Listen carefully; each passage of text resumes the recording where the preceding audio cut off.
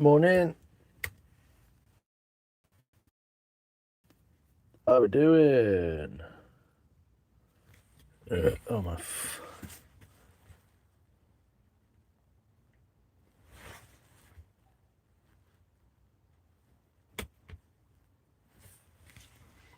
Right, folks. If that will work, I hope it will. I centre it over there. There we go. Might beat the rush. Mr. Cobb, Wagwan. Spot on my nose. How you doing, bro? Rob, hey up. Friday neat. What else would you be doing but trying to attach a camera to your ceiling? I mean, what else would you be doing on a Friday night, really? Help, folks. Help, JP. Hope you're well, Julie. Turn the freaking automatic translation off as it translates everything.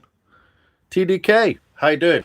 We are going to be doing some live bowl carving. I'm just prattling around. I'm going to set up the camera so it's kind of hanging like this.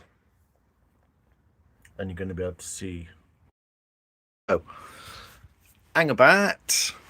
And we'll have a go at that. Okay, how's your day, Rob? Hope you're well, mate. So I'm going to put you in there just for the momentarily. We've got this thingy out of a Christmas cracker, didn't I? Plug that in there. Ooh, so technology, isn't it? It's all go. Right, so you can see me doing this. Right, so 2 screws, bit of wood, 2 G-clamps. We should be all right. Let me see if I plug this in. Not plugged that in yet. Got fucking bird seed on top of it.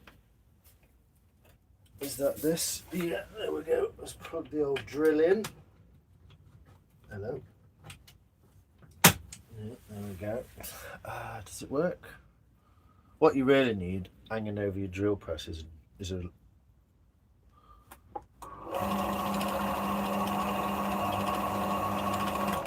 We'll stop that because that looks like it's somehow been buggered. That's good, isn't it? The final piece of the puzzle. The drill bit's bent. That's always good, isn't it? Let's see if we can sort that out. How you all doing anyway? Friday night, everyone having fun? I hope so. It's never going to drill properly again, but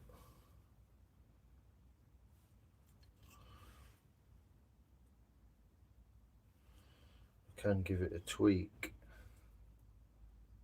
with a pair of pliers and hope for the best. See if she'll go. What's everyone else up to? You're well, Si. Excellent. TDK, good. So yeah, if you just bear with me, see if this is straight enough to drill at all. That'd help if it weren't hanging on there, wouldn't it? Oh my days. You know, sometimes when you just think, what's going on here?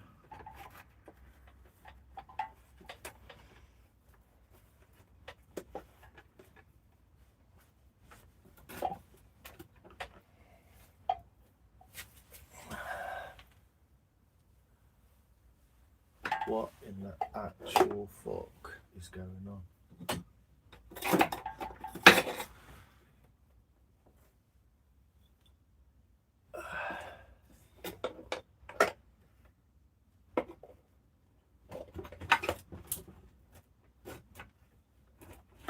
Right, now I've sorted out everyone else's fucking problems. See if this works.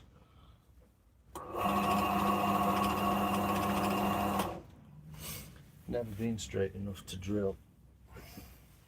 Don't know how I've done that, but I've managed to knock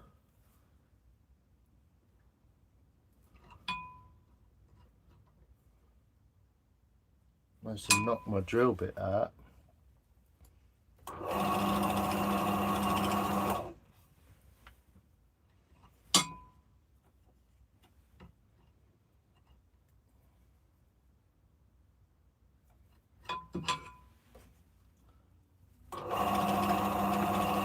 That'll do for me.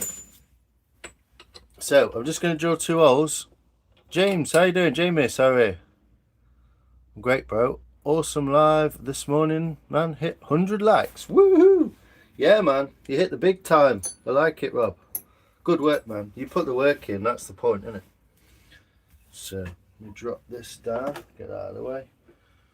Drop the bed down ever so slightly. This is probably going to drill like a freaking Spaniard on heat, but we'll see. I'm just putting a little pilot bit in there.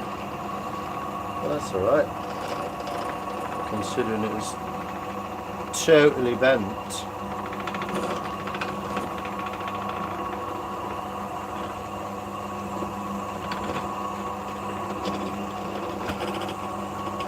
I don't know if I had some safety precautions, I'd use them, but I haven't. It's only a belt drill. It's got about as much power with a bit of counter sinking. Look at that. Can't go wrong, can you? So hold it, all about the same distance but up there, and then I'm going to attach that to the rafter. I was going to do this and then I realised I might as well just do this on a live, hadn't I? It's only a bit of old pine. There we go, that's that done. 10 minutes worth of work for 2 holes. What we're going to do then is, I wonder if I can do it like that.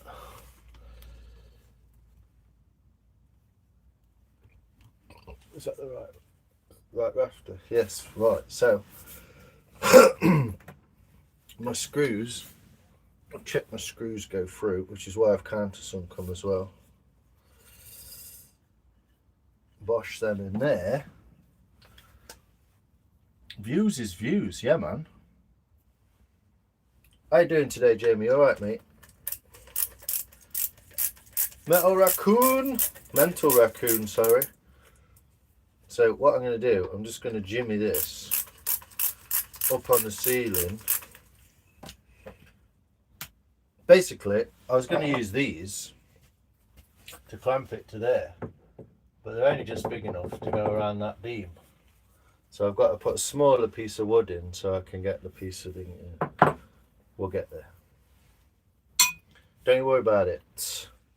Might just need to do a bit of get on the countertop and screw this bit of wood up. So let's move some bits out of the way. Got knives on the desk. I did also, I don't actually want to touch it, I'm going to wash my hands, but I did also finish the ash bowl. She done, boy. Look at that beauty. She done. What do you reckon? Nice, eh? But yeah, I don't want to knock that or fucking get it dirty or anything, so, because I've just been dicking around with I know it sounds a bit pedantic, but that ash is so white it just gets dirty really quick. So just gonna see if I can Jimmy Ridley this one up here like that, something like that, with just enough lip so I can get a clamp on the back of there. Okay.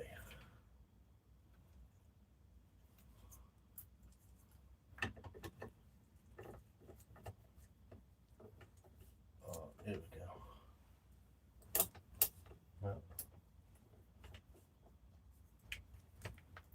No. Getting dripped on. Excellent. So I know this is absolutely fascinating viewing, but it will lead to a really cool using a ratchet screwdriver as well, so it makes it slightly easier. Unscrew that a bit. It's a bit Heath Robinson, but we'll get there. By the time I've done this, my arm will be knackered and I'll not have any more axing in me. But big ash bowl coming up. I'm just fixing this. How are we doing? That's lovely, mate. Very nice. Cheers, Woody. If I had a bigger G-clamp, I'd just stick a bigger G-clamp on it. But I don't have a bigger. I do have a bigger G-clamp somewhere, but I don't know where it is. I think I used it to put someone's brake pads in once. Ugh. I had to knack your arms out upside down before you even start, eh?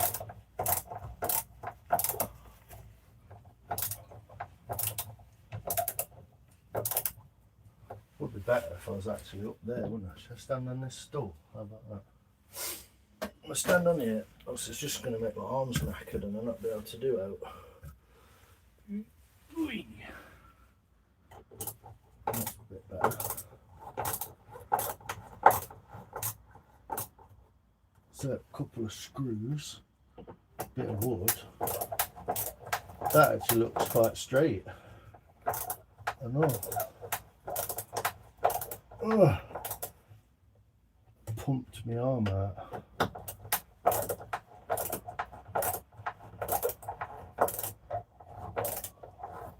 But it means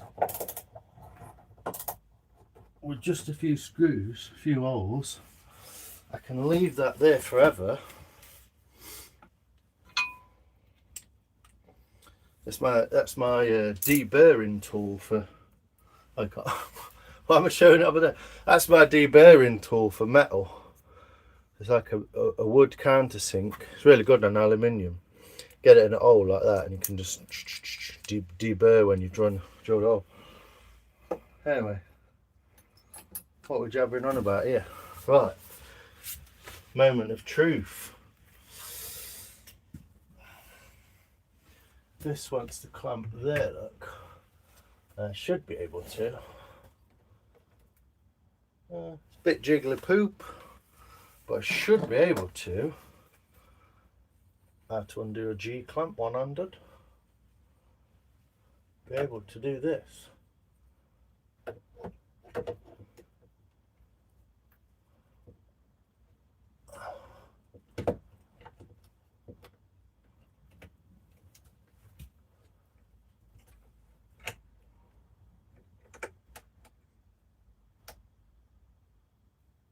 It is plastic, so be careful. Do this one back up. How we doing, people? We're good. Very nice. Yeah, so gone a bit too far with that one. This is my camera from the workshop before I got a upgrade with a fancy light on it and all that. How's that? How'd you like them apples, eh? People of two Ubes. Right, now all I need is a trusty elastic band, which will be holding my phone on once I put this on here.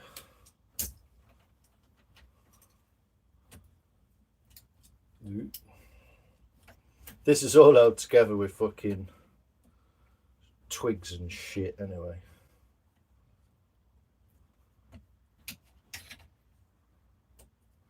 Yeah, man. So I want to do this kind of thing. It's all bendy. And then, when I've got my axe block here, I can put my camera in it. I wonder if it'll be stay plugged in. I'll wait for it to charge for a minute.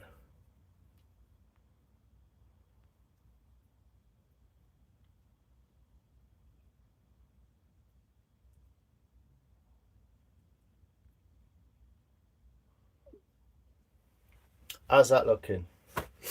Clamps were invented. I know what's coming here. 1837. Edward G. Clamps, who got tired of holding things over his. Oh, Cobb's full of them. Amazing. He's got so many facts. He's full of them facts. He's really good at that stuff. So, I can't zoom in this one, can I? But yeah, basically, look at that. Now, it might get in my way a little bit. Might want a bit of adjustment and all that kind of jiggly pig. But technically, as long as it don't wobble too much, I should be able to film from there down onto the axe block. How about that? How about them apples? So here we go. Got him. Definitely got him. Definitely got him, Cobb. I bet you sit doing that all day at work, don't you? I bet you are one of them people, I can tell. So, ooh, the big reveal. Which way around would I do it? That way. Do it this way, like so. Hold on. Laggy band going on. Laggy band is on. And if we do this, what can we see? To turn it round. There we go. Axe block cam. What I need to do there, obviously, is just flip the phone this orientation and do a bit of this. How's that? How is that? I can also read the comments from there. And if I do this, whoa, how cool's that? Right, I'm going to go and wash my hands. No, I'm not. I've got some squirty in here, look. I'll do it with this. Don't you dare die on me. Views is views. How's that? It's not quite as cool as Woodchucker's. He's got a full fucking... got a whirly gig on his. Works mint. But there we go. You are the first to see new axe cam. Just wiping all this grease off my fingers so I can pick my bowl up. Because I just spent 2 hours, probably more, sorting it out.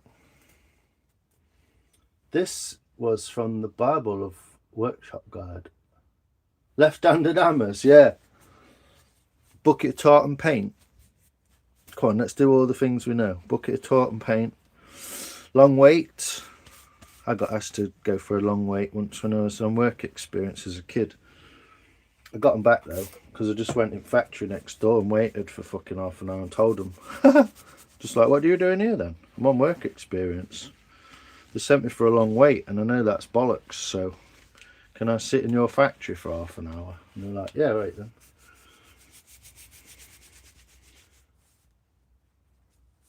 You had that, did you? Yeah, they tried to get me. I only 16. And I just thought, and then I come back about 45 minutes later and they're like, where you been? I just laughed and walked off. We're like idiots. You just sent me for a long wait and then I come back later and you're asking me what I'm doing. Anyway, how is Axima Cam? Not bad. It's slightly adjustable. I don't think I'm going to bang my head on it too badly. If I do a bit of it, I'm just going to do a bit of jiggly pokery with it. How's that? It's a little bit better angle, that is. More of me, less of the bench. Not bad, is it? It does freak your phone out though. It says like, oh, your orientation can't be locked out. And like, yeah, whatever, mate. Not bad. Not bad. So, cleaner hands. Let's do a bit more because I really don't want to get this bowl is finished and I don't want to get it dirty at all now.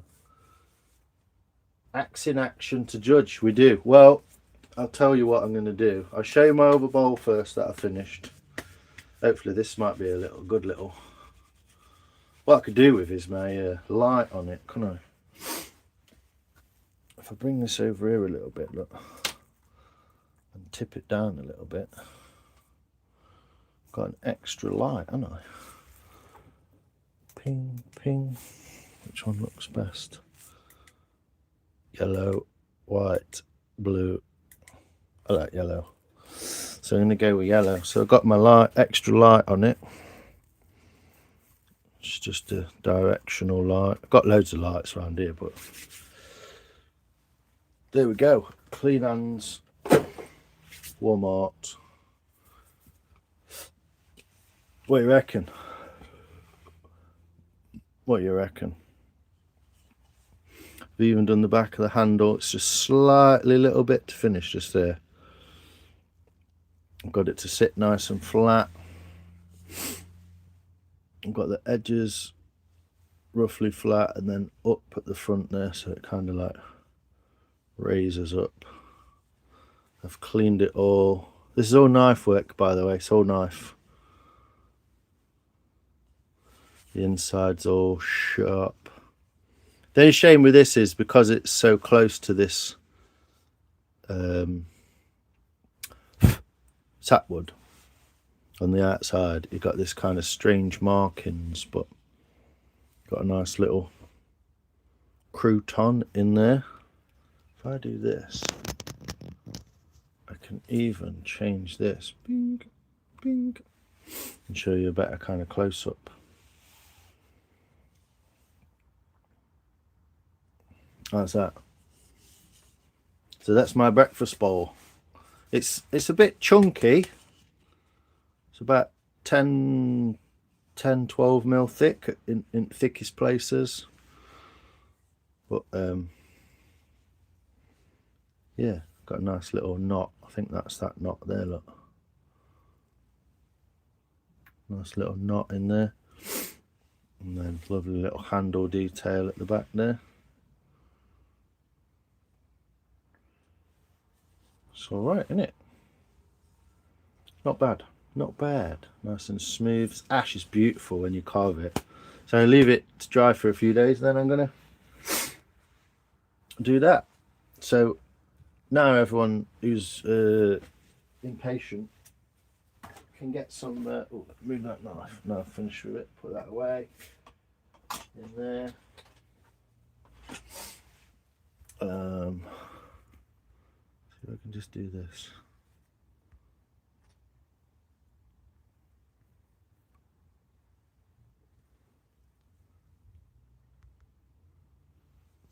Beep. I can even send messages while I'm on here. So we'll see if it works. Let's go. Let me get a piece of wood and an axe. How about that? So, got axe. Got tucker cam. So we've got some tools on go. Got the old tucker cam. Might need that in a minute. We have an axe.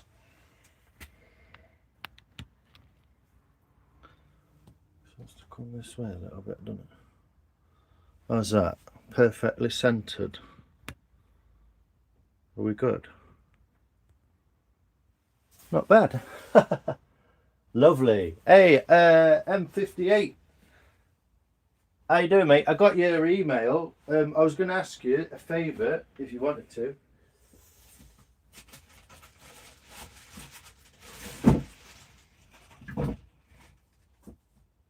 So now I've shown you my bowl, I can kind of get my hands a bit dirtier.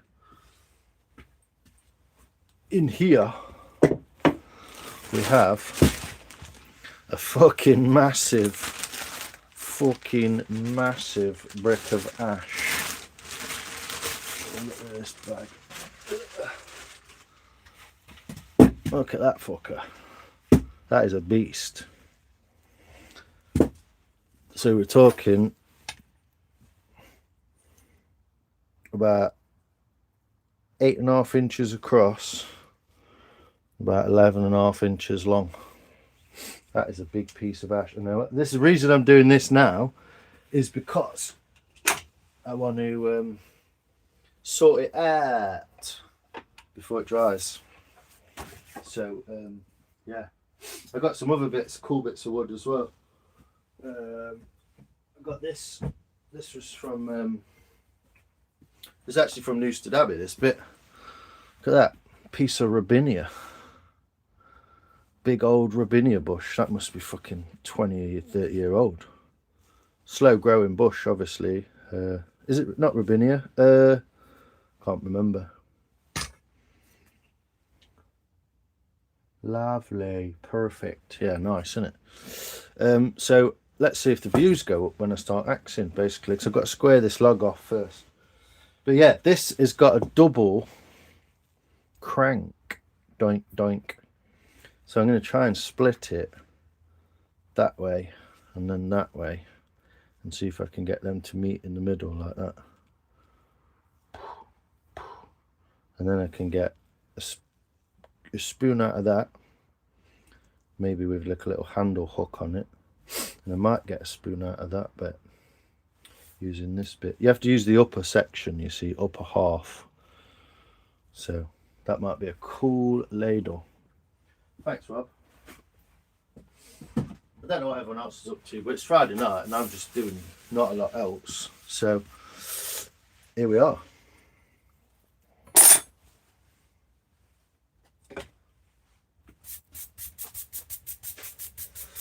Get all that grit off of there. Oh, I've got a cup of tea and all. Mint. So yeah, welcome in, folks. Live axe carving. What else are you going to do with your Friday night? Get involved and say hello. Tell us what you're up to, where you're from, blah blah blah. There's only 10 people here. Oh, yeah. Don't drop your axe in water. There you go.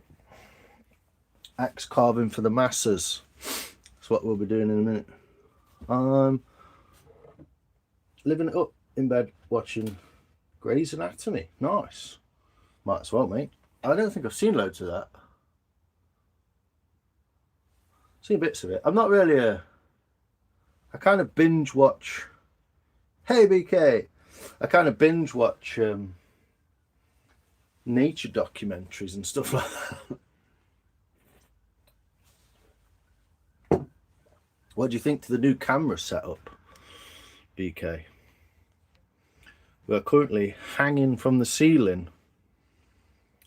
I hope that don't make me feel seasick, but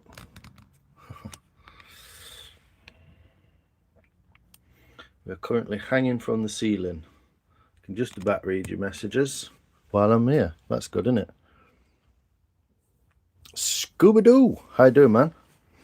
So, yeah, let the craziness commence. I'll put that up there so I don't get knocked over.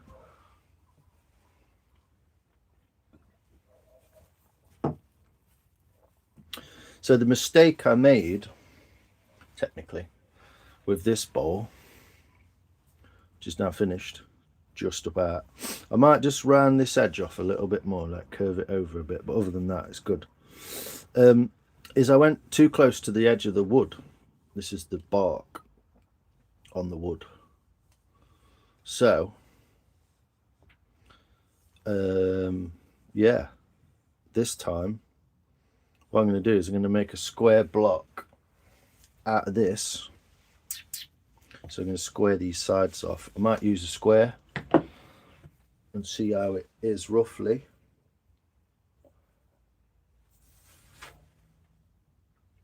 Yeah, when marking it out, I didn't really mark it out properly. Well, the thing I always fall into, the trap I always fall into, is the beauty of the wood. And I looked at that piece of wood, because this is the grain, and thought that'd make a mint bowl. Not thinking about these sides being too close. So this bowl really should be an 1/2 inch sort of smaller. So it should be kind of here to here, rather than right out that way. And then I could have come out and I could have missed this. But it's quite cool because it's my bowl, so I'm going to use this and it's quite fun. And you can see actually these are quite flat. So the rest of it's round, look, and then it's got like a flat spot.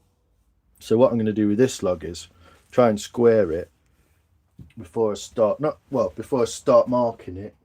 I just got excited before and started doing it. So what I'll do is use this big square. Look, try and roughly. Might have to use it on that end. Do it like that.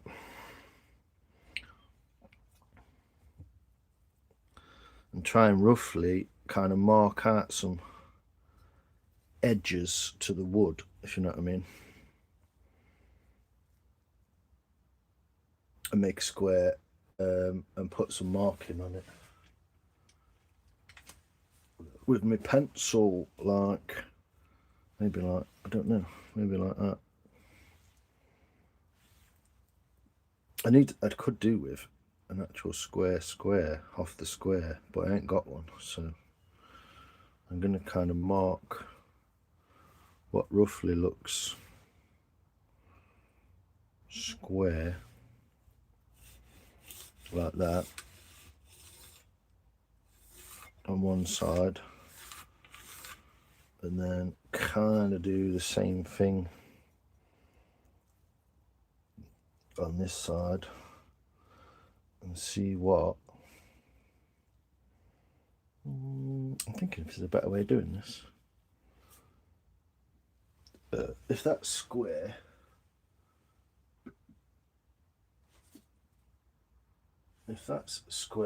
then I should be able to.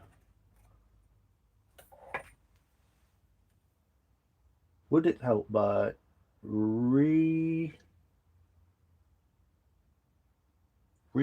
the knuckles with a drill hole? Wait! I'm just going to kind of measure across. If I do that at 6.5 there, kind of measure across. See, 6.5 is there, so we're losing quite a bit of the log in that orientation. This is the faffy bit, basically. I could just go for it, but I'm wondering if that is a square line, a straight square line, and I square that like that. Go on, Rob, what are you saying?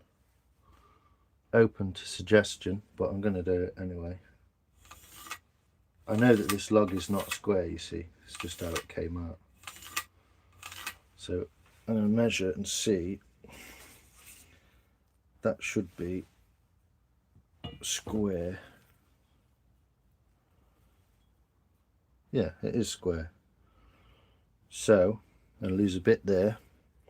Then if I do this, it just means I'm going to lose that corner of the log. And it is bigger at one end, so I know this already.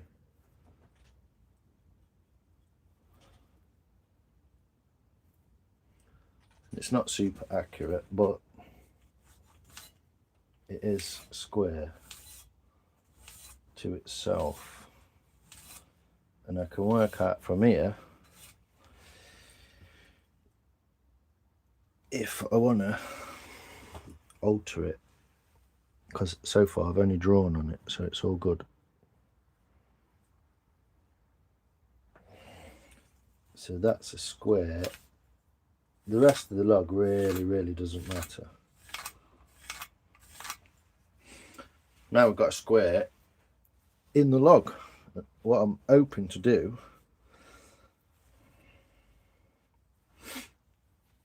I'm going to go with a grain orientation more. But now I've got a square line at each end, I can alter these to it.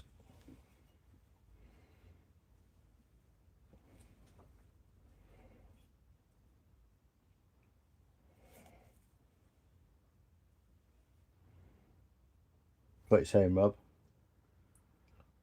That's the way, baby. Take a square. Yes, that's it. Nice one, Rob. Sorry, mate. Too busy fucking doing it. So what I would actually rather do, which might not be possible now, but what I'd rather do is go more like parallel with the grain. But that could work as well, yeah, would it? Nice, I like it. Centre line. So we've got 6.5 inch.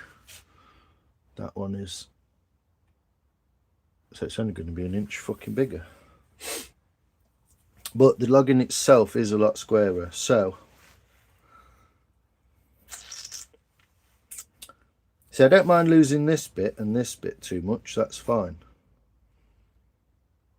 And I might saw that through, but that big swathe there, I would rather just double check it's square, and then I'll check across the corners as well. So 6.5,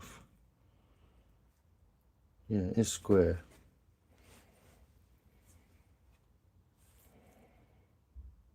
Almost 12 inches. Yeah, it's bob on square, that is.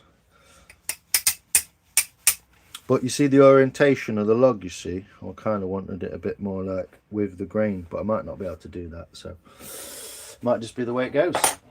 Was lurking. Hey up, Dan. While I'm at school waiting for kids to get out. Nice. I gotta go now. Cheers, Dan. Appreciate you, brother. Have a good day. So it is dead square from corner to corner and parallel that way. So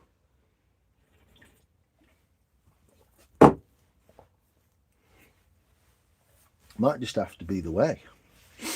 It doesn't look that far out in the log,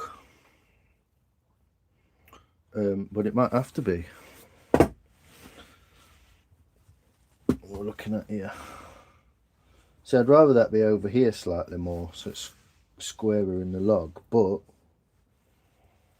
that is a bit deeper there. Maybe, I think that's about as much as I can get out of it. I really do think that is as much as I can get out of this log.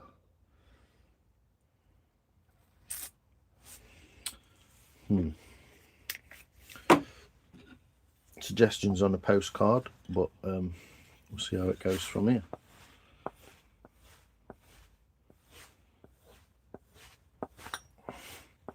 Dan's sneaking in some YouTube while he's at work. Good lad.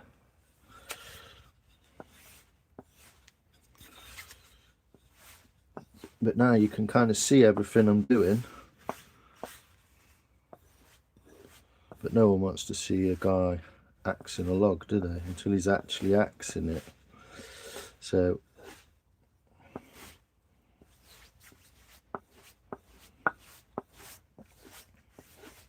this could properly do with a bit of a sharpen, to be honest. But let me do a strop up and a clean and see how bad she is.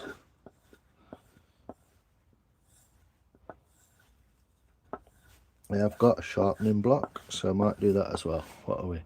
Fucking hell, 40 minutes to dick about with this. No wonder everyone's fucked off, eh? I would agree with you, mate. Yeah, it's kind of like a funny shape in the log, isn't it? It's a funny shaped log. And this is what I don't want to do. I don't want to fall into the trap of following the log.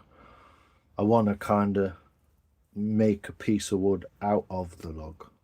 If you get what I'm saying. The only other thing that's bothering me orientation wise is there is a twist. If you look, this log is sort of twisted that way, so I think I'm just going to end up losing a lot of this corner like that. But the majority of this wood, I think, in that orientation is good and square and will be away from the edges. So I'll just have a big block of ash. The only thing is, it's not fully square. So 250, 260, 170. So it's going to be, it's not going to be a round, it's not going to be a round bowl unless I chop it down a bit, you see. It's about 100 mil. It can't be 100 mil wider. Can't be 100 mil. 170,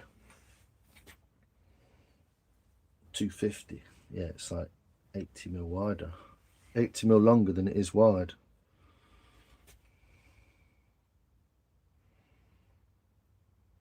That line is a bit out. Should be over there.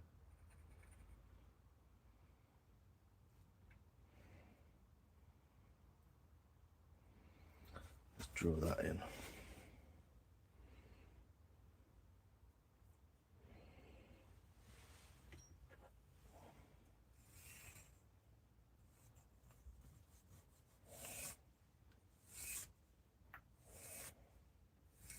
But yeah, I'm basically going to chop it out, see how far we get. So it's that line there at the far end. That makes it 170 by 170. Yeah, so it is a bit askew. But to move it, to make it in the log more, it would have to be not square. So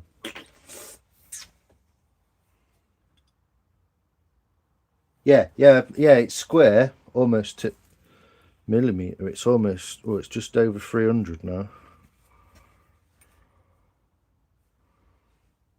And that's bang on 300. So it's 3mm out. But this is only to get the axing of the block, if you know what I mean. So I think that's 173, and that's 170 bang on. So it's 3mm out there, but all it is just to get that square parallel block as best we can. But it means that we've got 50mm there. It's quite a bit of waste if I do it like this, you see. 50mm there. It means there's quite a bit of waste from below there, you see.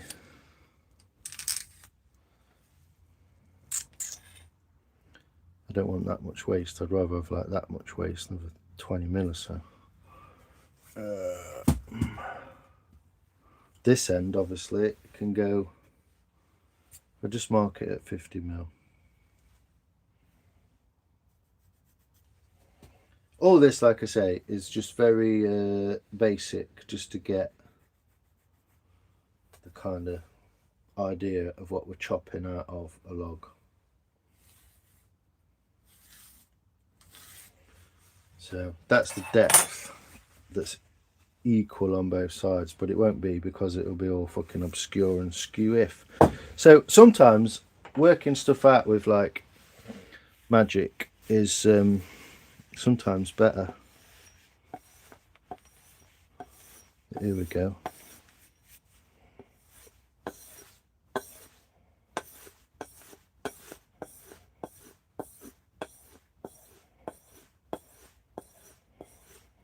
This axe hasn't had an actual sharpen. Whoops. This axe hasn't had an actual sharpen for some time. So it'll do it good, know it.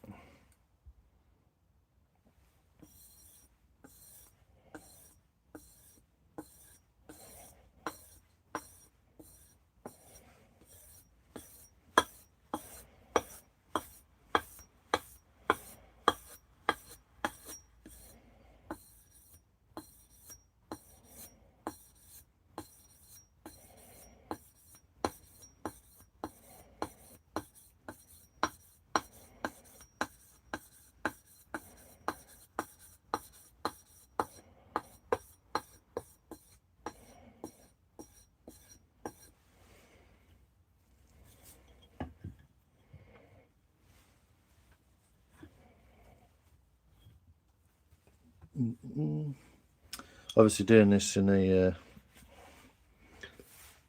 natural environment.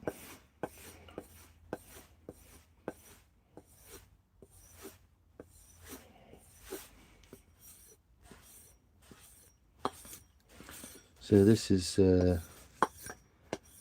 800 grit, I believe. I'm just getting that scratch pattern right to the edge there.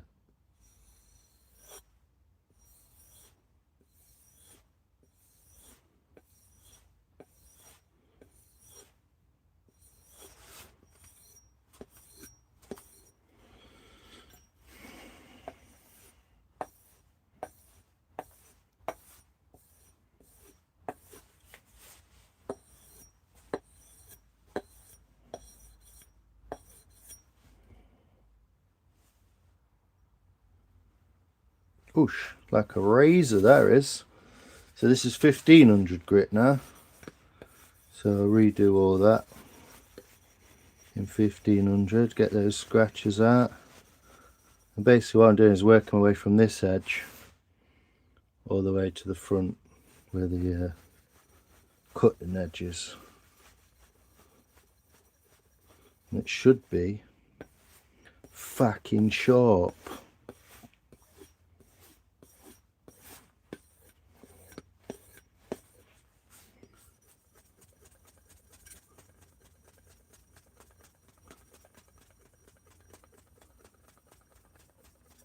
And just catching that in the light so I can see it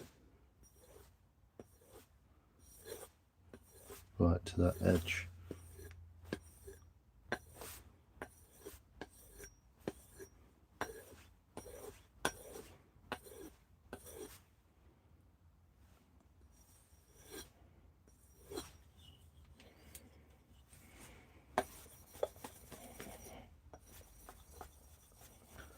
Kind of a quick and easy way to do your axe, but I do recommend these MDF blocks with a bit of sandpaper stuck on. Absolute genius. Costs literally no. Lasts quite well as long as you don't get them wet. Obviously if you get MDF wet it disappears quickly.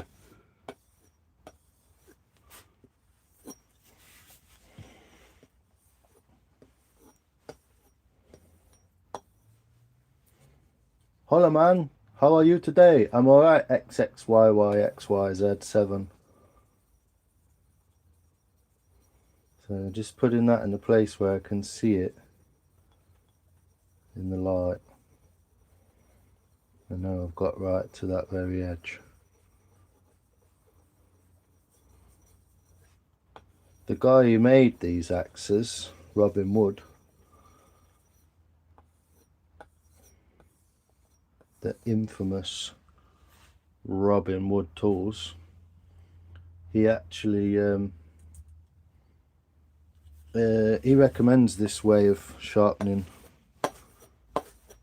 any axe, but definitely recommends it for his axes. So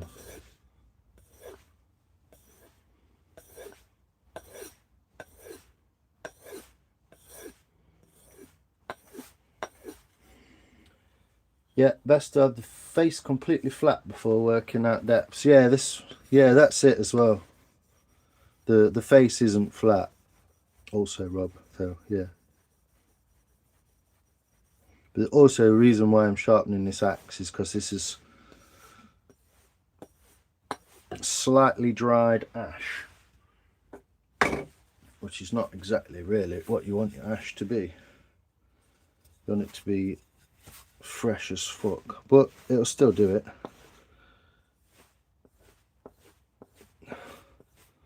So 800, 1500, I could go another 2000 or something, but I ain't got any, so we'll just do a nice strop.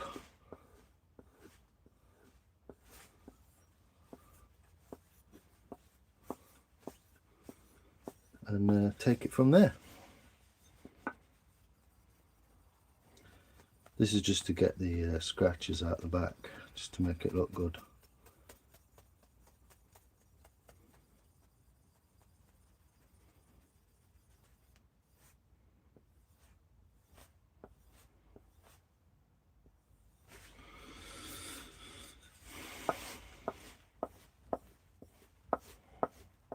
But it already feels a little bit sharper.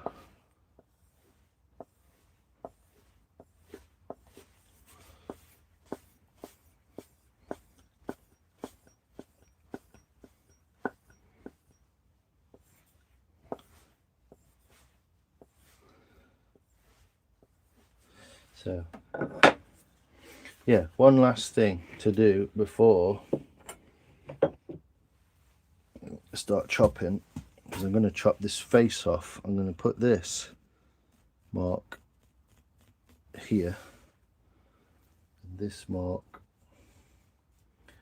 here, flip her over, put this mark here and this mark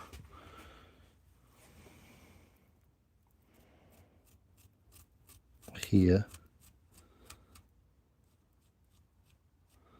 and then once I've chopped all that off, which I'm about to do, I'll be able to refer back to it, won't I?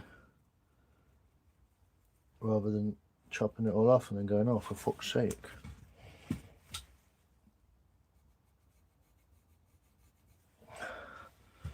So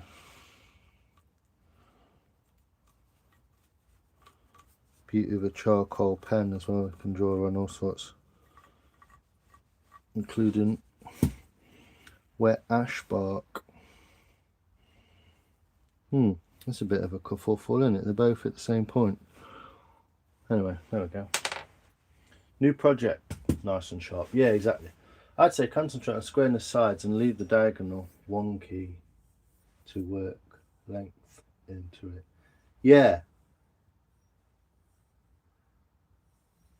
Hi, brother. Craft and carve. Hey, man, how are you? How are you, brother?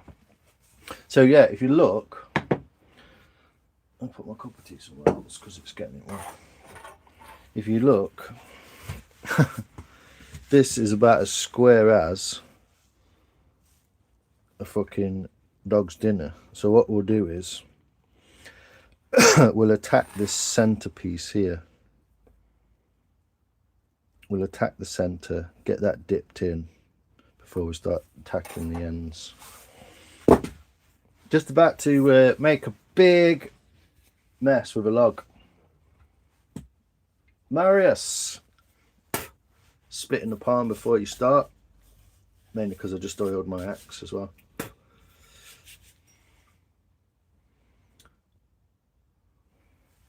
And we're going to aim on this section here just to get it down.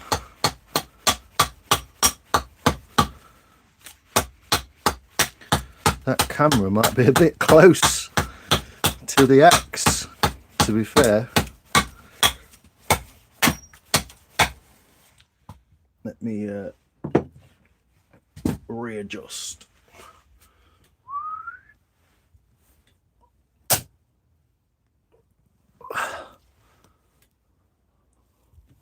Might take you a little bit far away, but all we do is this and then this. So first time axe cam job, so give me a second. Yeah, it's a little bit close. I was like thinking I was going to hit the camera.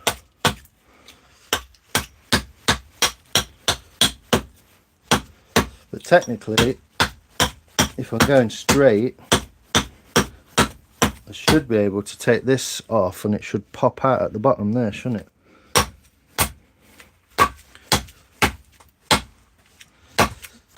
Stand to the side, seeing as I'm axing a bit mad on a log.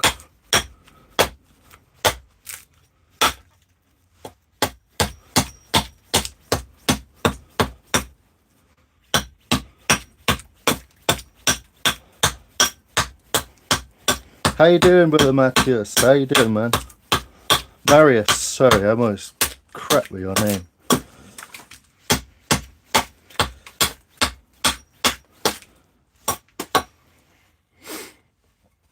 So that should have made quite a difference already, look. Quite a big difference. So, yeah, always start with your high point is the point.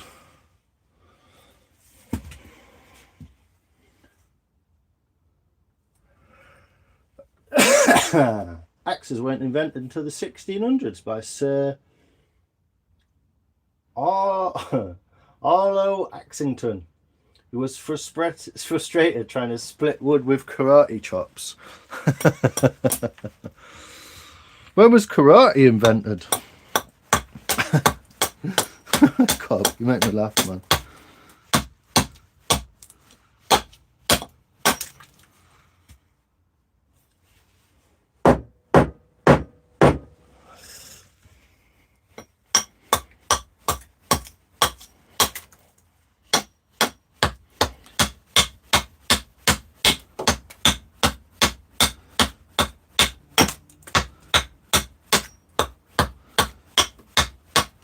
So yeah, I'm trying to make a square out of a fucking round log. So it's going to take longer anyway, isn't it? Luckily this ash is such beautiful straight grain, it shouldn't be too hard as long as we use our noggin a bit.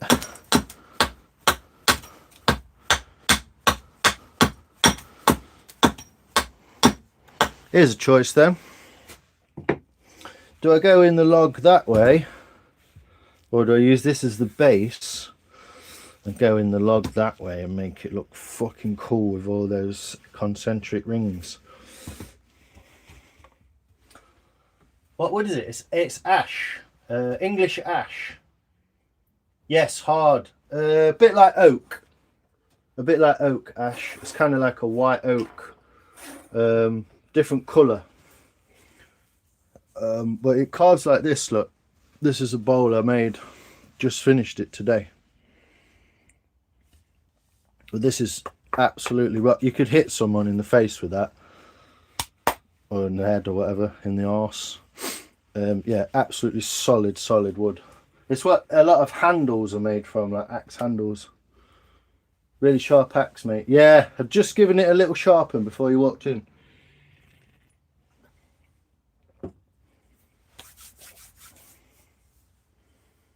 Faces the base.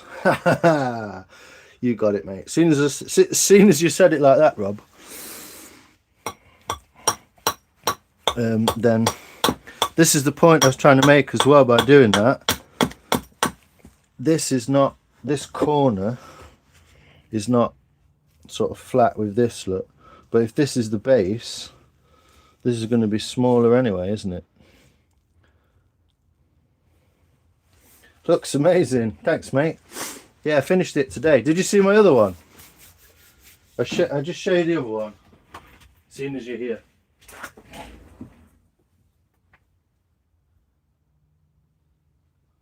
So this is the one. I think I made a video of it. I haven't seen you live for ages, bro.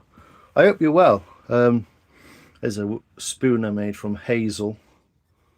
Little stack of rocks on the top. Well, yeah, I've not seen you live, but this is the bowl of willow that was finished the other day. Oiled, done, ready.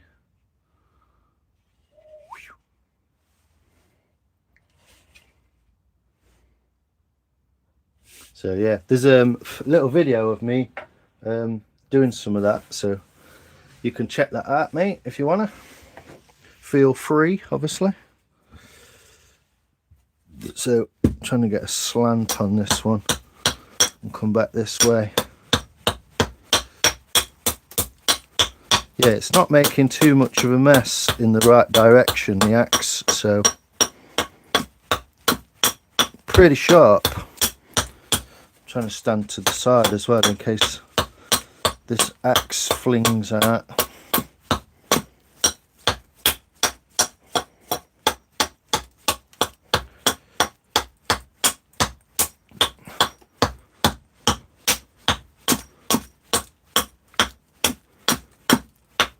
This is going against the grain direction as well now. This way is going against the grain, so it's kind of making a rougher surface. But if we look,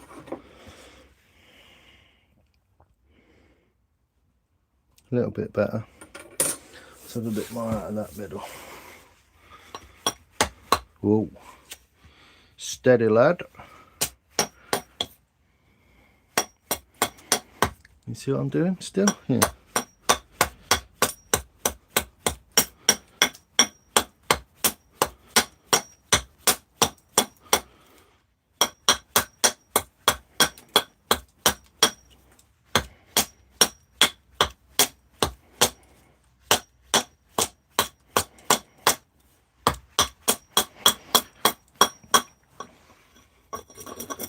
obviously difficult in some ways because I don't want to like just dig into it. I want to take a slice off it, but that makes the axing kind of more difficult because I'm trying not to hit it.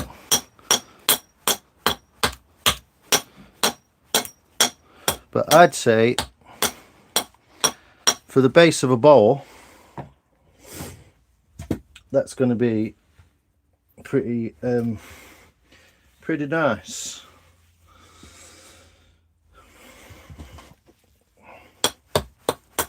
Everything's on a slant and an angle as well, so I'm trying not to let that alter what it is I'm doing. Unfortunately, logs don't come square, do they? So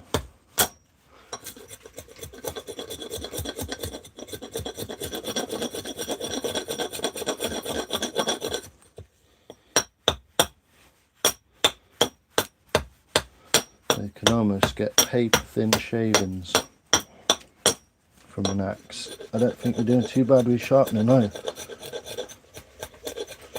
Ooh, computer keeps dying.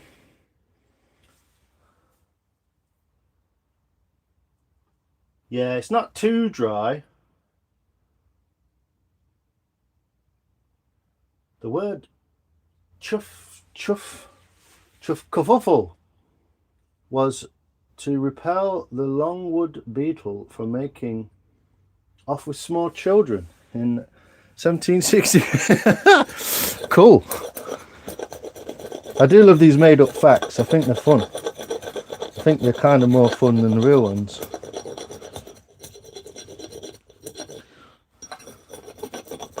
But yeah, basically, if this is the base, that's going to be, you know, it's not going to be much bigger than that, is it? In fact, it's more likely going to be something like that, you know. It's going to be something in the middle there, so all that flaring upwards isn't going to be a big deal. You can still see those marks, so there.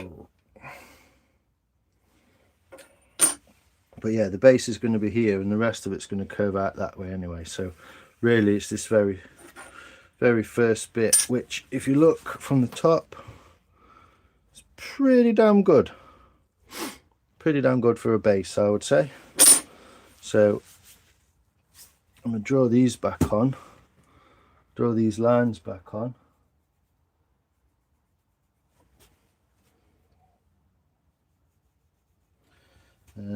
Draw that one still on. Draw these lines back on, and it should be good to chop the sides off.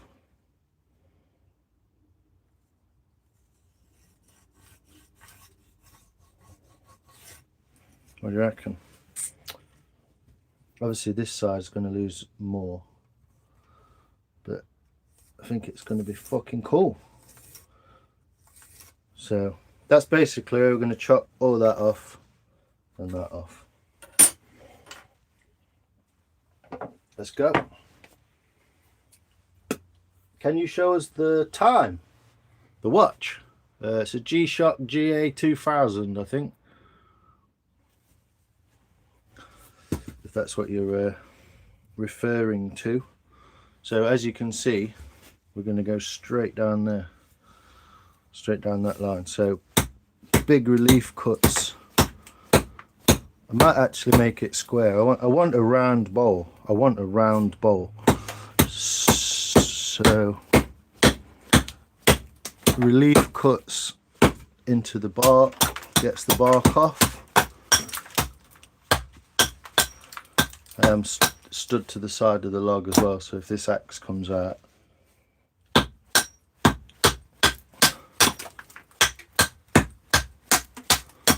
this is the bottom of the tree as well, so it's pretty tough stuff. If I was really clever, I could split it, but it's way against the grain, look. so I can't really do anything but waste it, unfortunately.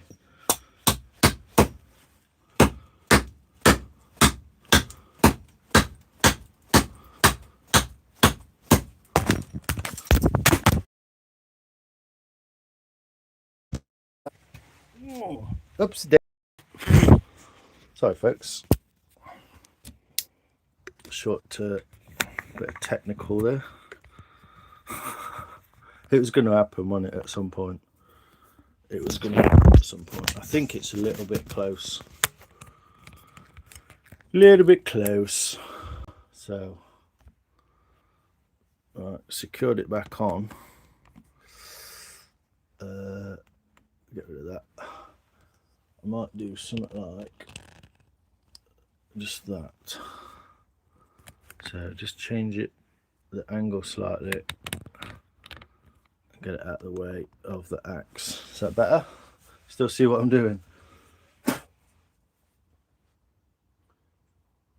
Where it says you on bottom right corner on my phone.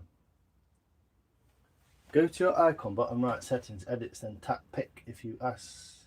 It'll ask if you want to pick off camera. Then tap accept. Oh. Hit the phone. Yeah. Just knocked it out with the end of the axe. Didn't do a lot as far as I know. I think the camera's still pretty clear.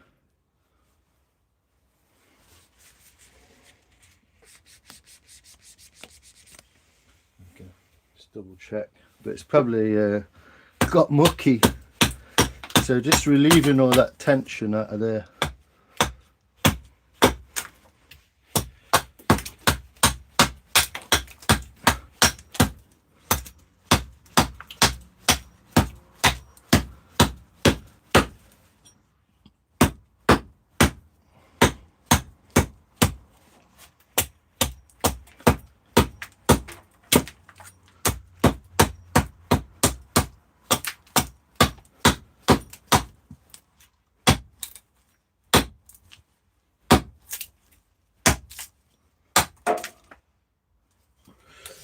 So taking a corner first.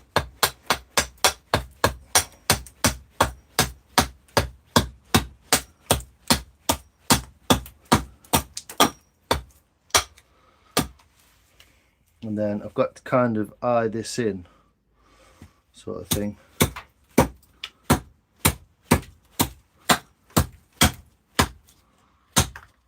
This is the biggest bowl I've ever made. From the biggest log I've ever chopped. So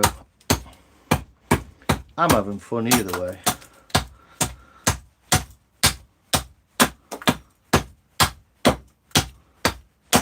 I'm guessing at some point I might lose a bit of this axe block as well.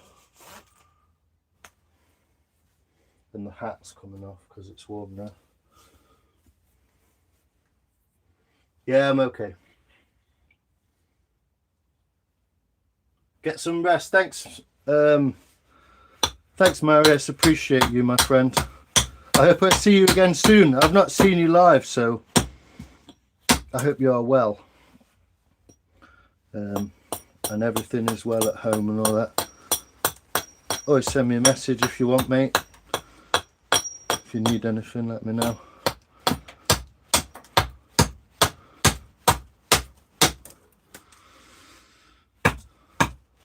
Obviously this is quite it's quite a wide piece now. It's quite a lot. It's almost wider than the axe. So I'm going to take it down in stages, bit by bit.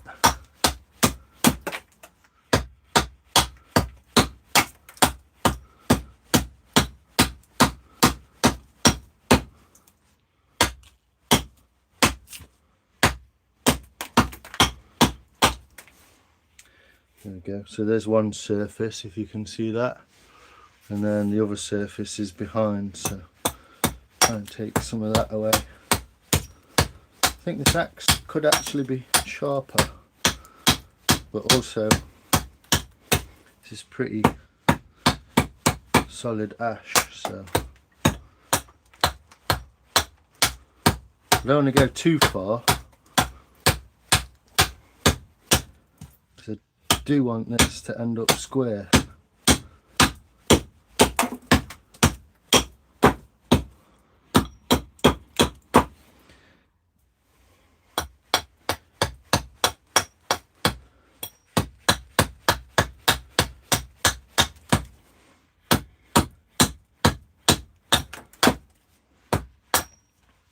Oh, night, Marius. Take care, my friend. Awesome, mate. Yeah, I'd love to see them. Thanks, mate. Bit close, your nose is bleeding. Yeah, you have to move back a little bit then, mate. But yeah, ultimately, I want this to end up square as I can.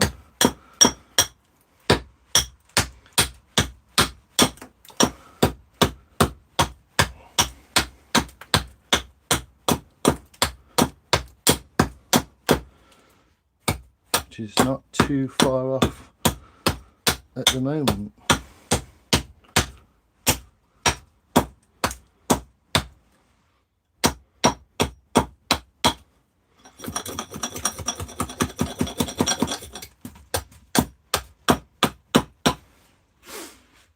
As you can see,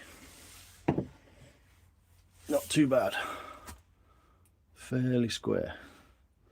And we've got a little bit to come off still, but it's got the bulk of it. You can see that's fairly square, not bad. So yeah, let's do the other side that way. I'm trying to get this axe block in a place where I can see what I'm doing. I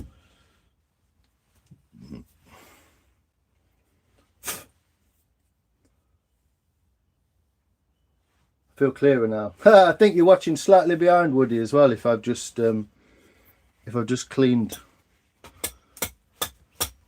So the bark, you can see the bark is still green. So we're not too far gone with this log. I think it's about 2 months. But obviously if this was a small tiny log that's 2 months dry, it'd be a lot drier.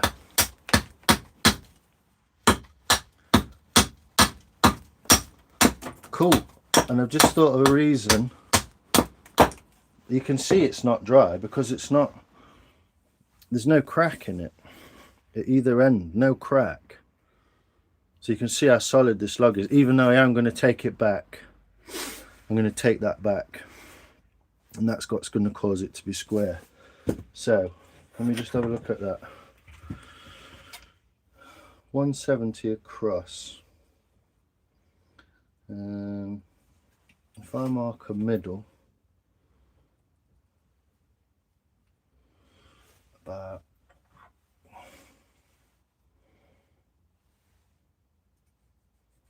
there, and the middle about there,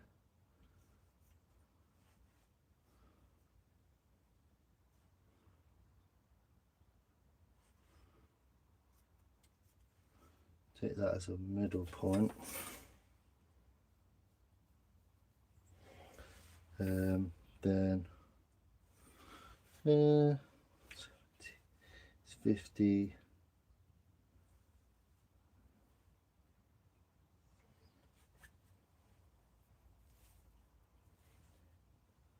So it's 85.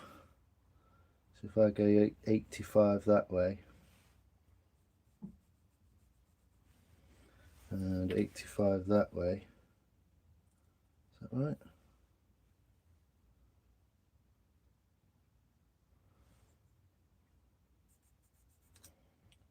Gives me 170. So that's what I'm looking at for a kind of circumference.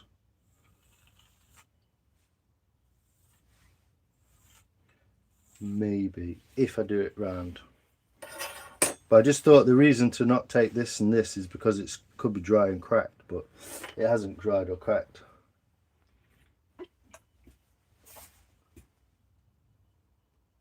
I want to ask some questions. Yeah, man, no worries.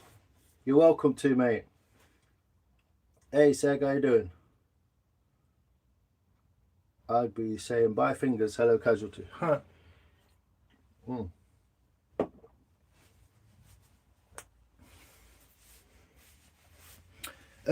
Yeah, I mean, some people might watch me with an axe and go, this guy's not safe. And I am keen to learn, but I've kind of got the basics. And generally, I'm not really swinging the axe that much. If you look, I'm only moving it from there to there. I don't know if you can actually see that. How much you can see, to be honest, but I'm only lifting it just above the log, and that's only because it's a very big log. So yeah, it's not like chopping a tree down where you're putting like absolute full beams into it.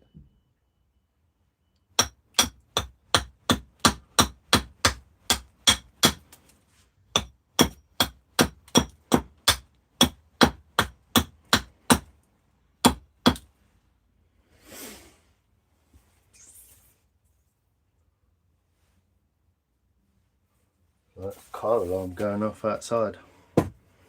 So we're getting there, we're getting square.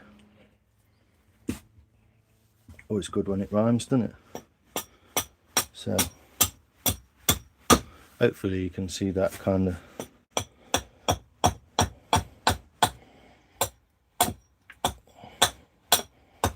Again, those lines are only for a guide, but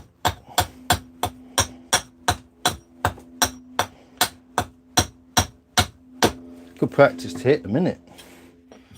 I've still got to square these ends off, obviously, as well. But we're getting square now, apart from this bark. And we have got a knot in there, so take that into account.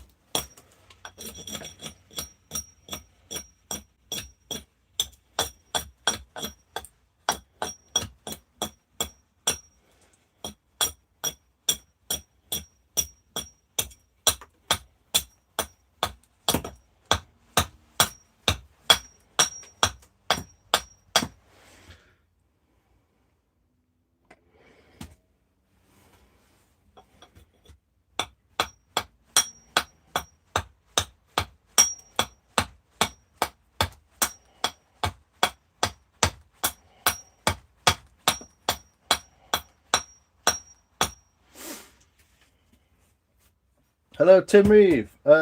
Yeah, Tim Reed, how you doing, brother? Good to see you, man. Good to see you.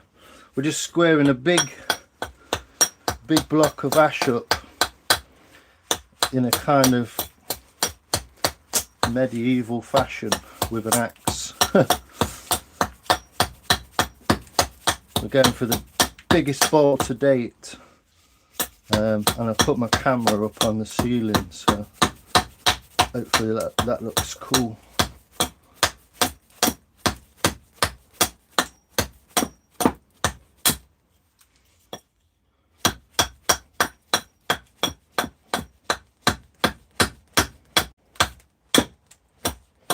So yeah, again, that's going to be the bottom. We've got almost a flat surface here, not in these corners here. This one's not too bad, but all these three corners sort of fall away. But we are going to be going in through there, going in that side. So that's the last thing I'm going to try and square off, which will involve taking this corner here. Here's a proper little banana as well, this log. Just open it, works out that way.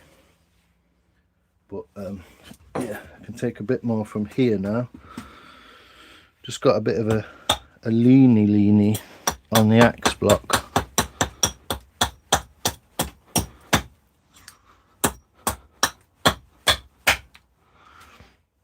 That's not going to work. Why is that not going to work? Questions, answers on a postcard. to why that's not going to work. We're doing it this way. Better for the camera anyway, isn't it?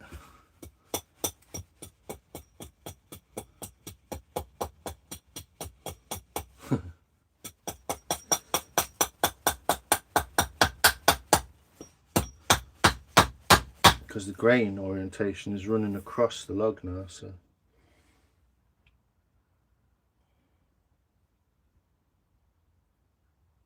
Ha! You fancy you go, Scooby. You can do a lot smaller stuff, you know. My first bowl was basically a piece of firewood. It was a piece of ash firewood about that big.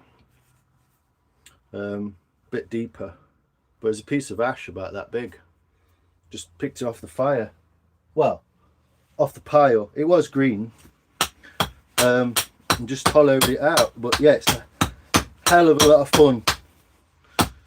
And you get, I don't know, it seems a bit cliche, but you're getting so close to ancient techniques and ancient kind of ways of kind of dealing with nature that you start to see. I don't know, I just find it really fun and really interesting. Like if this was super green, it would be a lot more fun, but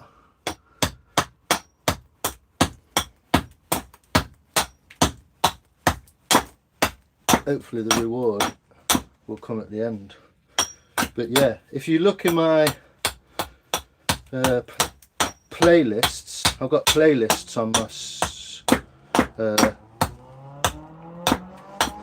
my page. Welcome to look in them, and there's loads of spoon making, bowl making kind of techniques. I just hope I haven't ripped that grain too badly, because I stupidly went into it forgetting that it was misorientated in the log. So yeah, this bowl's going to look wild anyway, because the orientation of the grain in the log.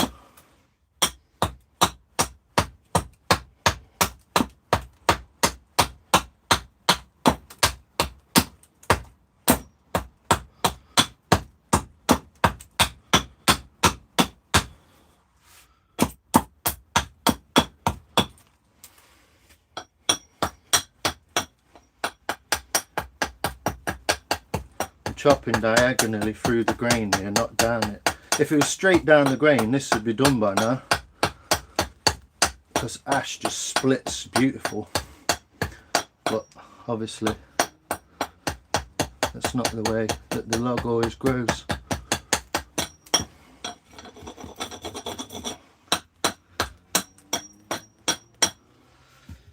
There we go. Two parallel sides. Hopefully you can see that. That's parallel sides. So I'm gonna have a little rest for a moment, have a drink of tea and a cigarette, well, a vape. Yeah, it'll split along the grain, Rob, exactly. And the grain running in this, if you can see, the grain is running in this orientation, and these sides are almost parallel. So if I was to cut it like that, it would just go and split that corner off, which wouldn't be too bad because this is the bottom, but it's kind of annoying. I kind of want the biggest bowl out of it I can get. I'm a bit greedy, but it's not always the way it works. So.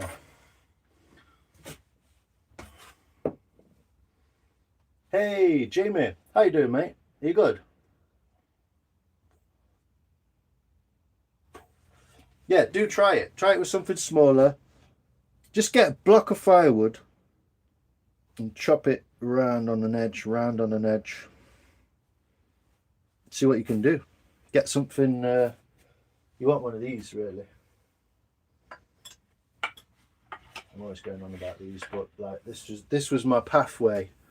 Buying this tool was my pathway to carving big bowls. So you want 1 inch 3/4 of an inch, inch and a half maybe, of a round gouge. And what you want to look for is the bevel underneath the curve. So you want the bevel like a smiley face, like that. And that enables you to gouge out the middle. You can also use an adze, but that'll cost you about 180 quid. You can also use a straight chisel, but you might come into some kind of issues. But you can also use a spoon gouge as well. So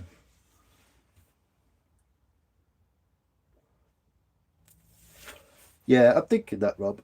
It'd be nice, wouldn't it, to get it right out into the oval. Right out into it's going to be fairly deep, not super deep. Basically, if you cut that off like that, it's going to be fairly deep. Can almost do that. Like that.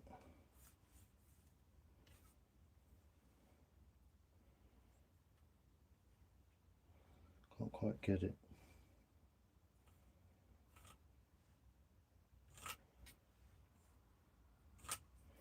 But yeah, if you imagine that kind of cut off, so it's more flat than this is not flat. Look, I might just try and nobble that off in a minute, because it doesn't look too far out. It's not crazy. This is lower as well, isn't it? So I've got to lower this to this. So try and get that to that line, and then we'll work his way up this way.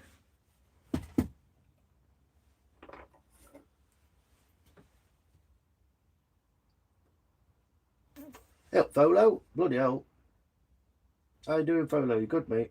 Hello, Rob. You chilling in bed? Yeah.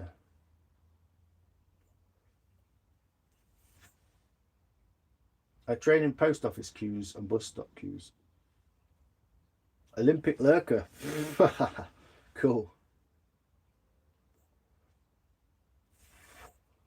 Thundercats. Oh! Yes, Wes. How you doing, mate? It's damn good to see you. We just squared off a big piece of ash, mate. Look at that beast. Probably weighs about, don't know, a couple of kilo. But what I'm going to try and do is, this is the smallest depth. This is what I'm going off. This is the smallest depth, around 50 mil. So if I try and make that, which is kind of annoying because you're losing quite a lot of the log. If I try and make that 50 mil, I can almost, yeah, it's too shallow. It's going to end up being a tray. It's going to end up being a tray. It's not going to end up being a log, a bowl. It's going to be a very shallow bowl, because that's the smallest orientation we got, unless we bring it in, obviously, a little bit. But this is what we're working out right now. So, but I'm going to try and just flat off the back of this, and I'm going to get some of this sap off here.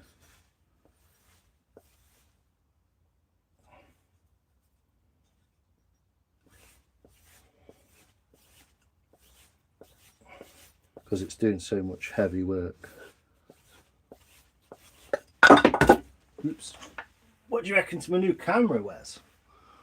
What do you reckon to the overhead cam?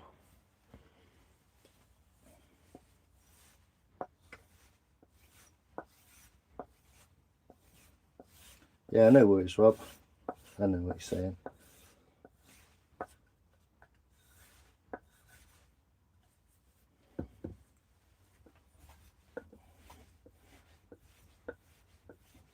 I don't really mind you talking about it, as long as you don't have it out in the middle of it, I guess. But, you know, it's all good, mate. Sometimes things have to be said and all that, so.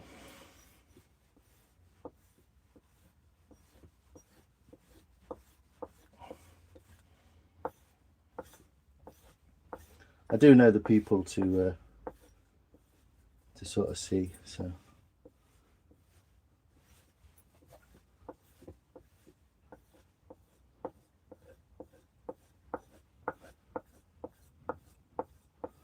It's actually doing unbelievably well, to be honest.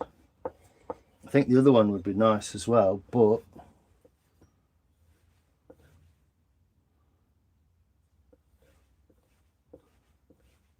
the handle is very thin and hard to keep a grip on when you're doing heavy work like this. So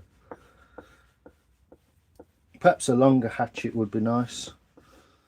Grans Fours Brooks wildlife hatchet, something like that, or the longer camping hatchet axe.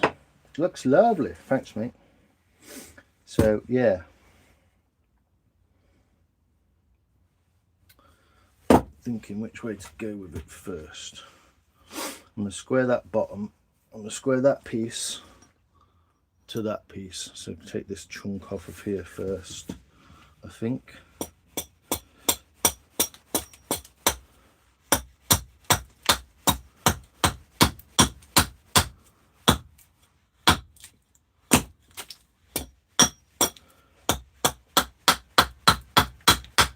But thanks everyone for popping in, talking, saying hello, spending your Friday evening.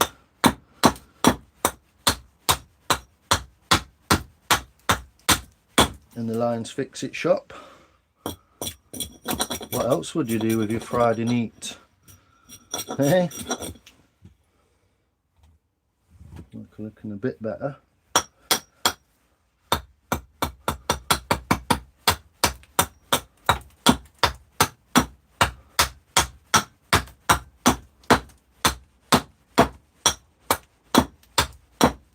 So half of this project is going to be squaring this log off. And it is about as big as I'd like to do. And about as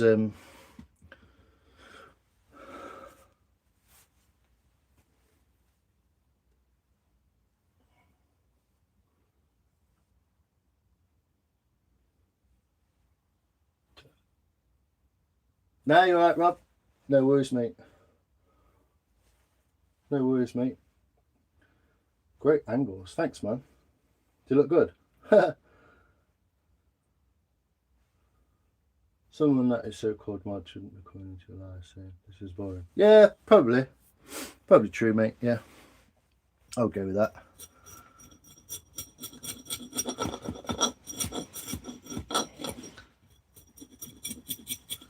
It's not a lot to ask, is it?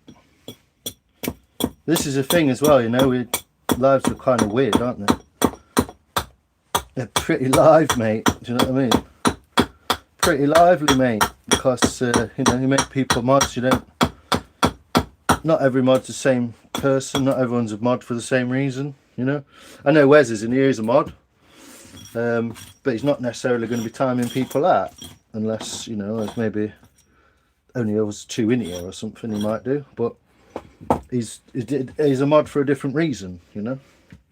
It's so he can connect with people and sort of like enjoy the fun of YouTube live in. Ooh. I've got some funny old grain there. So I'm taking off minimum, but that's because you can't put it back on, can you? Look at that axe, man. It's fucking beautiful, this is. I do sometimes look at axes and think, oh, I'd love one of them. But it's probably the best 48 quid I've spent on eBay in a long while. So we're getting there. Just got the bark in the middle.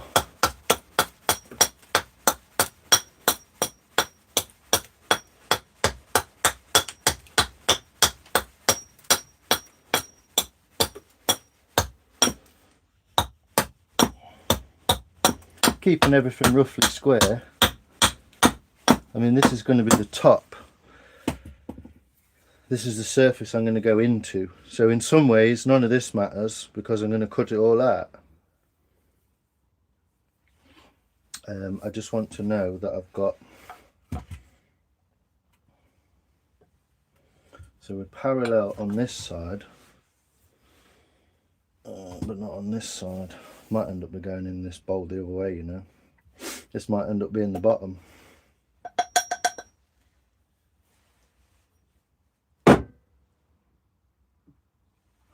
Thanks, Wes. Pistol fingers. I'm a goddamn sheriff in this town. Agreed. I'm a supportive mod. I pull for the wins daily. I do this myself. I'm finding things out myself here. Yeah, this is it's all about, you know, a bit of sharing the knowledge and it is the way. Wes, it just makes things easier, you know. I'm probably a bit more like that than some people are, but I have seen other axe and spoon carvers that are way more kind of pedantic, or accurate is another word, than I am. All I'm doing now is I'm kind of looking at the back of this log and thinking, this section here, obviously, if that's going to be a top, this section is kind of not helping in any way. So we'll see. Just trying to make the best of the log, basically, without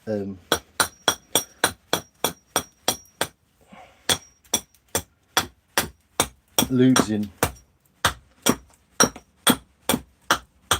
any of it. Also, I do need to check whether or not it will fit in the vise. Shoop, how you doing, man? How you doing, Shoop? I don't know if that's you or your lady. I always forget everyone's name, so do beg my pardon. But I'm terrible with names.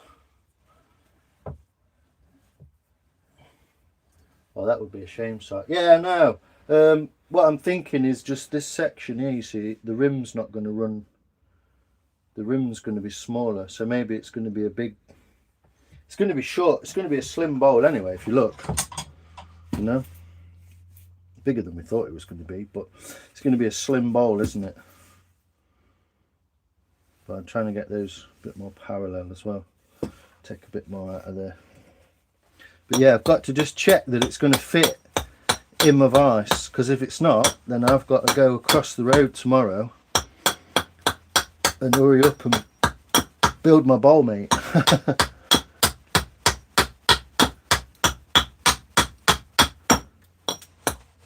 And I did know this already, so I mean, it'll still look amazing. It will still look amazing. The wood will. It just won't have those rings in it. Doing good. It's Bill. Hey, Bill. You all right, mate? Good to have you in. Always good. I always catch your live super late at night when I'm kind of like not falling asleep, but kind of chilling out. But I do watch you guys turning some awesome stuff, mate. Why are you not a mod? Having said all that about mods, why are you not a mod? You should be. There you go. Who's that last person? Looks like a boot hiding in there. Do you reckon? So I'm just opening this, just opening the vise up as wide as it'll go, just to check and see how big how big a log I can get in the vise. There we go. That's as big as it goes. Let's have a look. Little vice cam. Oh, it's close. Bloody close. So I might have to lose some of that side anyway, just to help get it in the vise. To be fair, it'd be better squared off, wouldn't it? It's not quite square, so let's do that.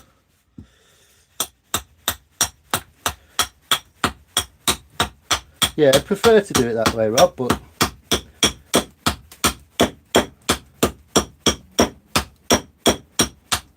it's not always the case, is it?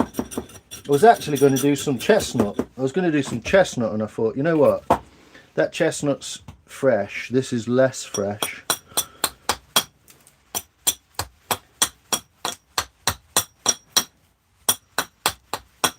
Maybe I should get into this first. But, you know, I can always make this. If you want, I can always get a piece of chestnut right now and save this for when I've made the bowl mate, which will have to be tomorrow now. So just so I can get it in.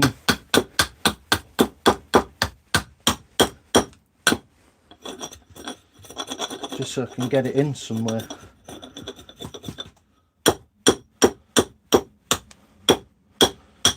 To hold the damn thing. Let's have a look. Not quite parallel either, but yeah, it's about 10 mil out. It's about 10 mil from fitting in them jaws, and them jaws is big. I think they're about 120 mil. 165 mil. So I think this is 170 we measured, so it is 5 mil out. So yes, maybe makes sense. What to say? Yeah, it makes sense to use this first, but also I've just realised that I wanted to make the bowl vise first so that I could do this particular log. Oh dear. Yeah, maybe I'll wrap this back up. So get a bit of chestnut out. It's only 9 o'clock. Give it an hour. I could take a plate off maybe. I don't know if they're screwed. They will be absolutely bolted in place as well. It'd probably be quite difficult to get one of them out. I've got some like little soft jaws on there as well, but that's not. It gives me an excuse to go and make this bowl mate, which is what I was after. So this will wait in a piece of plastic until the morning, I think. Do you reckon? Should I get some chestnut out?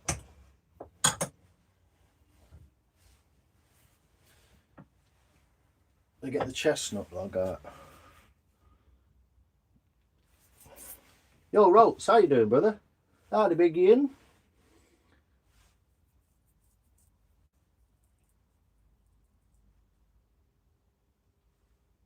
Cheers, sir. Appreciate you.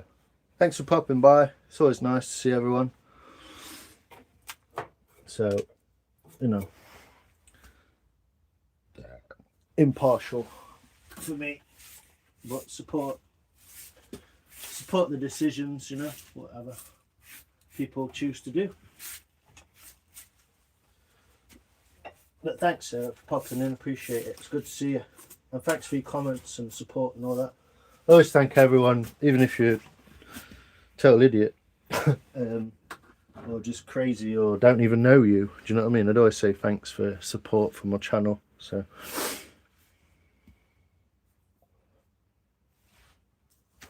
catch you later, Sarah.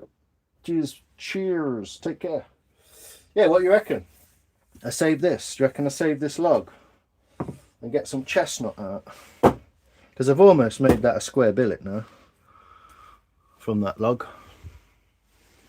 My screen looks really dim. Don't know why. Must be the lighting. The screen looks quite dim.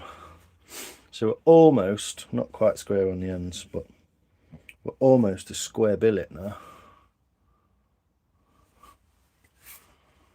And it gives me a little bit more time to work out what the fuck I'm going to do with it. All I've got to do tomorrow, if I do make the bowl mate, is find out a big drill. Drill 4 big holes in the piece that I've got across there and whack some ash legs in it. So yeah, I might save this. Might save it. Might save that for tomorrow. Make the bowl mate. It's going to make me do it, isn't it? I'm going to have to. So yeah, let's have a look. Just put this over there so I can't knock it over in my standard fashion. But yeah, that's made a billet out of the ash. Made a big pile of ash on the floor.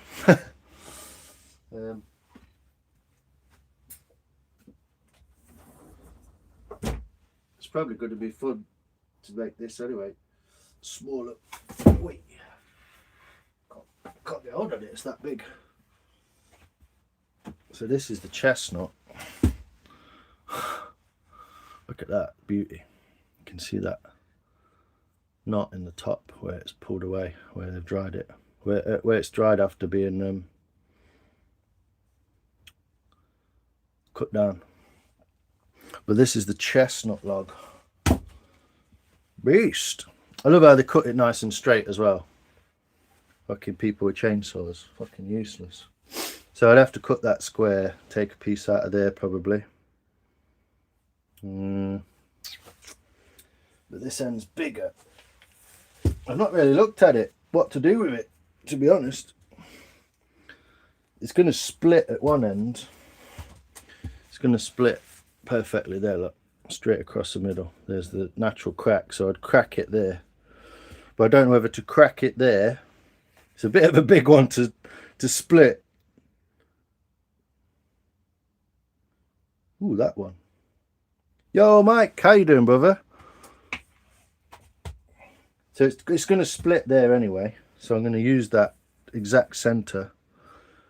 But I really need to at least square this end off enough to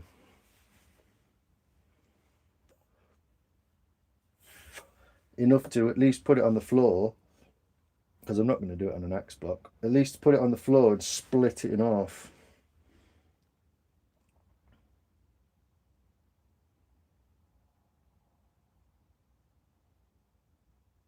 Woody would turn in. I think you're watching slightly behind me, but yes, could take a plate out of the vise. You're right.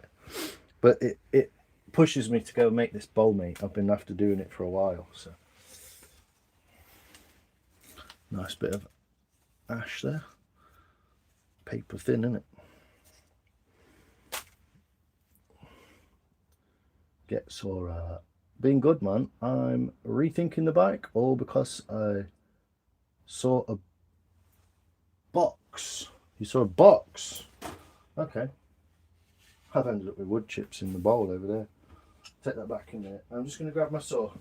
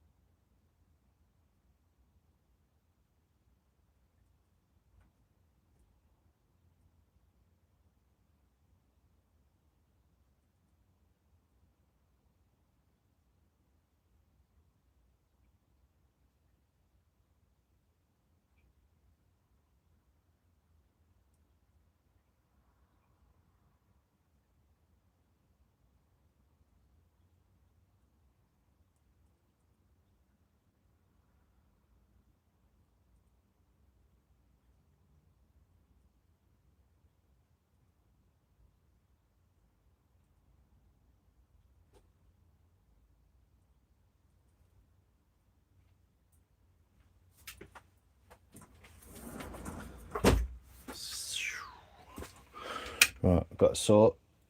I'm also going to see, I think I might be able to plug you in. Boom, look at that. Just in time. What are you saying then, Mike? He's found a box. Pannier box.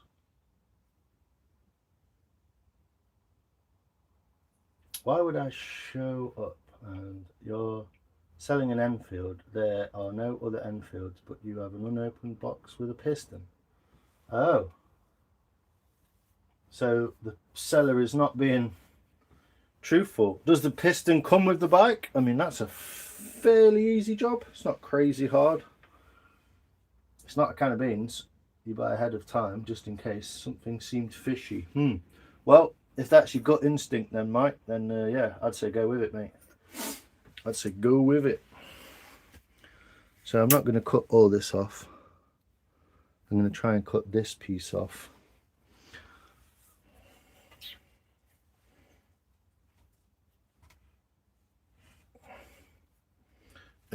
So that you can see that. So I've got something to square it with. I'm just thinking what to do with this log. It's so huge, it's ridiculous.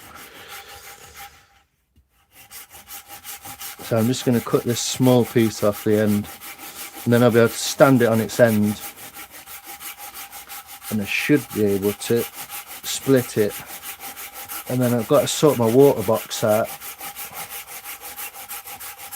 wrap some bits up because they'll be exposed.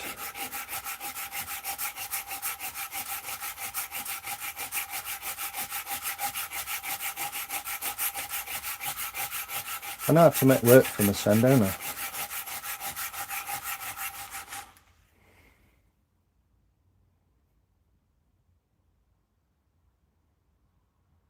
Will you laugh? Make a platter from the pith.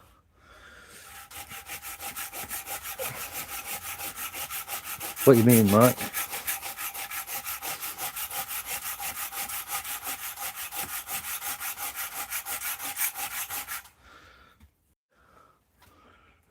Just trying to get this end off.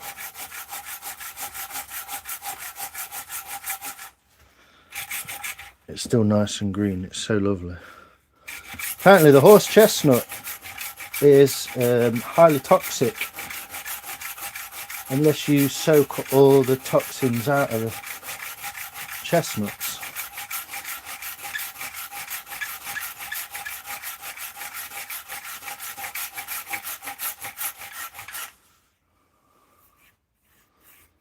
Clear some chips. It's almost still perfectly wet. But once I've split it, I'm going to have to be crazy making stuff this weekend.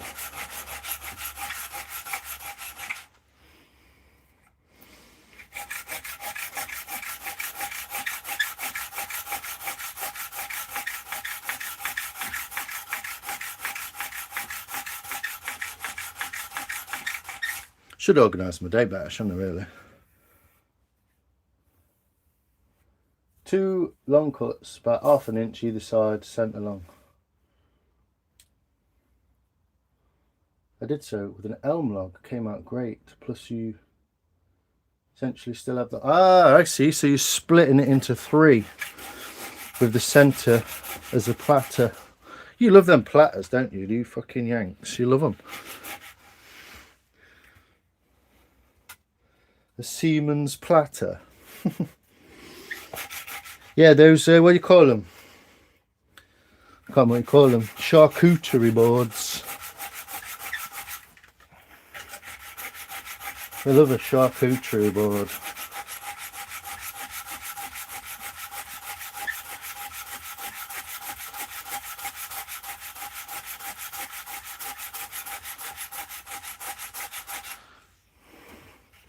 Should really just get the chainsaw out and chop this, but it's like 9:30 at night, or 9 o'clock, so I'm not going to start a chainsaw in the shed right this minute. Right, let's rotate. We should be only going through 3. It's just to get this knobble off the end, really.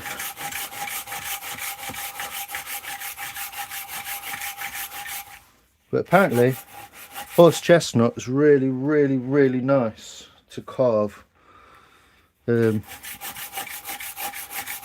Like willow, nice and soft. So maybe I'll get part of a bowl done tonight.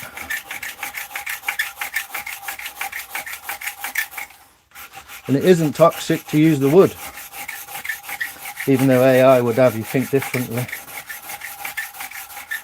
AI said it's totally toxic, you shouldn't go near the tree, you should wear gloves, you shouldn't go anywhere near the leaves, the bark.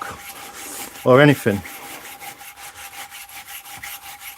And then it said, yeah, you can make a spoon out of it if you want. Loads of people did that. I was like, what is the crack here? Oop.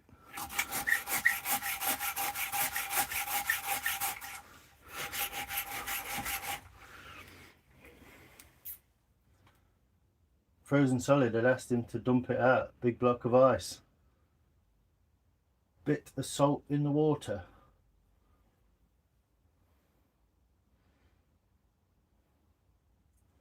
Cutting board for bread loaves, yeah. It's not a bad idea, Mike. I am going to split the thing anyway. But there is a central crack, which is perfect for what I want. So I was going to let nature do its thing and just go with that.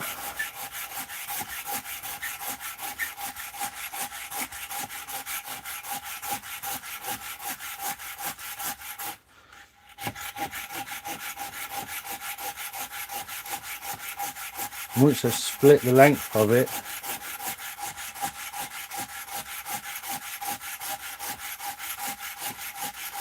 you've only got so much time to use it, haven't you?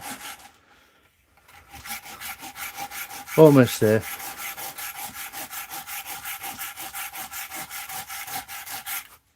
Slow and steady wins the race.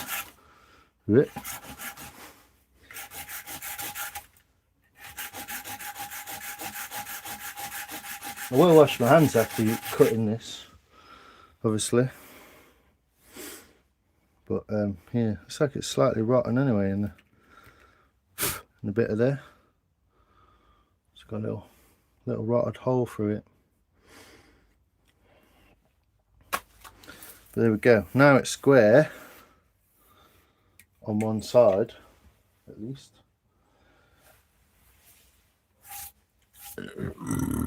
I can possibly pop it on the floor. Yeah, there's a big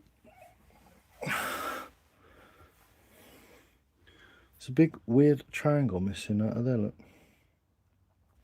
Makes me think it might have had a steak in it or something. But we'll find out.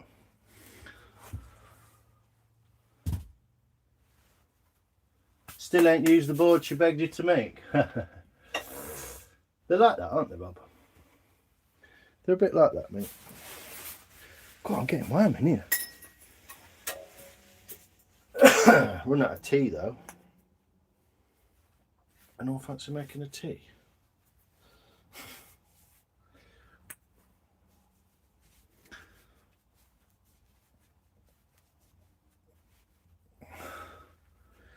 Yeah, they do that kind of thing, don't they, Rob?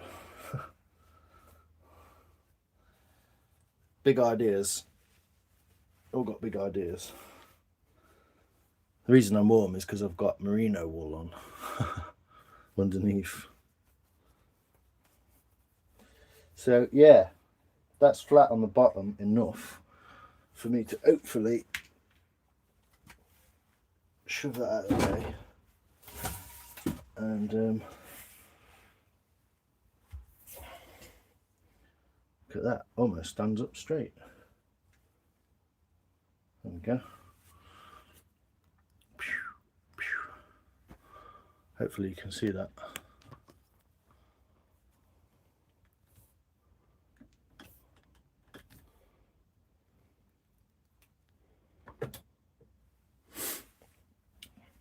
Hopefully you can see the central. I don't know what else to do with it. The only other way to deal with it is to cut it, which will be another time as well, because I'm not starting to saw now, so weird. Yeah, is it unfrozen now, BK? Is it unfrozen?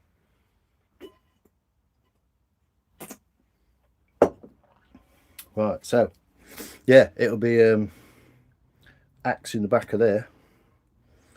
Give it some welly with the Thor's hammer.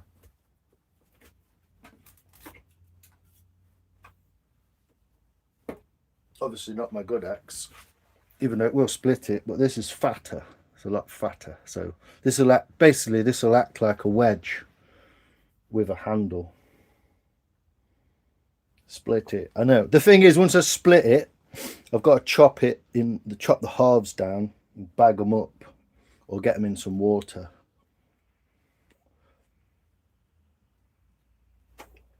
Because obviously more surface area. So, but the bit I want, I think, is at the fatter end down there. That's the root end. No! What? What's up, BK? So, weird triangle hole. Yeah, it's weird, isn't it? I don't know whether it's from a bit that's just torn out. So, that's cracked it straight away. Can you see that? Can you see what's happening in full HD? I'm always worried about everyone's vision, being able to see it best possible.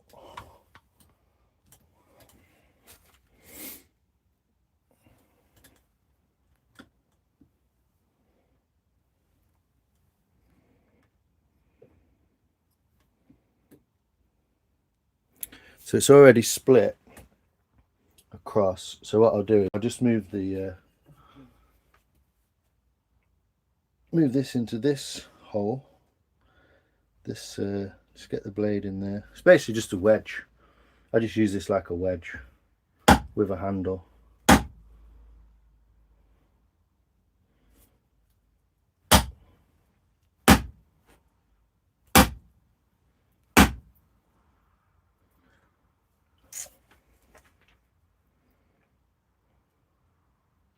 Could make a little bowl, mate, out of half of this. I don't think I'm going to have enough. I might leave half of it and make something out of the other half of it. Can you hear it?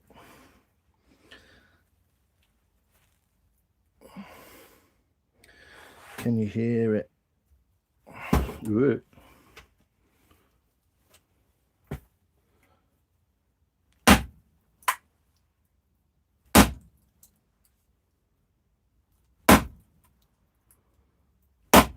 Still wet. Loads of water in there. And it's running the length, look. You can see that running all the way down, real nice and square. And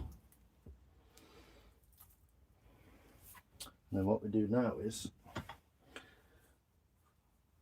wiggle that out and put our axe in the centre like that.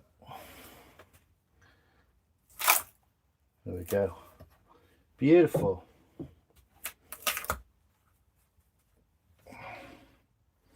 How's that?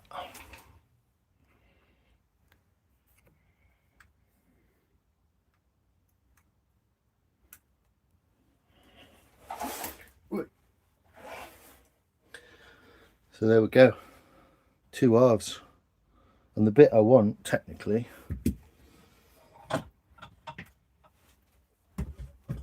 rest them there, move these out of the way. The bit I want is technically at this fat end down here. So yeah, it looks like something's maybe torn out of that and stayed on the stump or something. It's weird, but yeah, there's a little hole like a steak.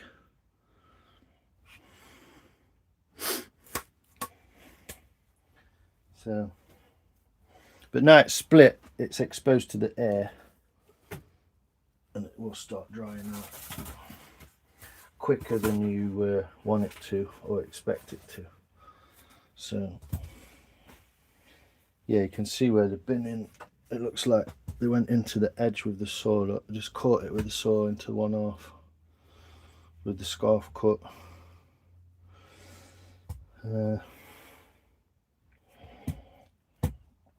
Don't know. Look.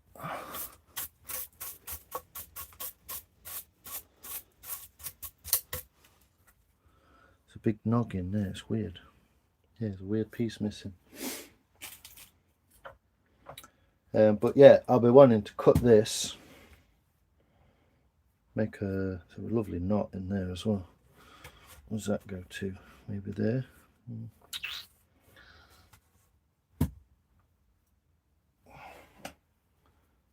That'll definitely fit in the vise, yeah. What did I say it was? 165. Only just, mate. With the bark off, it might. Yeah, with the bark off. What are we? What did I just say? 165 with the bark on. So I'm going to set this at 80. About 80 mil.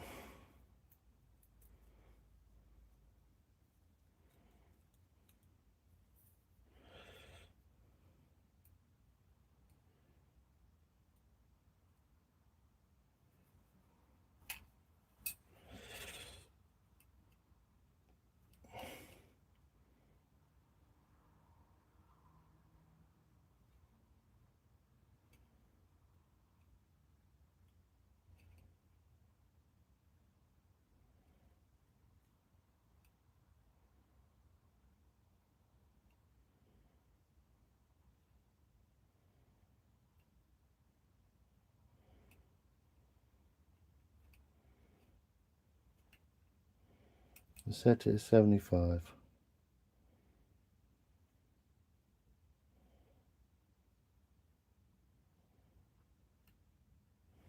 And see.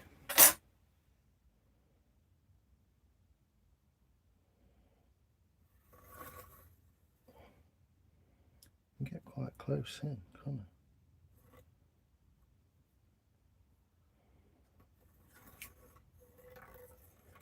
Make a bowl about that big. So I need to saw some of this there. I might get 1, 2, 3 out of this. Look at the pith though. Look at that pith, it's beauty. It's absolutely massive. How deep that pith is.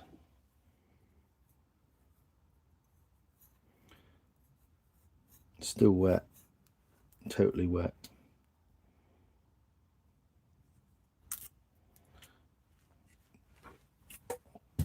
It's not going to be that deep a bowl, to be honest, once it's gone through. So I might use that other bit for a leg or something. What to whittle? No grace for lions. Hey! Yeah, just to allow you a little grace. You better get it perfect for us. Okay, mate. Okay. I didn't promise perfect, but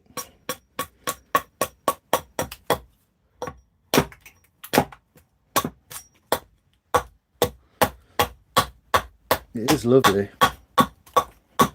It does smell though. I think I'm gonna have to be careful. Wash my hands after this. This is the problem here I've got here. Is this edge has got a massive dink in it. And so I'm losing a little bit of depth out of there. So let's have a look at the other end. I'm a bit kind of stressed now I've opened it. Let's get that silly bit off.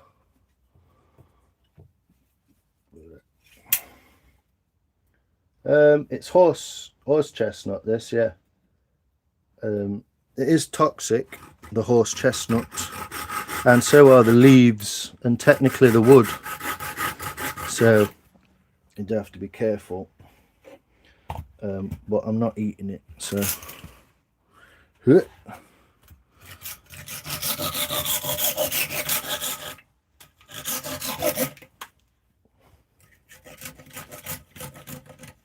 it's almost already a bowl shape. But what I was looking at is if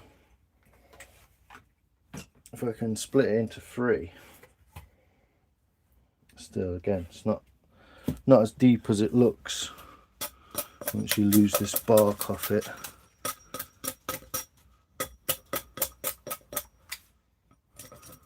But it'd be rude not to make something out of it, wouldn't it?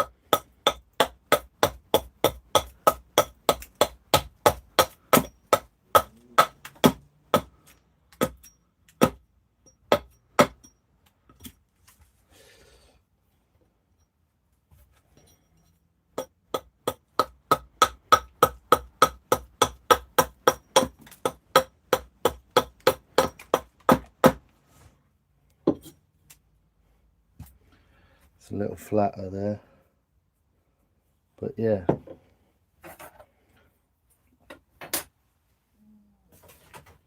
Let's get the baby tape.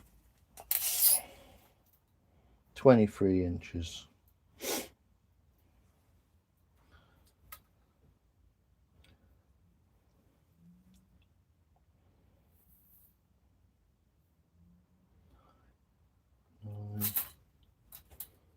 Nine, 5, so it needs to be about 6, 6.5, 6.5. That leaves 9. Okay, so we're talking 7,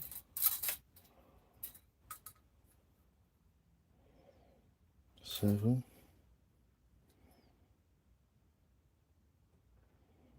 We can go 7.5, can't we?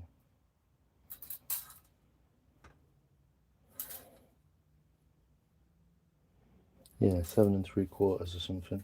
See you, mate. Cheers, Rob. Appreciate you, man.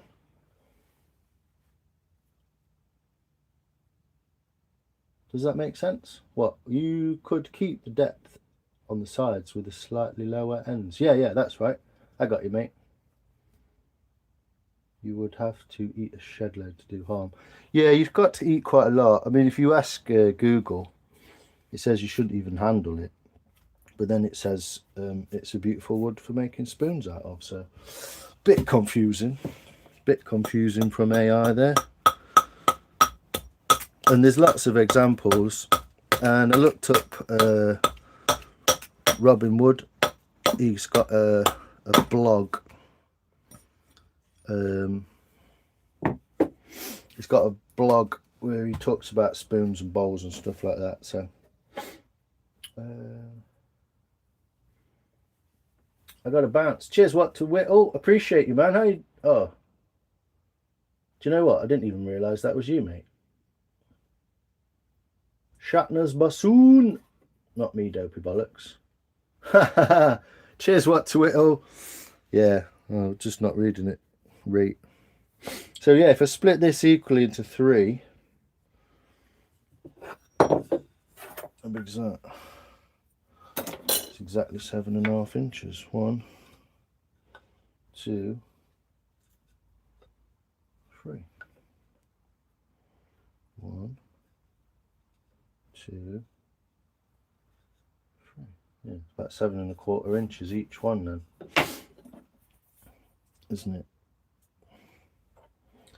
7.25, 7.25.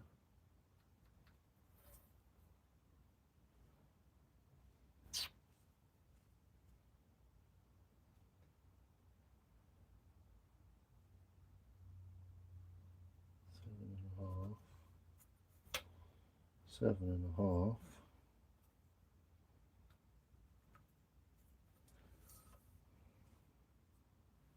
7.5 then. Yeah, that's 3 equals 7.5.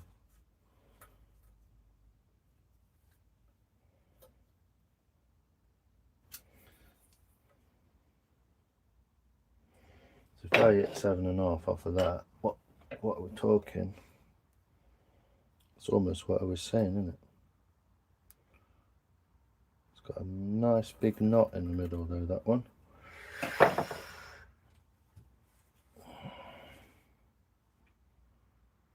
It's got steep sides, you see, as well. It's real nice. It's got steep sides on that, so I can get that depth. Yeah. No idea why I'm doing this on a live, but there we go. Sectioning up some wood.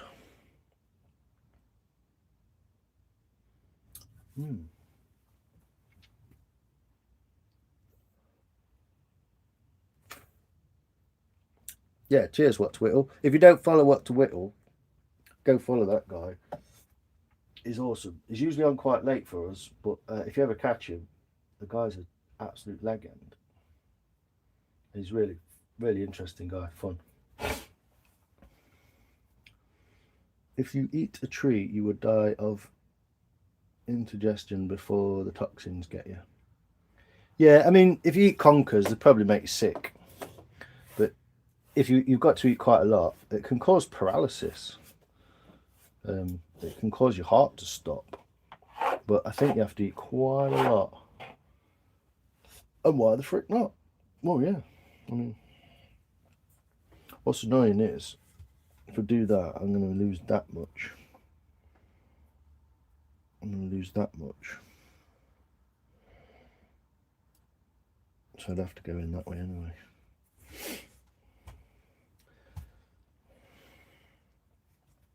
Shall we chop it? Let's saw that bit. Let's saw one end off. I say this end. It is cracked though. What's that crack saying?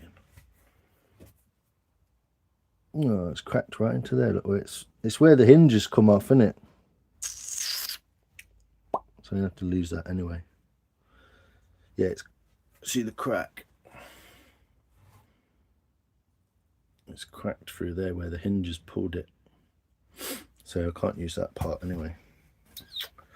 It smells like nettles or dandelions or something. My husband told me one guy he worked with was allergic to black walnut sawdust. The other guy was allergic to cottonwood sawdust. Oh, yeah. Yeah, you can get allergies to stuff like that. I think oak's really bad as well. If you get, I used to get splinters of oak, and you'd know about it because 20 minutes and your finger would just be like, zoop. How deep though? Well, it kind of goes deep to there. You can see that. I can't show you properly because it's on a slope. But yeah, I don't think it goes that far. But we're on a slope anyway. So just mean cutting. What you don't want with a crack is you don't want it to start running further and further up the wood. So you make a bowl and then it dries and it just goes and snaps it off. So that could run way past where it looks like it runs today. See, we'll take that measurement. It's almost that anyway, isn't it? So I can take that away. Yeah, it's where the hinge was. That's where the hinge was. So when they felled the tree, it's fell over like that and it's pulled the hinge.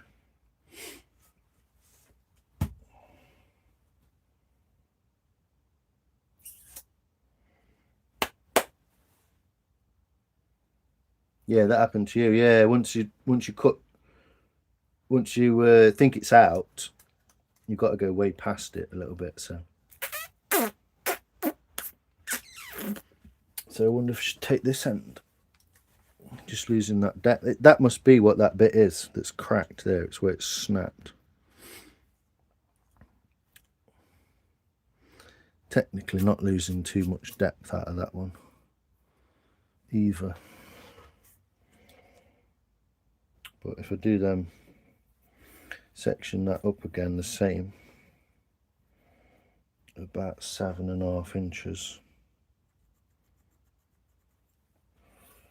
7.5 inches. I was hoping to make something, but oh, well there. Oh, this is way bigger.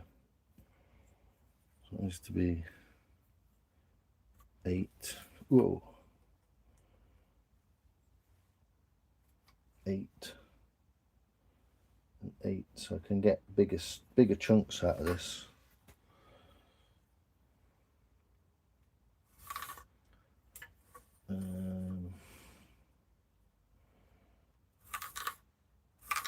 Yeah, and all I'm losing is that, which I've got to take off anyway to make it flat, almost.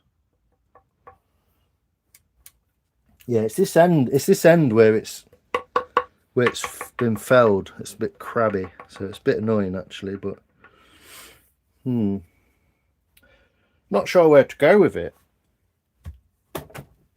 Not sure which way to go with it, to be honest.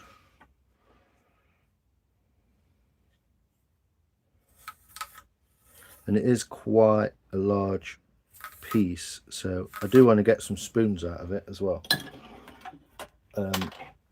Just not sure how that'll work out.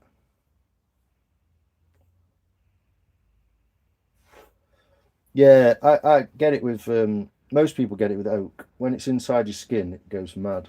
Makes my nose run. And flu-like symptoms only for 2 or 3 hours. No way. Yo, Steve, how you doing, brother? Woohoo!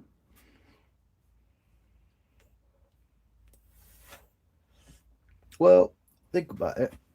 What's a spoon length? Won't get one out of there. But I watch a guy called if you want to watch some really cool woodworking, you should watch a guy called Bastion Head Woodworks on here. What he recommends this.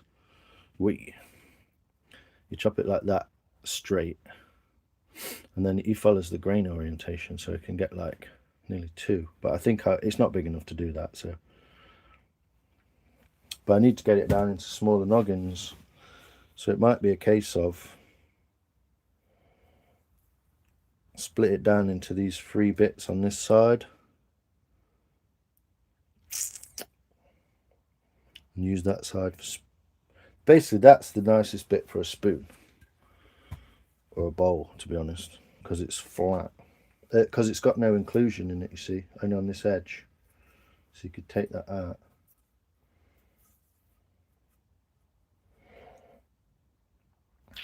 It's always a weird thing to think about what you would make from it, you know, because you can't get something like this ash bowl out of it. You can't make that out of it because it's not quite deep enough. Because this log was a lot deeper, you see. So fiberglass dust. Stephen, if you aren't doing lines of sawdust, then are you even alive? Yeah, it can damage your lungs. Dust can, yeah, definitely. Bug. I'm in Sophia's live. She said to say hello too. Ah, nice. You didn't get the notification. That's all right. I know she does a lot of lives anyway, chatting to people and all that. So it's no worries. I'm just it's Friday night, innit? I was a bit bored. See what to cut some of this up. It's so annoying when freaking builders do like a crap job of lumberjacking. There were a bunch of builders as well, contractors. So don't know whether to take that one there. See if we can draw something on it, and because we've got nice steep sides again, it's kind of square. So to do something in there, that would be cool. Let's do that. Executive decision made. I'm going to chop it here.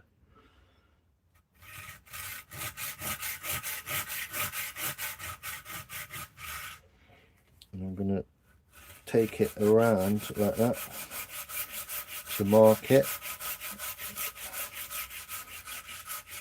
Oh, yeah, it smells like nettles. That's what it smells like.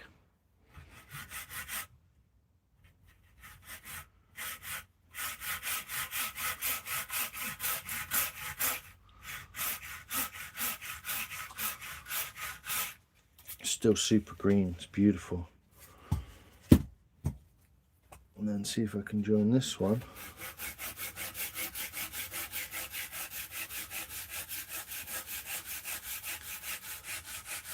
Look at that for a marking technique. Almost perfect. All the way across. So now it's on a flat. I should be able to saw it a bit better. Hope it's not toxic because it's fucking everywhere. It's all over my fucking chopping block. So I'll cut some way through this way, and then I'll try and switch it. And this is where you need a sawhorse and a chainsaw. I've got a chainsaw, but like I say, I'm not starting it now.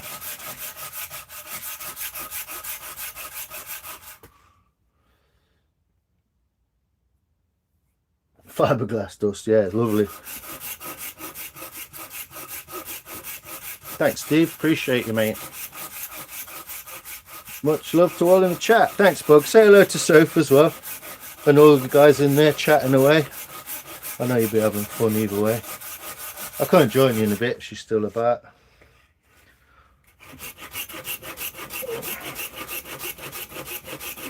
Yeah, it's so green and fresh. It's chucking up the saw. Mad sawdust people. Will do, no worries. Thanks, Bug. Appreciate ya. It's really nice how you guys have all found each other with that kind of real nice, you know, friendship that you've got. It's lovely. All good people. So if I cut through some of this like this,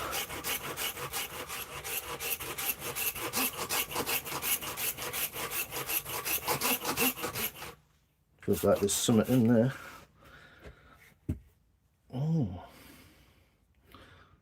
felt like there was something against the blade of the saw then.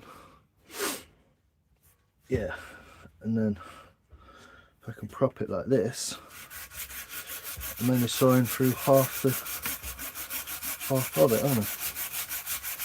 It's such good fun messing about with stuff like this.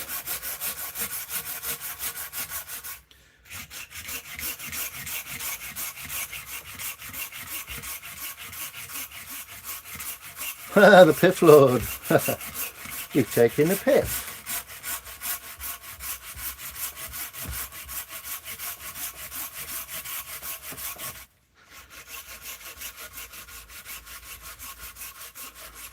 Bug and Raspberry, yeah, lovely.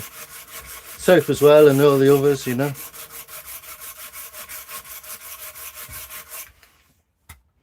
So I know I'm kind of attacking this weirdly, but what I'm trying to do is cut through half at a time and flip it, and then cut through the other half.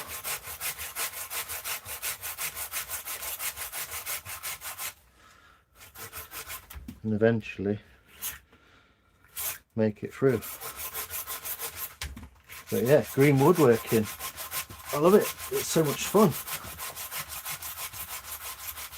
especially when your neighbour cuts a tree down. So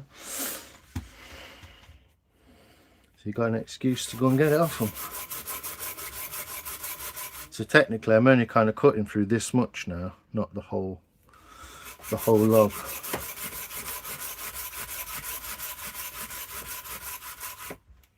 Yellow Banana, how you doing, brother? I think I saw you in someone's chat, yeah, a couple of, maybe a week ago, beginning of this week. I'm gonna be knackered by the time I get to make something.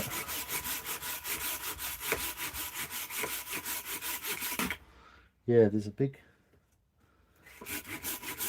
yeah, it's not too bad, just a dry knot in the corner there.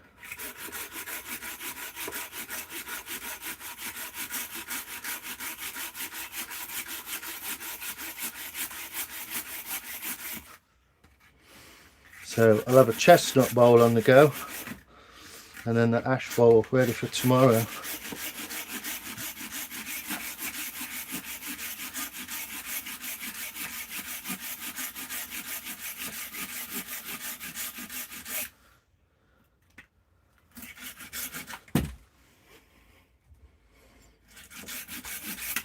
Really?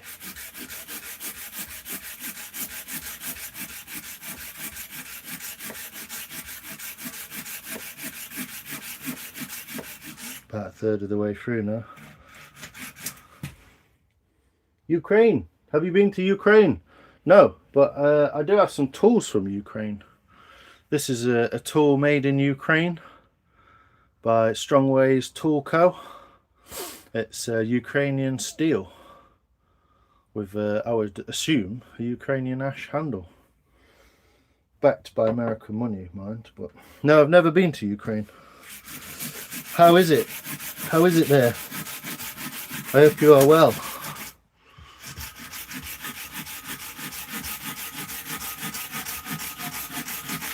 Makes it loads easier when you do that. Oop.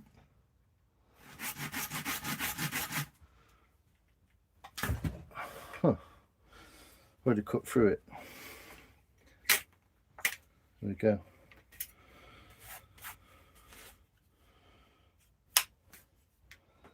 Drop that away. And away. There we go. So put this to one side again. Put this back in its bag. Squared up, ready for tomorrow. Fits in the bag nicer as well now. And then some more of this we'll get chunked up and put into bags as well. So I'll do the same with this and square it off. We have sturdy tools. It is pretty bad. I'm in Krakow. It was once occupied, but we are free now. Awesome. Good to hear it, man. Good to hear it. It's a crazy situation I don't know a lot about, but well, I do, but I don't think it's best thing to just spat out. 4 gouges from Ukraine. My son's girlfriend is half Ukrainian and Italian. Ah. Are they Strongway tools as well, BK? Are they the same company? So square this all off.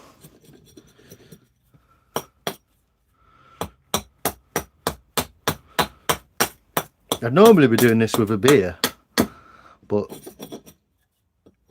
I just ain't bothered about drinking these days. Not that bothered. Plus I'm skint, so it's a way to entertain myself for a few hours, isn't it? I'm just pissing it down the drain. And get some YouTube views. But yes, well, welcome banana, yellow banana. You speak English quite well. They're using a translator. Oh, it fucking carves nice. This does. It's like mashed potato. So nice. So I'm just trying to square it so it's like nice and flat. We've just got a bit of a bulge going on in the middle there. But yeah, my first time chopping into some horse chestnut. So the way to remember which is what is conkers are a horse chestnut, and they're for horses. And the sweet chestnut is different. It's not round. It's got a point on it.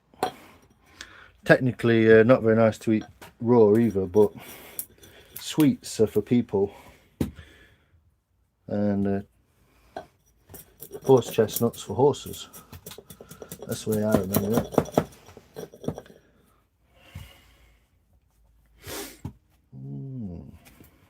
Still got a wanky angle on it, obviously, but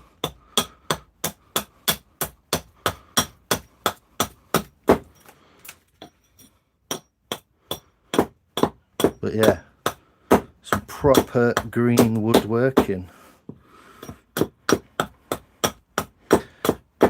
I guess most people are on some internet chat slagging each other off or some dumb shit now, rather than just doing something useful with themselves.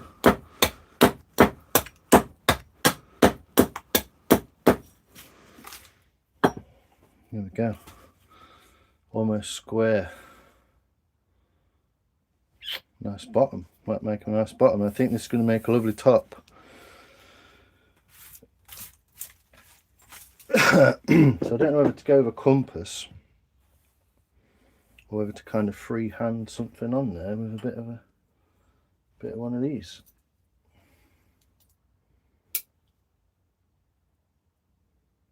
From Beavercraft line, says Ukrainian on box.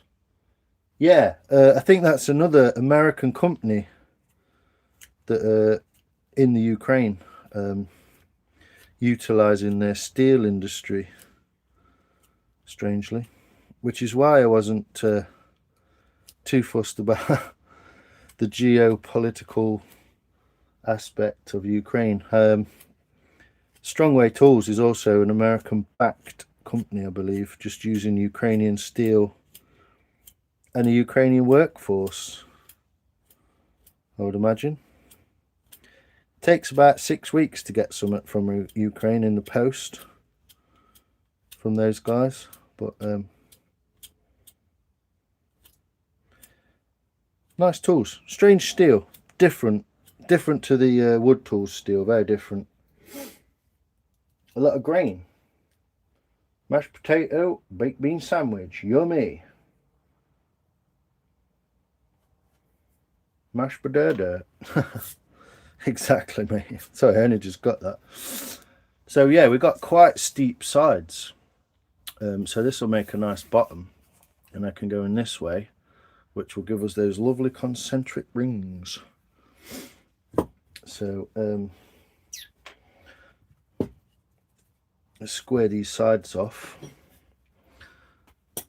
Take this bark away, and we'll see what we kind of make.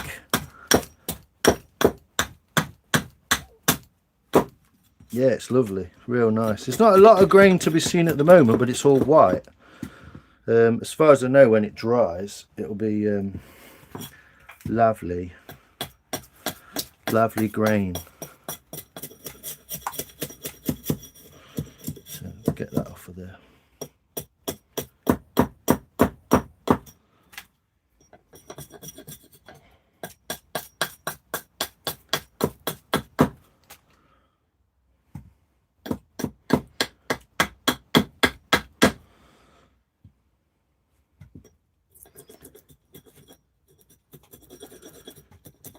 But yeah, there's plenty of grain in it, but it's because it's still wet. It's still green wood. This is pure green. There's water going to come out of that.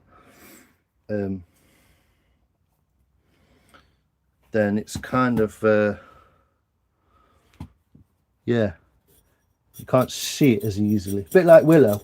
It's kind of a ghost grain at the minute. Wait, don't drop your log. Not on a live.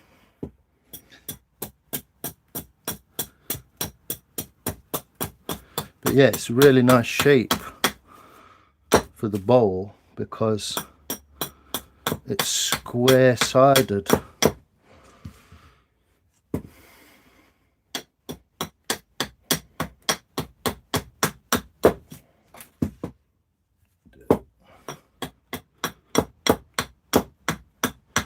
Yeah, I think Beavercraft, yeah, definitely American company. Oh man, potato, is there a lot of grain? Whoa, oh cool. That's why I asked, because it's white. Yeah, a bit of a close-up. I don't know if this camera's zoomed in or not, so hold on. Got to get that pith out of there, actually. I forgot about that. But yeah, there is grain, but it's white, and I would imagine you can bake this stuff quite easily, quite well. I think it bakes quite well. Once you've made a spoon, you bake it on low for a few hours, and it kind of really brings the grain out. But yeah, apparently really good starter wood for starting carving, a bit like birch or basswood. It's a softer hardwood. I was just reading about it last night, basically. That's what I do. Find something out about it, see what crack is. Great work, Master Sir. Mental Raccoon. How you doing, brother? This spins me out. People call me Master. Mister, maybe, but not Master. But again, there's another master of his craft. Self-taught glass making, glass blowing and melting. I don't even know what you call it necessarily, but yeah, awesome stuff that you're making as well, mate. Love it. How you doing, man?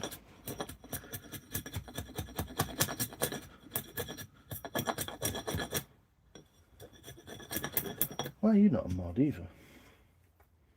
Taking the pith.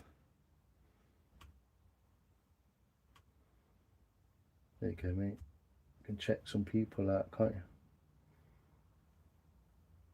you? Hey, Calvin, man. Dad's workshop. How you doing, brother? Good to see you. I was checking you out the other day. You're making fluffing off some hides. So how's it going over there? I'm just squaring off a few pieces of wood. We've just split a massive horse chestnut. This is the top of the log.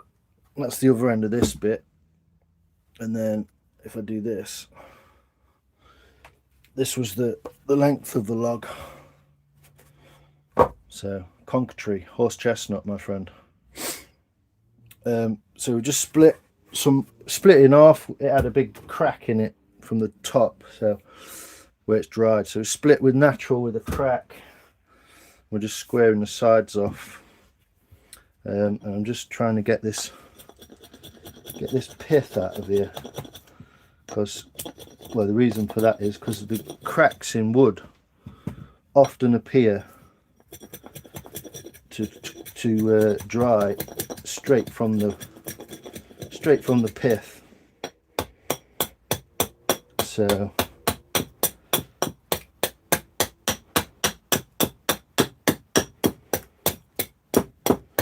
but yeah, just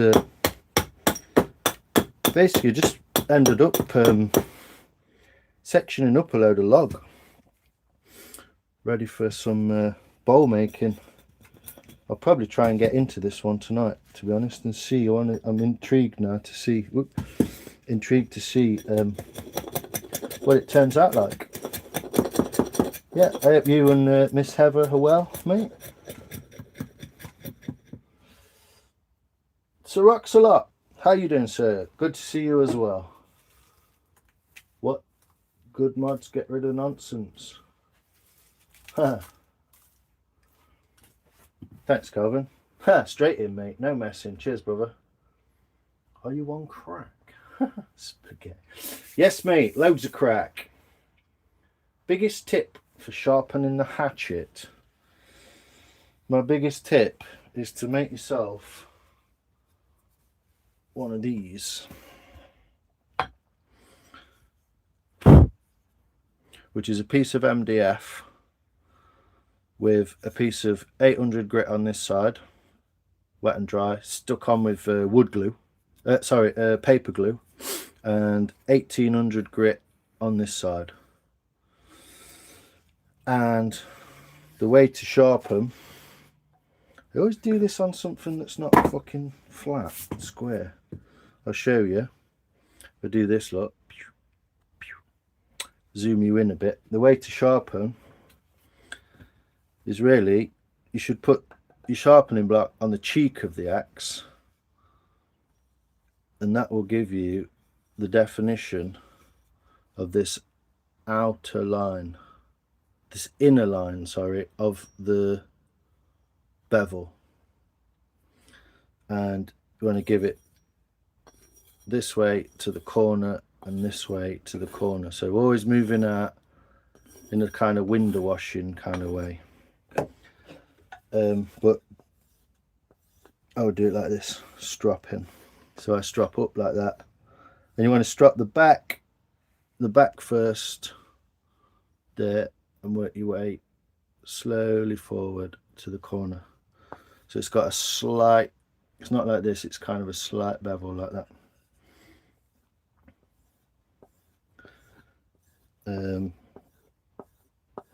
If you go into my playlist videos, there's a video called Fix Up Look Sharp. There's a playlist called Fix Up Look Sharp, and if you fancy watching the video in there, it's actually from a guy called Robin Wood, who made these tools, wood tools from Sheffield. He'll show you exactly how to get on.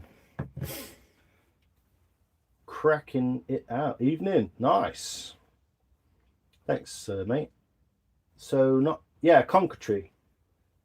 It's a horse chestnut, sorry, this one. Sweet chestnut is the other, but horse chestnut is the conker, yeah.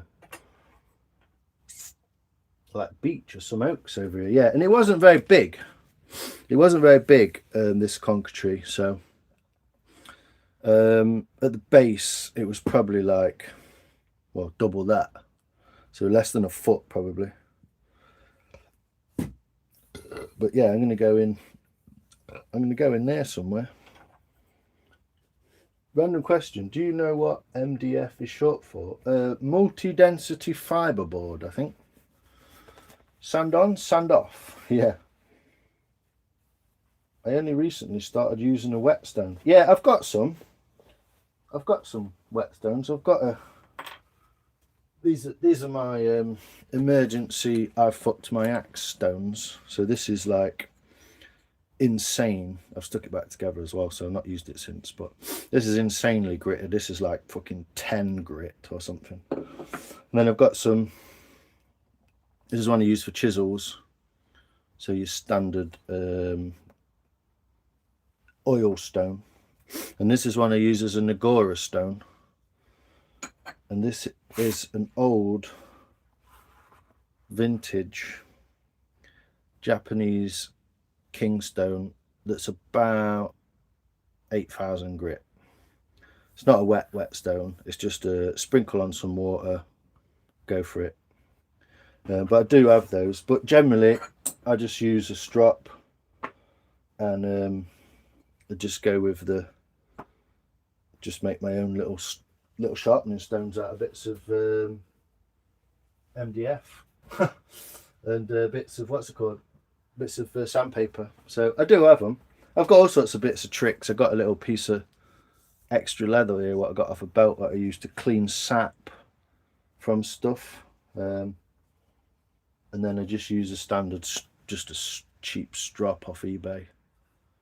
And it's done me pretty good so far. I think getting good with shit stuff is a good way to go, because then you get really good. And then when you've got like when you've got like real nice tools, they work real nice.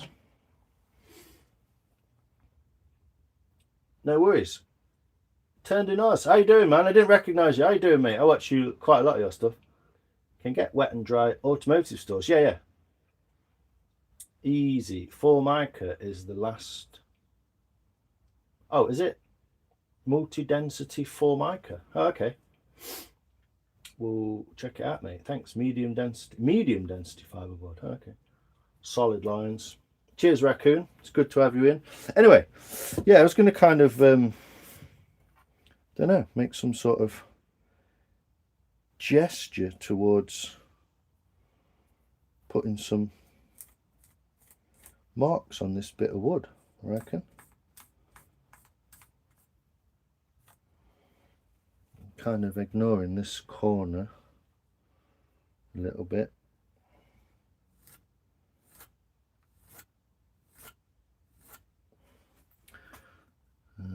Just doing this as a formality, really.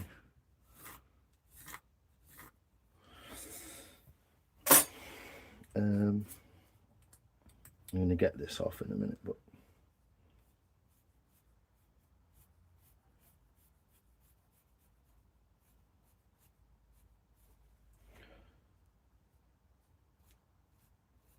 this is the bit I'm no good at. I'm absolutely rubbish at drawing stuff on.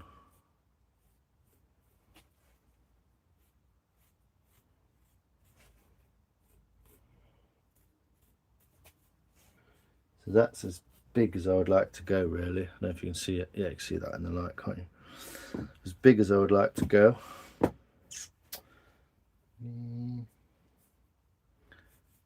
The same. Try and get it the same that way. So we're talking. Join those up might help, eh? It's not in the middle either, is it? Let's do it in the middle. Yeah, drawing on logs is like my worst. I'm terrible at it. It's a bit better now I've got an actual centre line.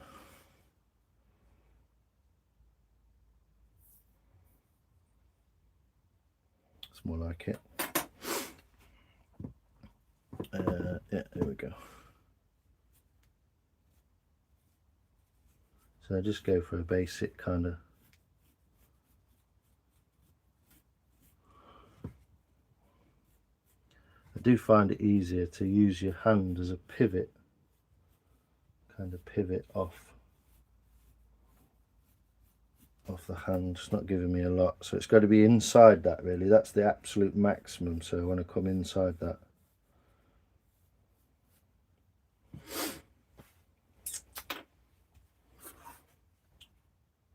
I was wrong. What's that? I ordered a new Ryobi saw and a rasp. I haven't bought woodcraft tools in a long time. Cool. What kind of rasp you got? Did you go for the Japanese standard Shinto? I would highly recommend this tool. Awesome tool. Rips through real hard, tough wood. Rips through it. I'm just in awe. What you like, man? I'm in awe when I'm watching you blowing glass and stuff as well. It's wild. So yeah, use my hand as a kind of pivot in the corners. And what I'm trying to do is cut it into like 1, 2, 3, 4 kind of thing. I think, to be honest, that one can come out a little bit more.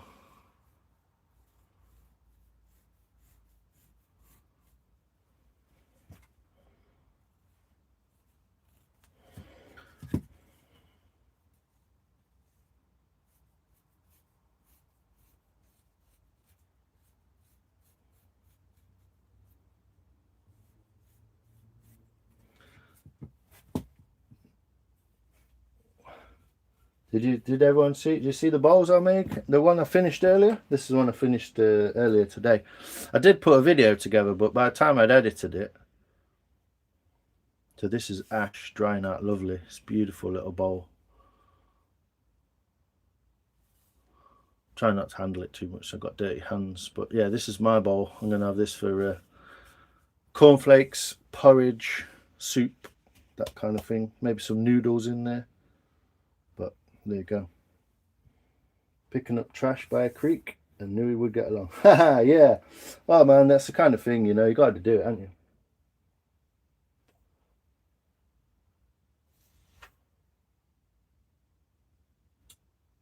To go over those curves, yeah. You've kind of got to be careful because obviously as you come this way, you're coming down the wood, aren't you? So, but yeah, I think I might just. I'm kind of cutting this corner off, obviously, because whoever's sawn this log first, not me, has cut it at a wild angle. So I could sort that out right now, but I'll leave it. I'm going to put it in the vise after I've chopped into it this way. So there we go. I'm going to try and start a little bowl up.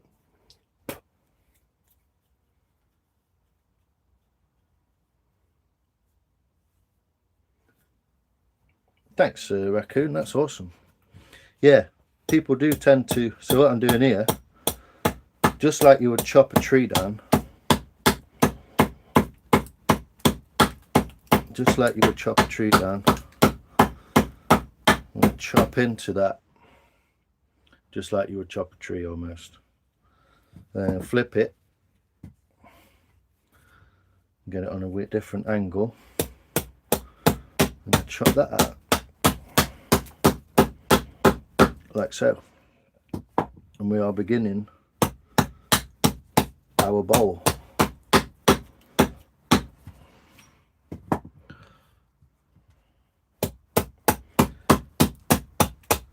It's not the only way to do it, but it looks good, so I'm going to do it like this. Because this is green wood, this is literally like mashed potato. It's beautiful to carve. So what I might actually do is chop it out with the axe and go straight in with the tucker cam. My new favourite tool, which I haven't learnt to use properly yet. But so what I'm going to do is I'm going to kind of go to the edge there, no further. So that's my limit kind of thing. And if you think about it, this axe blade is this way curved. So if you slot that inside there, it makes a curve deep in that way. And then I can just continue chopping.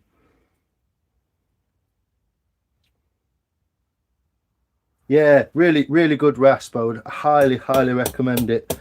If you could, it'd be a good thing actually if you bought, they're not expensive, I think they're about 20, cost me 20 quid with postage. There's a small one and a big one. And I got the smaller of the two, but might be interesting to get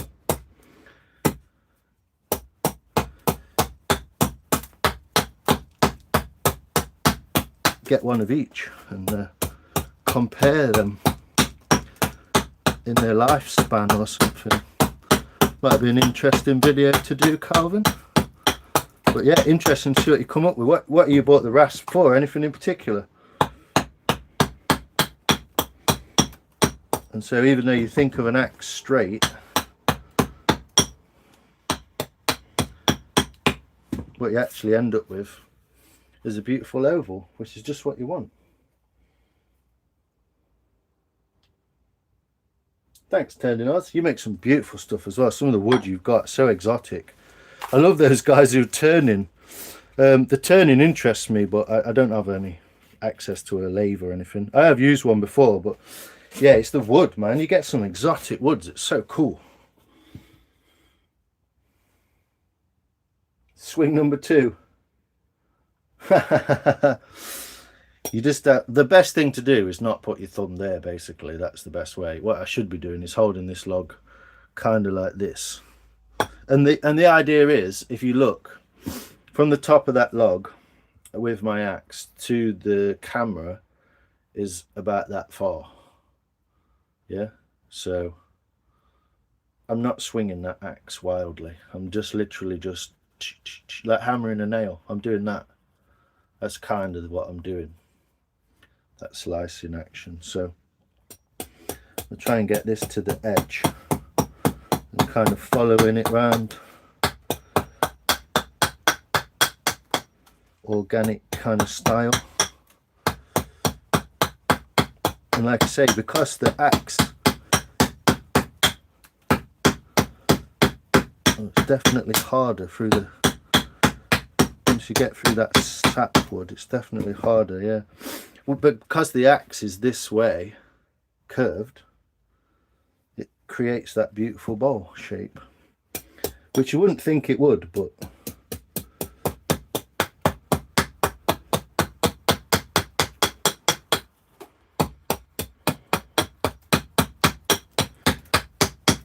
I appreciate everyone being in here watching me on a Friday night. Sort of stupid thing I do when I got nothing else on. What more fun could you have on a Friday evening than chopping a fresh log from so this was felled at the bottom of my street, this tree. I went and rescued it, and then I found a conker that had actually sprouted, so I've saved that as well. And I'm going to use that. Well, I'm going to plant it basically on the next dry day.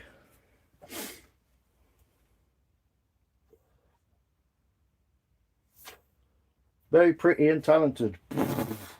Who's that? Not me, surely.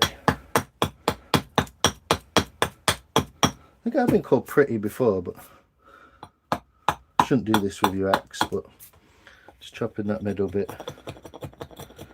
So we're kind of like starting off the process basically of that bowl. Yeah, wood turning's great fun, isn't it?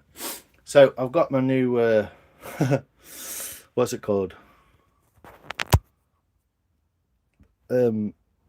Action sealing cam, which I did at the beginning of the video. So what I'm going to do now is I'm going to put this into the vise, and you guys can watch some of that process as well.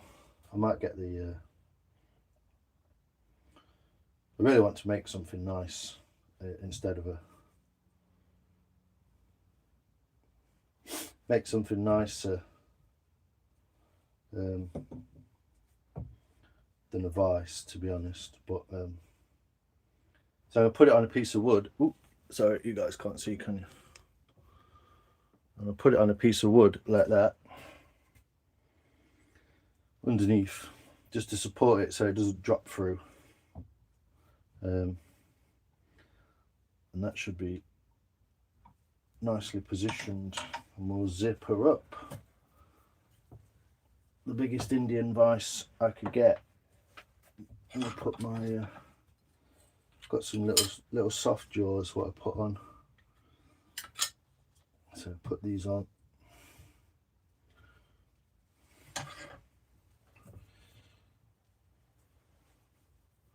Try and get it roughly in the middle. There she blows. Now we should, if I can move a few bits out of the way, I've got my coat in the way and stuff here. There's always something in the way. Isn't that a song? Did someone write a song about that? It's Nirvana, wasn't it? So what I could do at this point is I could go in with a 1-inch gouge. Awesome piece of kit. Get yourself one of these off eBay, resharpen it. This is a Marples one, made in Sheffield. It's cast. It's cast steel from the 70s, 80s maybe. But yeah, get yourself one with the bevel on the underside, like a smiley face, Cheshire Cat face. You can get them on the other side. It's called a framer's gouge, and it's the other way, and it doesn't do the same trick. But if I was to hammer, I don't even need to hammer this in. I could use my hand to guide it through. If I strop it first, seems very sappy, this wood. So let me just put my axe away and give it a quick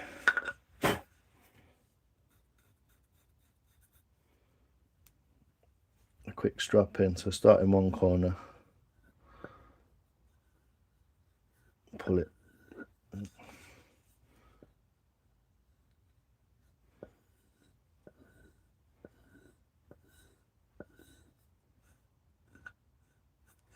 just that way.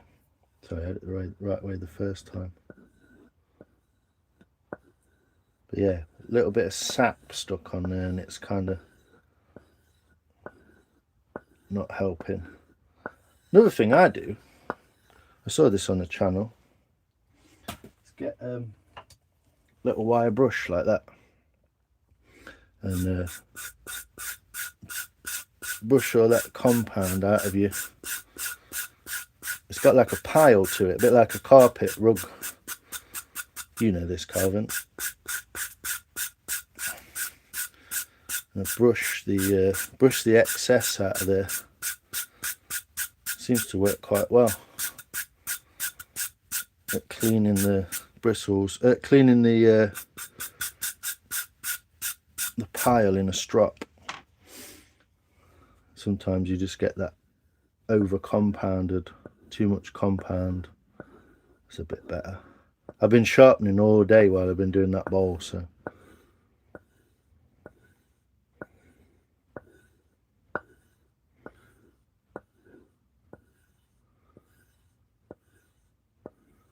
I'm going to make wet mold leather pieces out of plywood and laminated 2x4s, and I need a good rasped mold stuff over. Cool.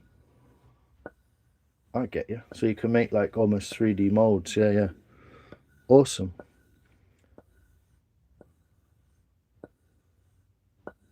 Yeah, the woods are amazing. I love some eucalyptus wood, I would. So yeah, starting at one point, dragging off the blade and tilting it at the same time. So yeah, I could go in with this. I will do a bit, and I'll see how I'm gonna use the edge.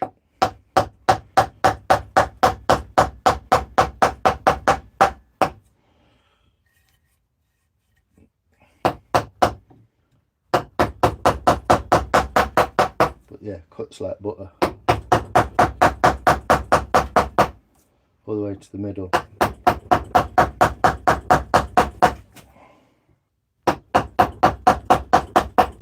Just to get some of this excess out of there.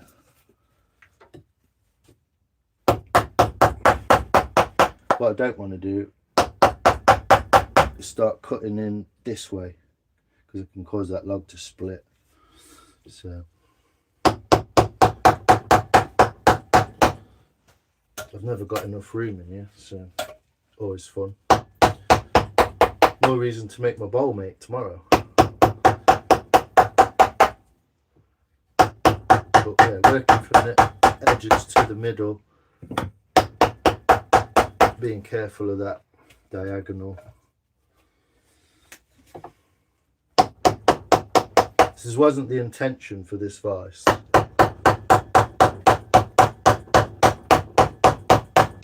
But it does work. So try not to go too deep straight away. And I'm not having to hit that too hard either. Always the same, innit? Always stuck in the corner of your workshop. So we get like a flower, almost like a flower design. They're like petals. Sorry.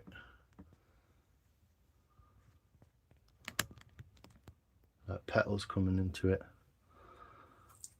And then just knock those out.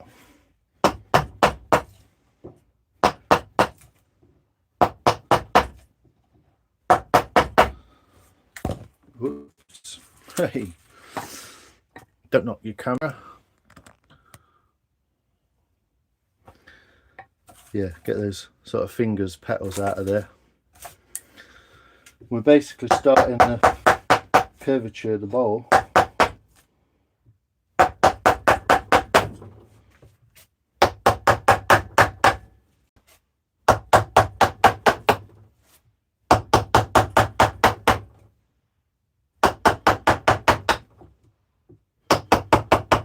And I learned most of this process from watching my mate Adam,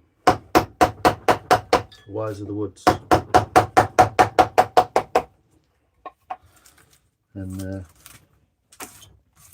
watching him making bowls and stuff through the summer. Thought it looked fun and got myself a little gouge.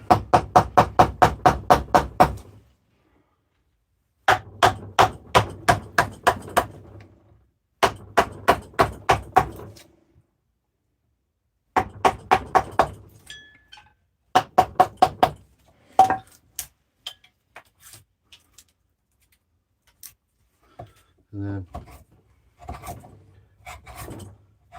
you can literally kind of, once you get that curvature in there, you can almost do it by hand. It's a lot harder wood than I thought it was going to be though, from the axing. But you can see I can just literally push that with the weight of my arm.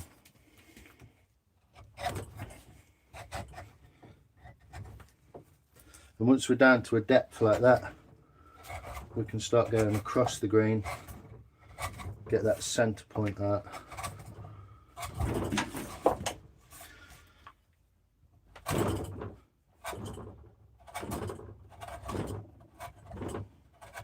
So if you notice what I'm doing, I'm not using it like a chisel, I'm using it like a gouge, where I'm using it as a in and out kind of motion. But yeah, tougher than it seems. Tougher than it seems, this wood. Beautifully smooth. But what I'm trying to do is I'm trying to start a hollow or a well. Keep knocking the camera, sorry guys.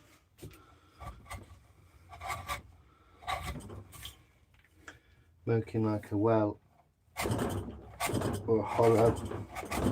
Being very careful there to make sure that I end on my hand and not in my chest, obviously. probably not renowned for my health and safety, but so what I was going to do was start it like that, try and get a hollow, and then I might crack out this little beast. Nose bleeding again, sorry. Hey Mike, how you doing, man? Good to see you.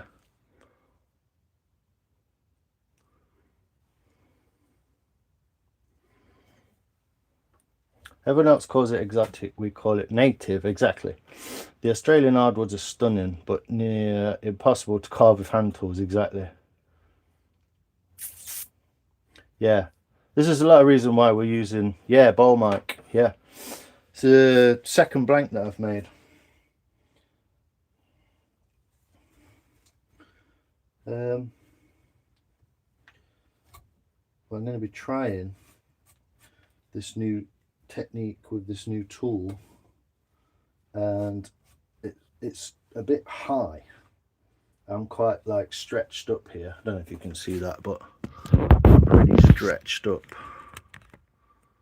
I'm at like, well, you can see the height of this. It's almost at my sternum.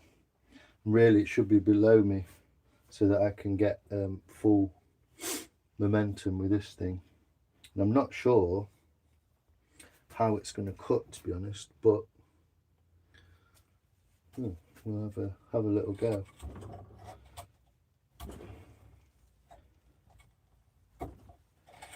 It's a turning motion, so we're turning like this, and obviously I've got to get it worked into the wood.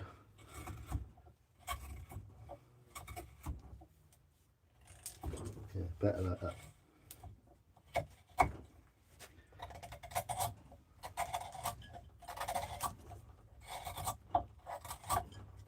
But as soon as we get that hollow going,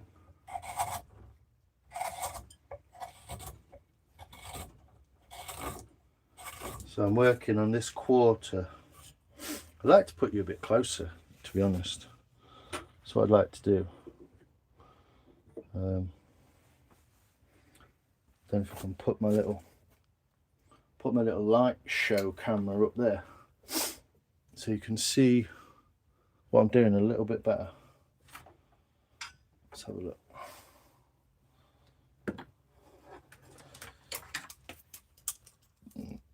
I'll put my tripod on. I kind of used the cam for the axe block, so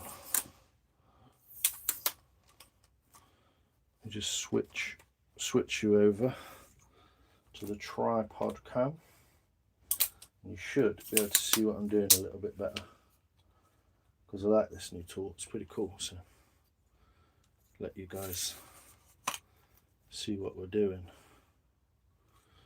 All right, so get the little tripod in place.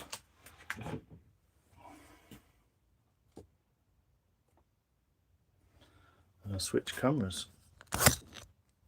Hold on a second, guys. You should be able to see what I'm doing a little better if I can get you.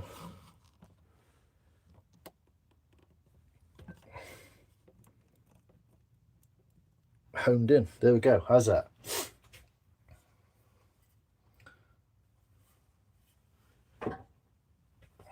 So, took a cam.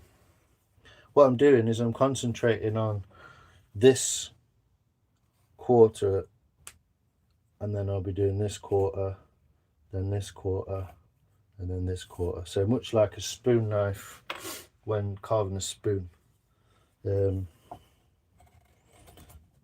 What I'm going to do is basically be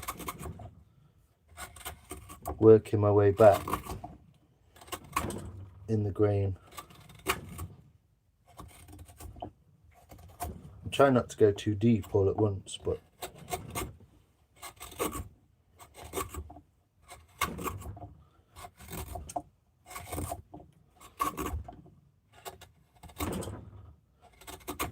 I'm obviously trying to get it to become the same kind of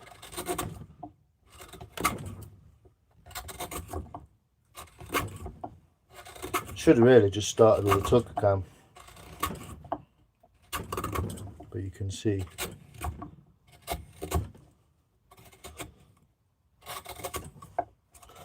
what I'm trying to achieve there. Another reason not to use a metal vise, so you don't clonk your tool. Luckily it wasn't the edge. But yeah, this is a new tool, and this is the third time I've used it, so but you kind of get the idea. It's a lot easier in a bowl, mate, when it's at this sort of level, really low down, and you can kind of get that curve turn in it. But you can see the finish that's leaving in the wood. It's pretty nice.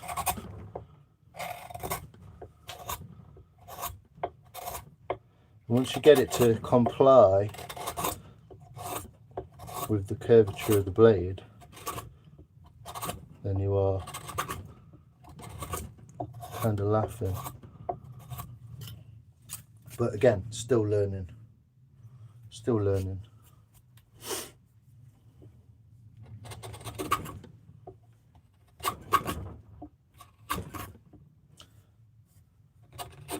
But yeah, I need a bowl, mate.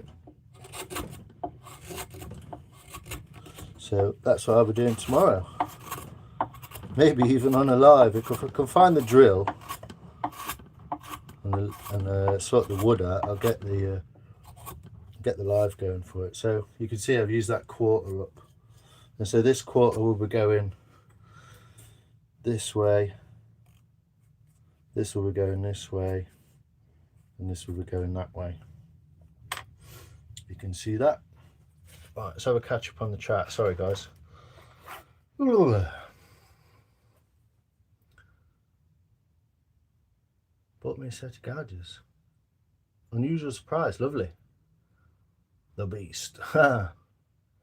Chessboard, carving the pieces. Nice idea, Mike. I like it. I was going to do that with Rob. We're going to have to get onto that, mate. Thanks, Dendinos. Appreciate you popping in, mate. It's really cool to see your stuff, so check in before you're done. Be safe. Cheers, mate.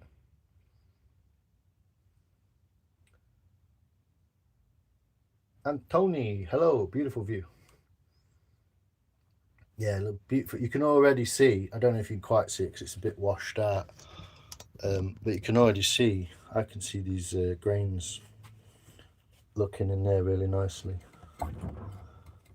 So once you get over the bumps and get this blade really working in there,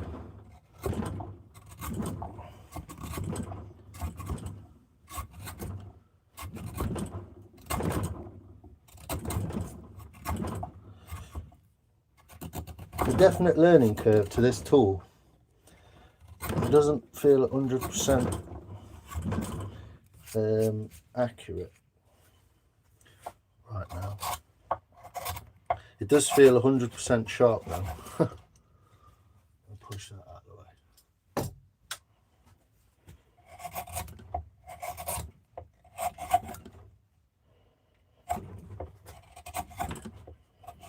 So I think I've got half the idea and half the technique. Just need to get the other half.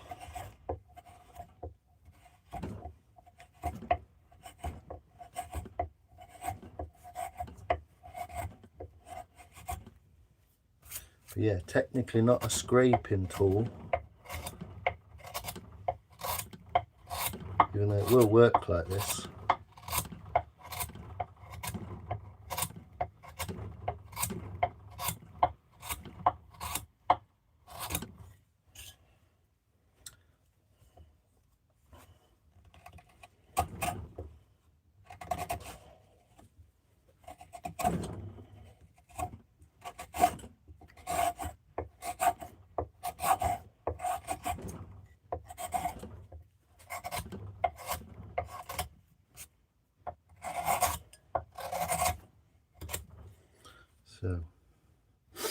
just a depth check on this, which will be done with the trusty pencil, and then a depth check on the side. So about halfway, that's good.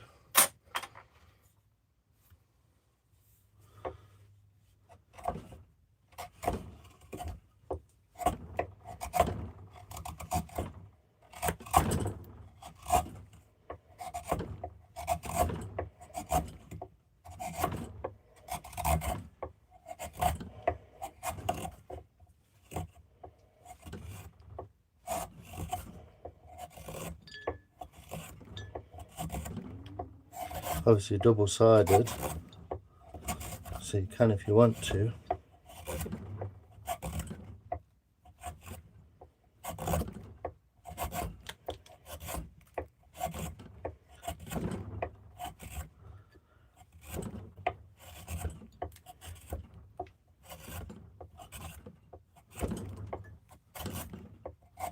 Go both ways, so I don't technically need to.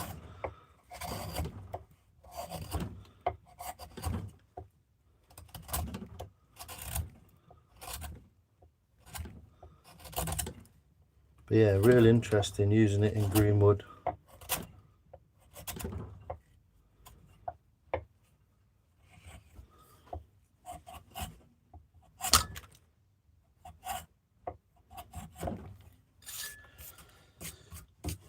Definitely learning curve with this one.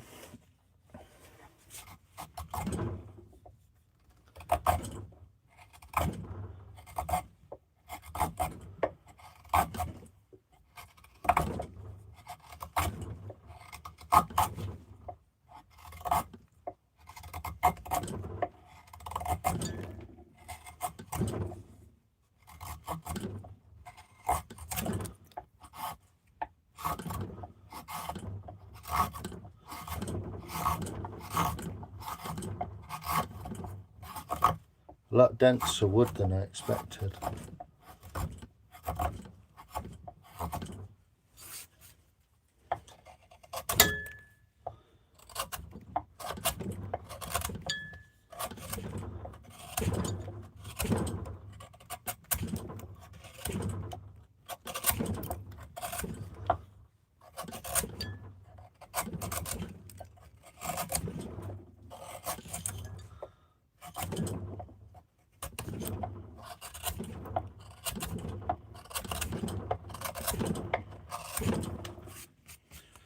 Almost around the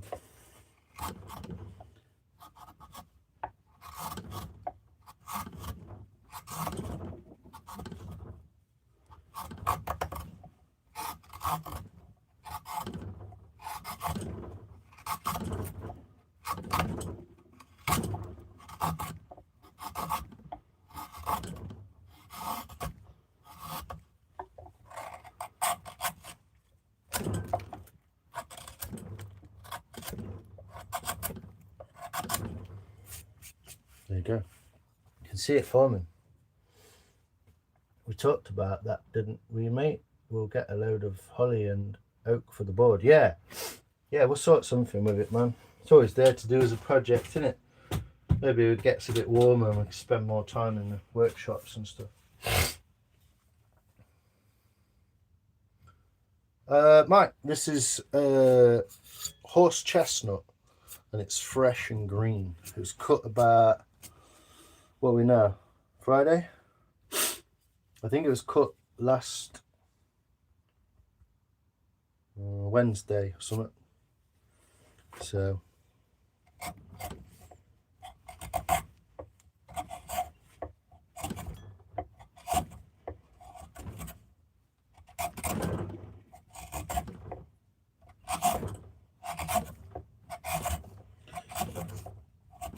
but yeah, horse chestnut this.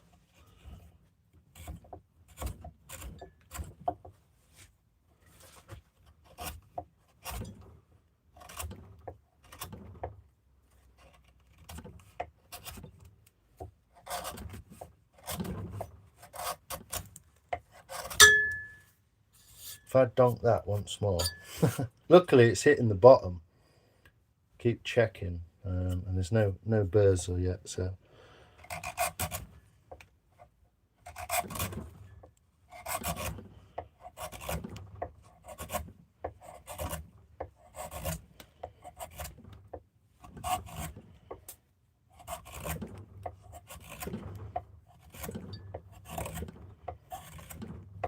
shouldn't really be firing it out the side of the bowl like that, but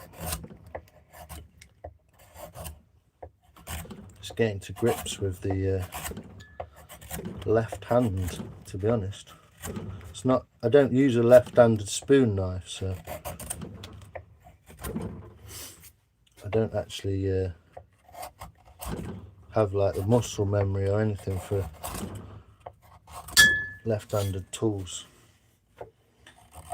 But yeah, I'm gonna go make a bowl, mate, in the morning, so I don't have to ruin my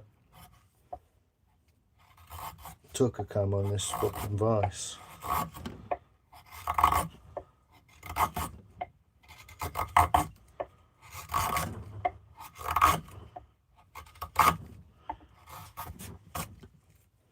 As it gets more and more to the convection of this, which is quite steep, it's quite a long way from the top to the edge of the blade, if you can see that.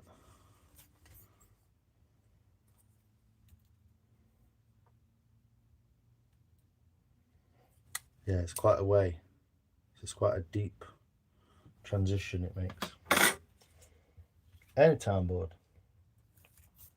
Winter came back here down around to 0, is it, man? Yeah, it went cold last night. It's going to get warmer for the next few days, so.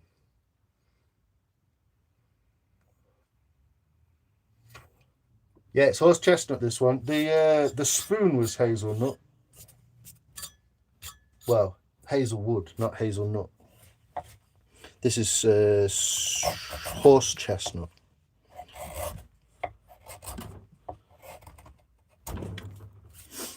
So yeah, I'm kind of trying to use it in that sweeping motion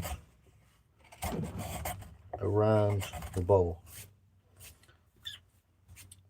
Yeah, some success so far.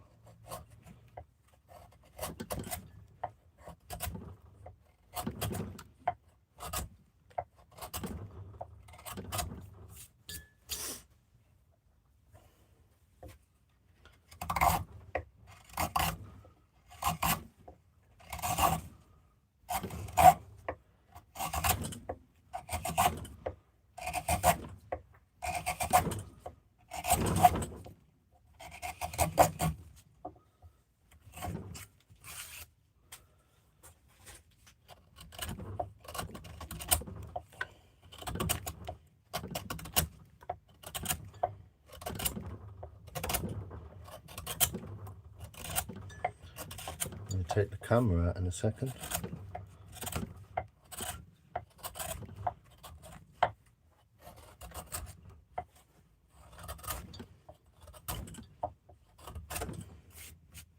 does smell. It's got a funny smell to it. It smells like nettles or grass or something like that.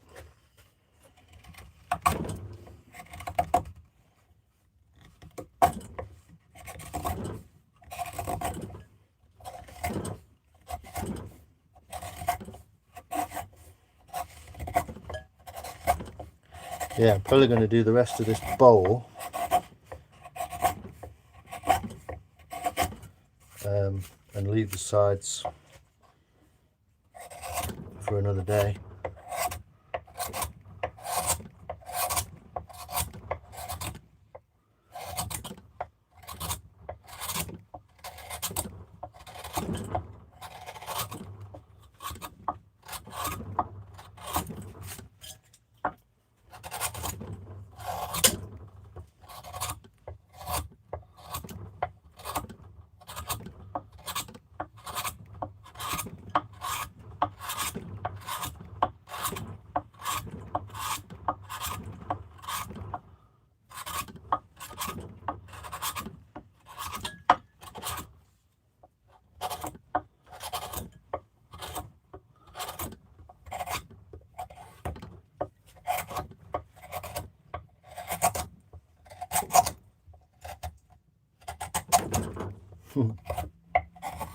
It's very sharp, but very directional.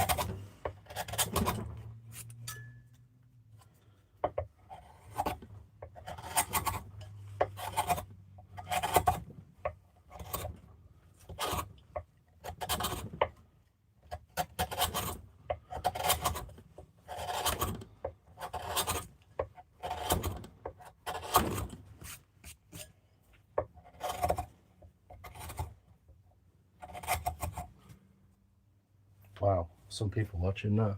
If we can get 200 likes, Lions will shave his eyebrows. Let's go. Yeah, it's the height as well, Rob. Yeah, because if I was up on top of it and able to, I don't know if you can see me just about here, and push down on it, the idea would be to just, basically what I would do is create a load of rosettes into one corner. It's not so much as awkward, it's like sharp but very directional. So it's only sharp when it's sailing through the wood perfectly, if you know what I mean. But as the sides get steeper, like this, it seems more useful.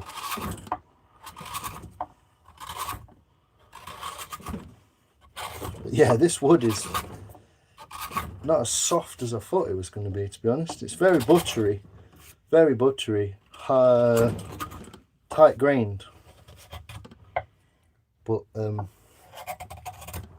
yeah, because it's a long handle, it's designed to be used sort of below the waist.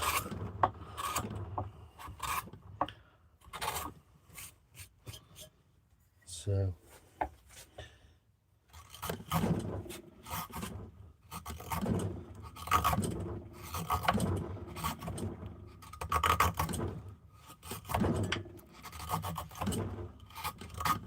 and it is factory sharp, but that doesn't mean it's sort of perfectly made.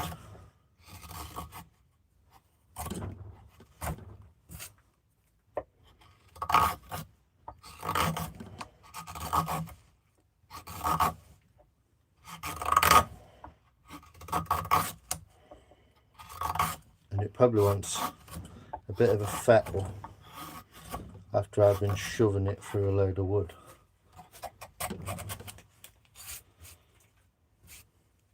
Yeah, it's not awkward, it's just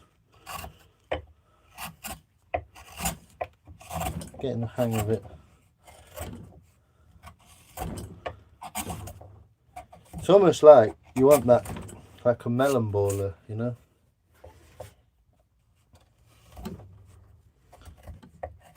And I'm quite convinced that it's not perfectly sharp at the moment. Not to what it could be.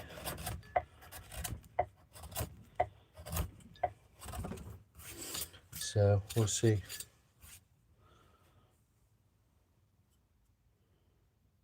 Still not burred, but it's become sticky because of the green wood.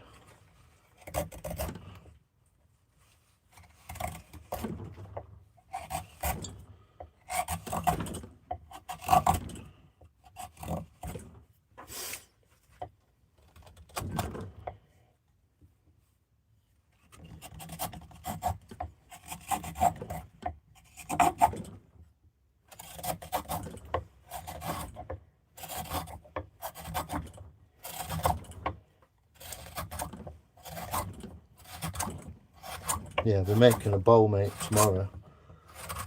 That will help immensely.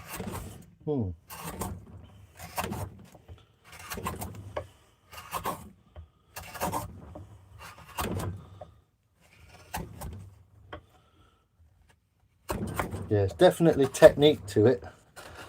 Definitely technique to it.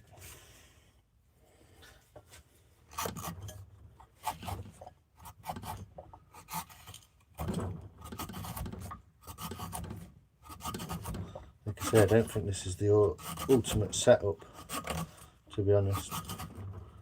Well, it's chewing through the wood though.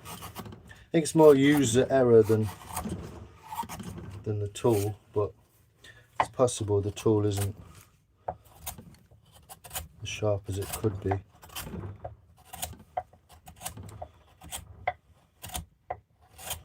Some nice sides to it though already.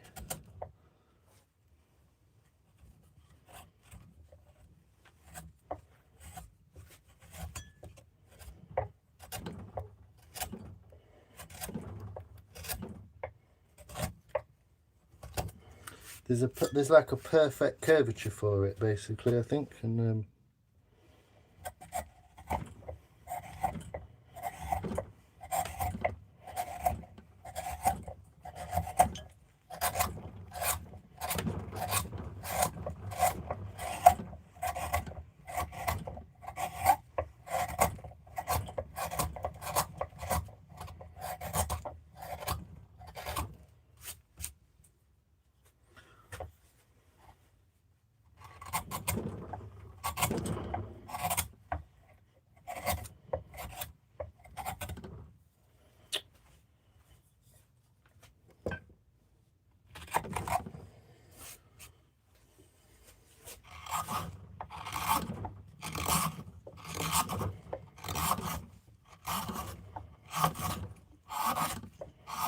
hopefully I'm not making too much of a fool of myself doing this, but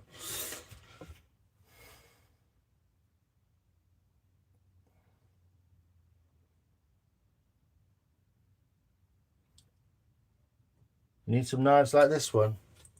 Yeah, it's called a Tucker Cam. TWCA. It's a Welsh word. So derived from a clog making tool as far as I can find out, and kind of adapted slightly over the years as a green wood tool. Yeah, not wholly convinced. I'm just going to clean the edges of it with a bit of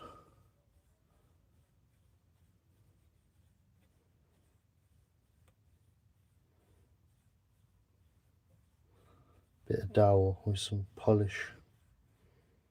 Got some polish compound on it. Yeah, it's not perfectly sharp, so this may help. But I've not messed about with it because I've not used it enough. So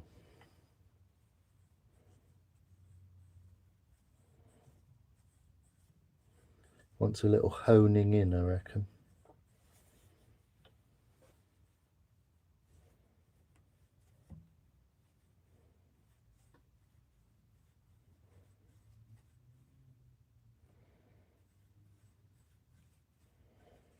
There's slightly burred edges as well from the factory sharpening.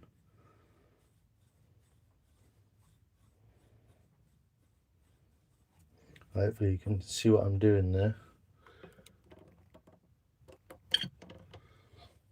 I'm just running this flat, so I'm keeping it parallel to both, but only this side is sharpening at the minute, and I'm just watching the line polish to the edge.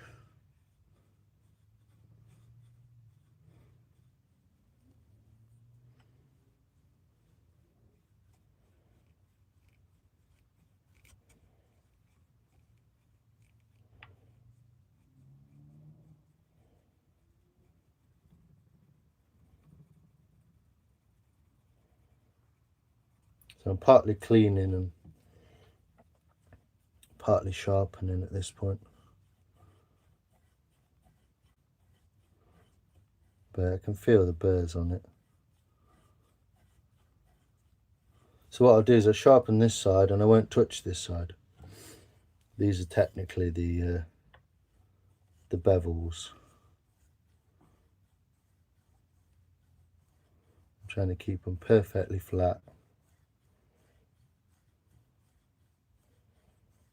Could do with a bigger piece of dowel actually, a thicker diameter, but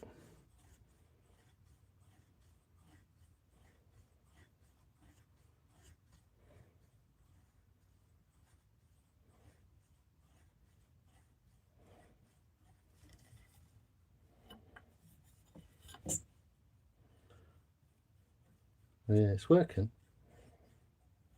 Getting a glint right to that edge. This is formed with a fuller in the centre.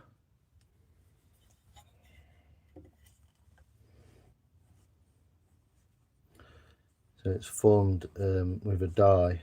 So the centre is knocked down and the two sides are higher, and they become the beveled edges of the blade. But yeah, I can feel it. A bit grainy on the edges.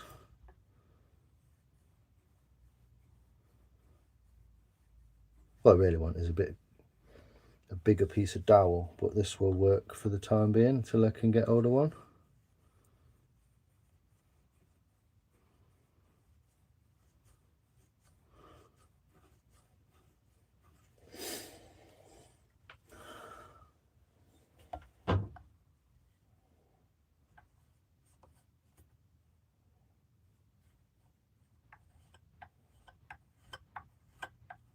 Not too worried about the very end at the moment.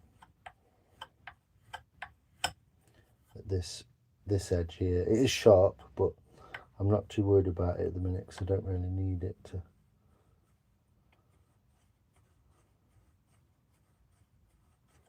to. Some little bits of crud come off it from the forging process as well. So perhaps it'll work a little bit better now. I'll flip it over.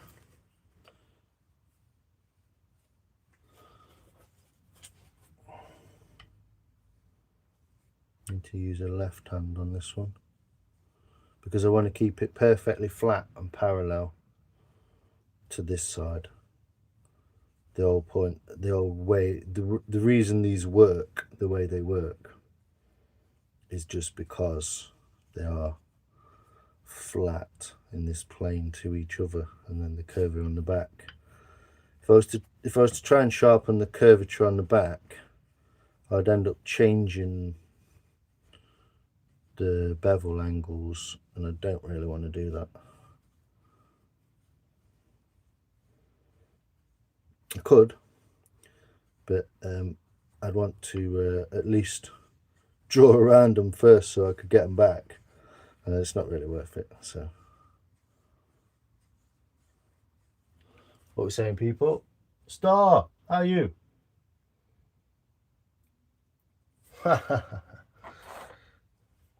Cheers, Cobb, man. You're a fucking star. Hey, fucker, it's a bowl, my friend. Thanks very much. Yeah, the middle outwards definitely works cross grain. But yeah, the idea is to come this way, and this way, sorry, this way, and then this way, which is the reason why it's got kind of almost full access all the way around it. What am I doing? Left hand, dummy. So yeah, just polishing that edge really. Part of a learning process as well. But yeah, it's taken to the polish, and there's hardly any polish on this, so I will be going and getting me some bigger dowel though. I need one like a freaking brush stale, basically, like for this. I think a wooden brush handle would work a treat.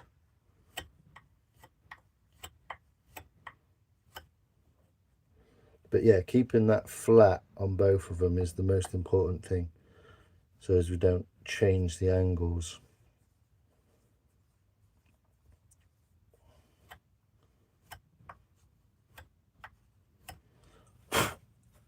There we go. So she's shiny. You can see that. There's shiny bevels now.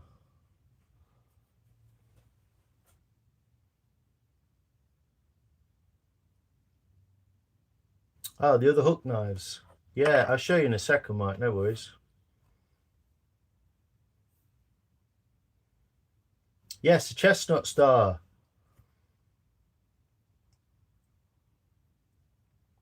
Yeah, it's horse chestnut. About a week, less than a week. Yeah, about 7-10 days. It was last Wednesday, I think, when I heard the saws start up at the bottom of the street and went to investigate.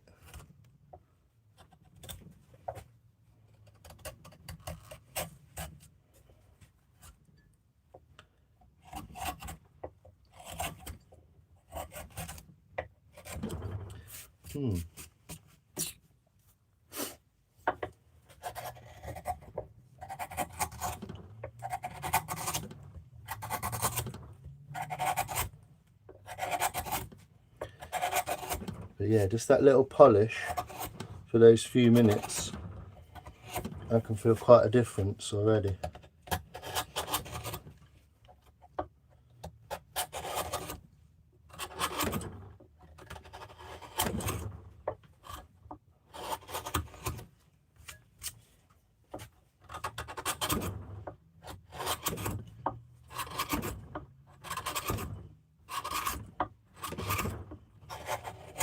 Yeah, definitely technique.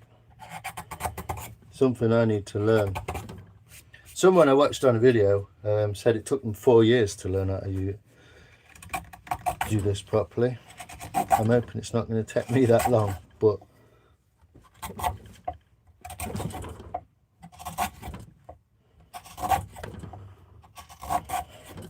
I do believe it's not really intended like a spoon knife is. It's not really intended as a dragging tool. So it's not necessarily meant to be sort of dragged across the surface. It's hard to explain, but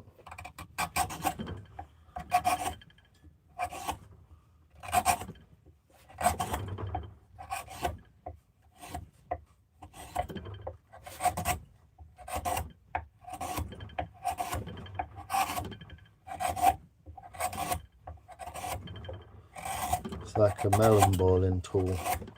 So this is quite a wide area really for it to work on, if you know what I mean.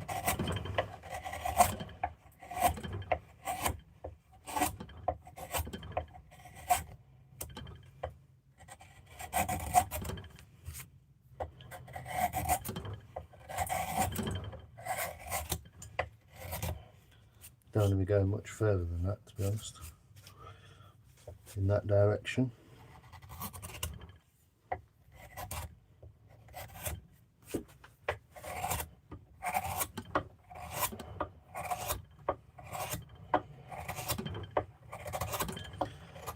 But as it gets steeper, it seems to come into its own more as the sides become steeper. Ooh. Weird.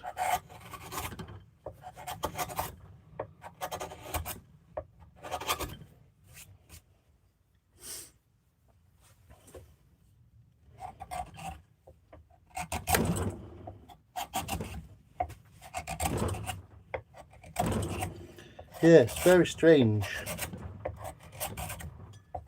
actually getting it in some green wood.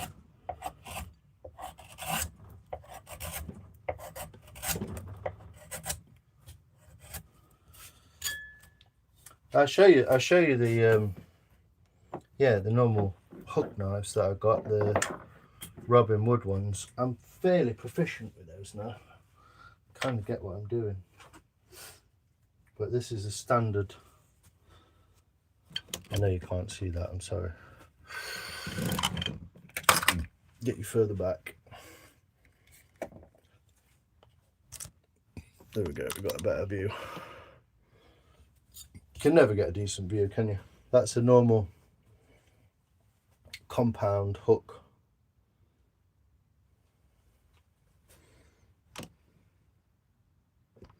Compound hook knife, that is. So that's the curvature. and this is I think it's referred to as a flat or straight hook knife, so the different curvatures of the blade, but they work in a similar way but not the same way. I'll demonstrate, and then I'm probably going to leave the bowl as it is.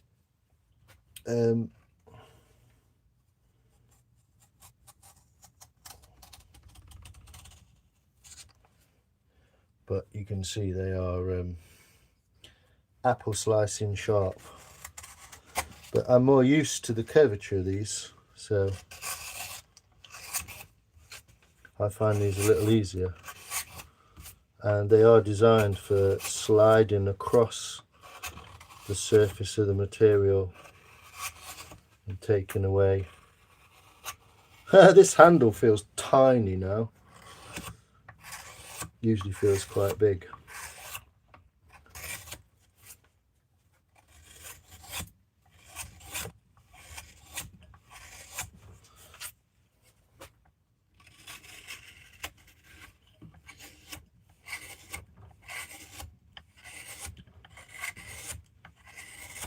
There's definitely a technique difference that you can see. I kind of understand this knife a lot better. I've owned it about 6-7 months now.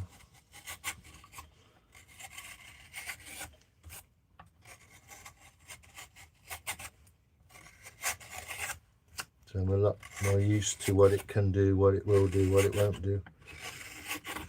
It will come up and out the bowl as well, if you go in the right direction.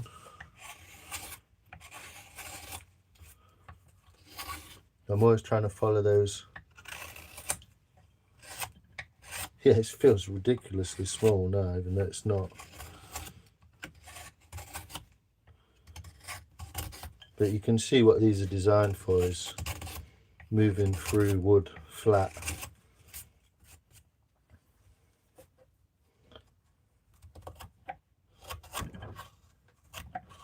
Whereas that tool is really made for boring.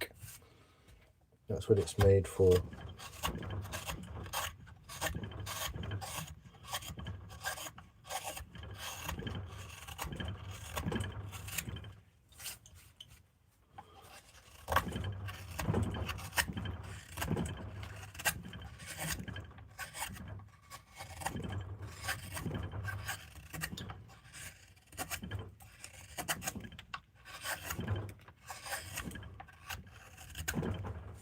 But yeah, definitely more competent with one of these, aren't I?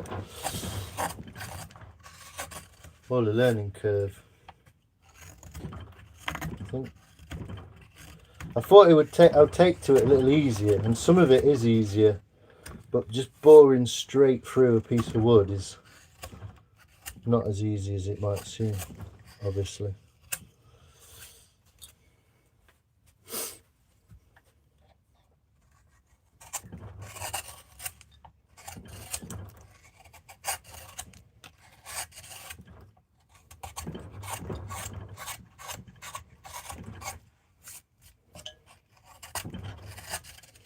I'm going to do it around go around the corners, smooth it out a bit, and then I'm going to do another depth check. But yeah, these blades are flat with 2 angles. That blade is perfectly round, so it's a very different tool.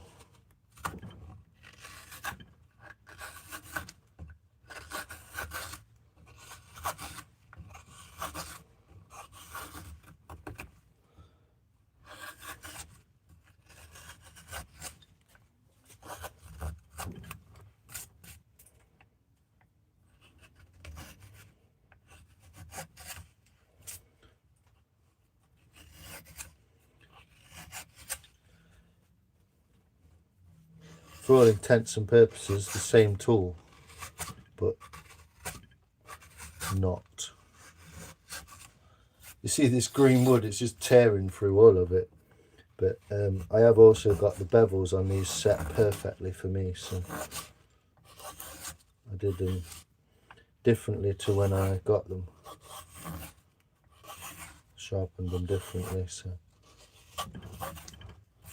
So last quarter is coming back this way, and obviously it seems best to get a big piece out, but it's not. What it's best to do is take lots of slices.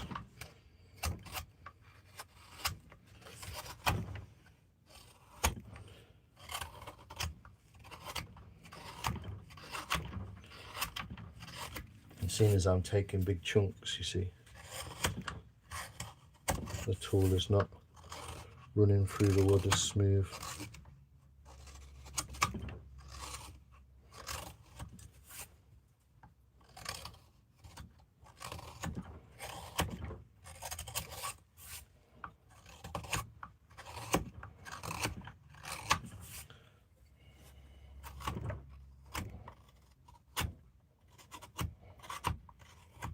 What you have to do is go from the top down, not from the side in. So just taking slices off the top rather than straight underneath.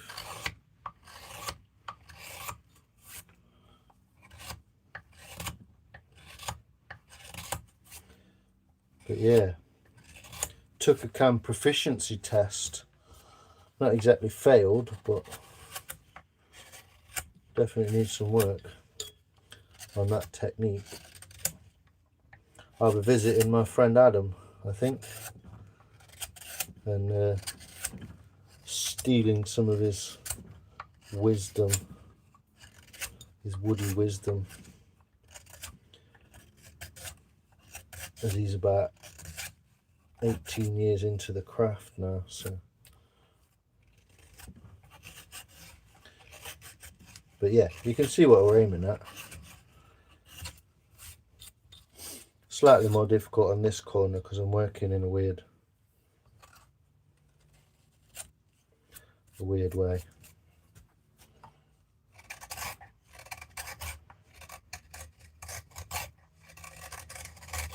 There we go, for the crunchy, for those crunchy fans.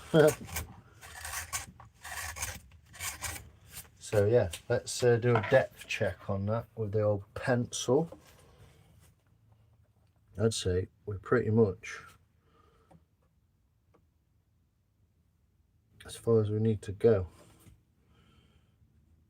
No, not too far actually. Got a little bit further. We can dig a bit more out.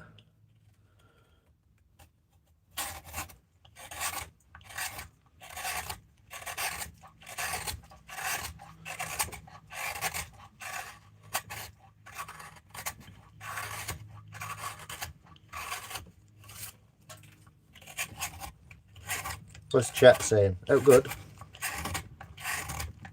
We've got some randoms in. Hopefully we have. Thanks everyone for watching. Hey Land Raver, how you doing, brother? Yo, Wes, cuts like butter. I know this one. It's very different tool, man. Very different tool. I think I need to do my ticker cam proficiency test.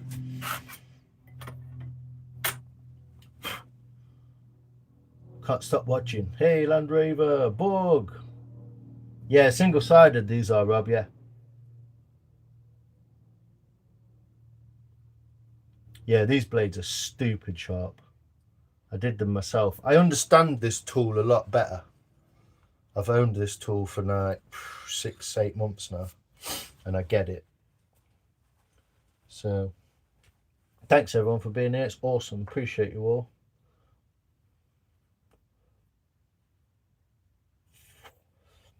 Making you feel inferior. Man, this is green wood. This was felled, like I said, 7-8 days ago. This is what they are made for. And if you got hold of some green wood, my friend, I think you would have a similar experience, to be honest. And if you look at my very first spoon, which I'll show you soon, I basically got a branch of oak and I thought, that looks a bit like a spoon. I'll use that. And I'll show you in a minute my very first spoon, so everyone can have a good laugh. But I'm quite good. What I'm quite good at is seeing the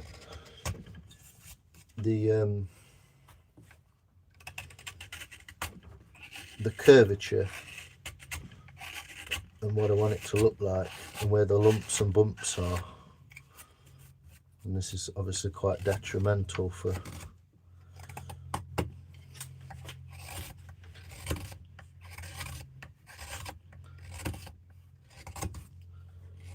but yeah, you get hold of yourself some green wood, Wes, and you'll know what I'm talking about, mate.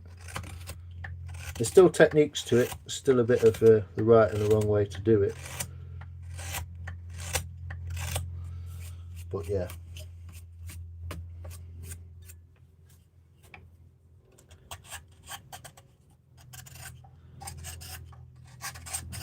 Yeah, these knives really come into their own when you're just taking loads and loads of little shavings. That's the whole point of carving, isn't it? It sounds like we've got the old police plane doing its rounds now.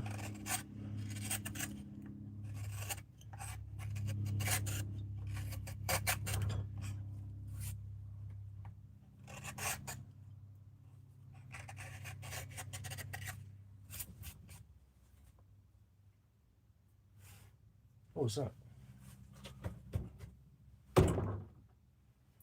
It was the desk. That was a weird noise. So yeah, the difference obviously is this is single bladed, so it can only come in one direction, or it's best in one direction.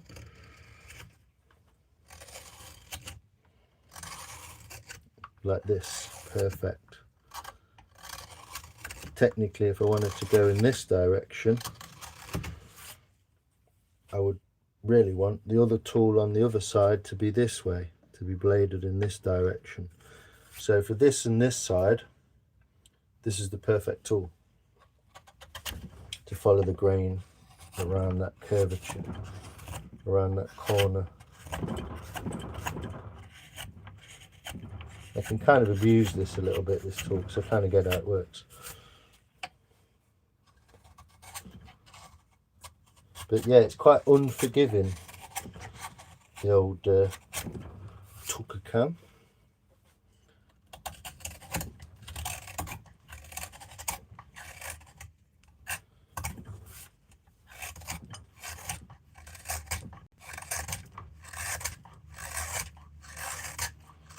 So we just made it through the sapwood. We just made it into the heartwood. I don't know if you can see that in the bottom of the bowl there. Just made it through the sap rings and into the heartwood at the bottom.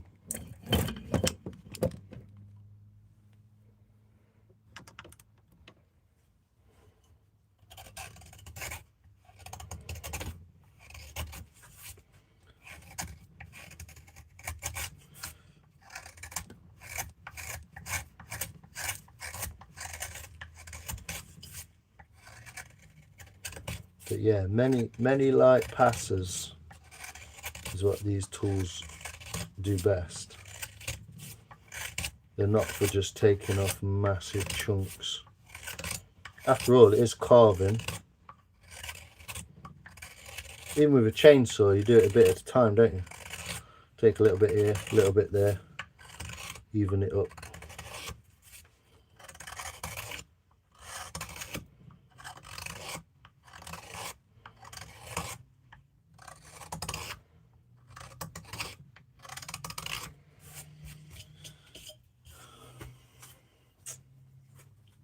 See, to get into this side here, I have to kind of bury the tool a little bit in the bottom.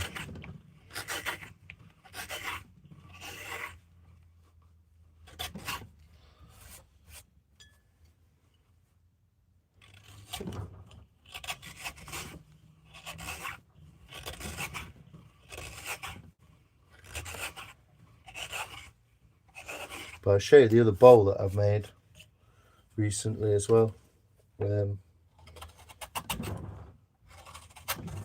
Just go around these corners a bit more. And you're about to see what we've been up to.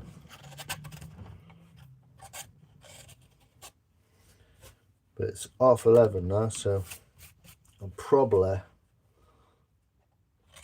gonna start winding it down a bit. I'm gonna have a sit down for a bit.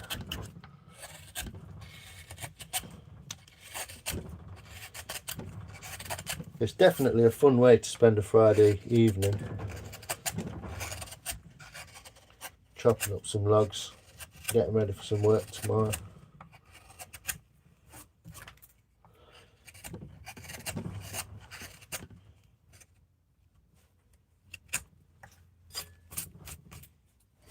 So you see here that I've got to kind of bury that tool. It's not really the best, most proficient use for it. Yeah, getting tired now, getting a bit sloppy. But I appreciate you all being here in the comments and chatting. It's really cool. Great bunch of people. What a great bunch of people.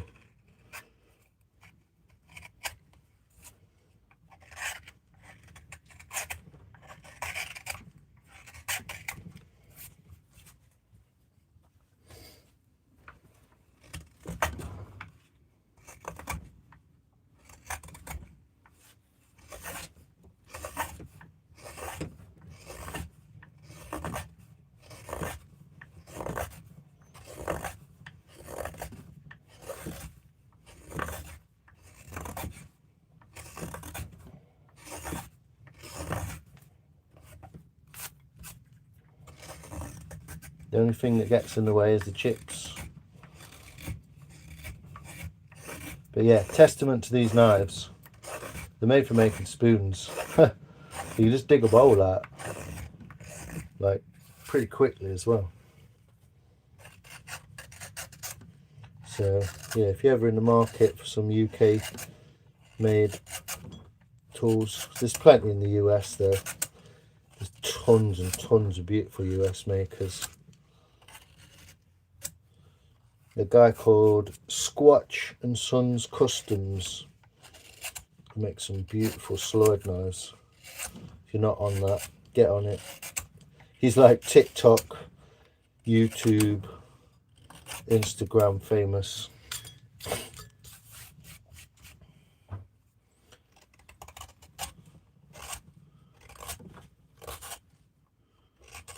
But I'm kind of like using this tool to the kind of fullest extent of its ability, if you see what I mean. It's not really designed for digging out bowls, so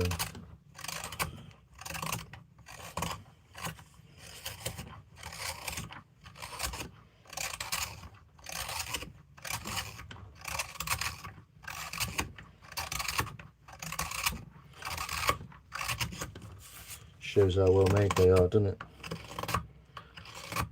Made in Sheffield in England, these tools. Wood tools, same as my axe. Check them out. Go to the website, have a drool over the axes. It does sell the axes unheaded now as well. So unhandled, sorry. You can just buy the head on its own, so slightly more affordable, and you get the fun of sticking it on a stick yourself.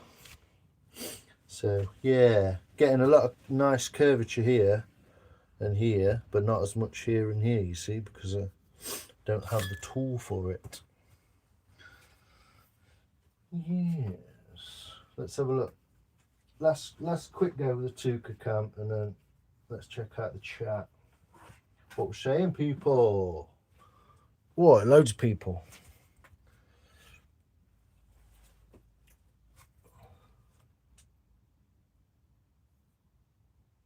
Oh, cheers, Rob, mate. I really appreciate you saying that. Welcome to the chat. You're watching The Skilled Artisan. Cobb, you're a fucking star, mate. Cheers, brother. I've always wanted to make an ash axe handle, but ash doesn't grow here. It's very difficult and expensive to get, is it? Do you want some ash, mate? To be honest, my friend, I said this to loads of people, I'd love to do it. I've got a big hunk I want to send Wes. But yeah, ash is having a trouble at the moment in Britain. It's getting a disease they're calling ash dieback. And so there is absolutely tons and tons of ash. To a point where I can show you some of my personal stash. That is all ash. These are some handles ready to be made. Seasoned this season. Big blocks. That's not ash. But the rest of all this is ash. These are just little bits, little slivers. They're getting wet off the ceiling. But they're going to go really weirdly mouldy and look beautiful. So yeah, there's some ash blocks there. Look. That's not ash, that's mahogany, but this is ash at the bottom. So literally I've got a fire pile. Literally got a fire pile of ash. If you wanted to really wanted to get hold of some, I might be able to sort something out for you. I don't want to make any promises I won't keep though, because I'm a bit like that. Not in a bad way. I'm just not very good at posting stuff and keeping up with things. I'm a bit weird like that. But yeah, we got tons of it, man. It's literally just hanging around the railroads where they're cutting it. They're cutting it back around the railroads basically and just leaving it in big piles. So yeah, I'm going to move the camera, take this out of the vise, and I'll show you how far we got with it, and have a little chat and see what everyone's up to for the minute. Let me just put you down. Excuse the terrible camera work, folks. But yeah, put this away for a sec. Oh, I was going to have another go. With it, wasn't I?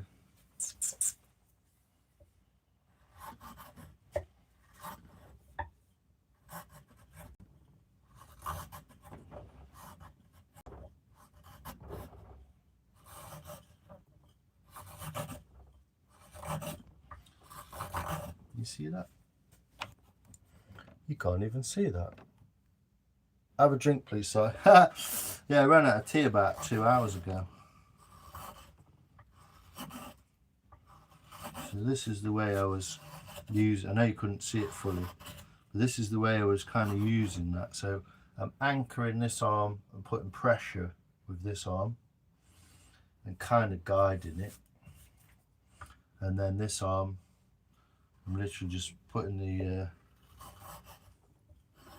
adverse pressure and just sort of like, kind of like rowing a boat. Making some beautiful slivers. Now I've moved the camera. It seems like it needs a steep wall, but it needs to bore into something. It needs to have a wall against, like it'd be hard to just go against that surface because it's flat, whereas if against this surface it's kind of like comes into its own. So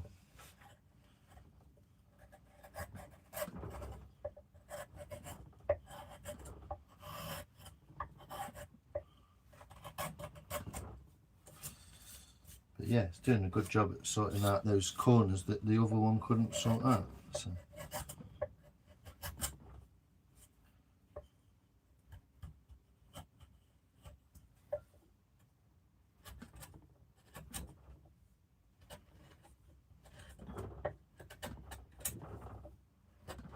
but yeah, there's definitely a technique to it. So do this corner and this opposite corner.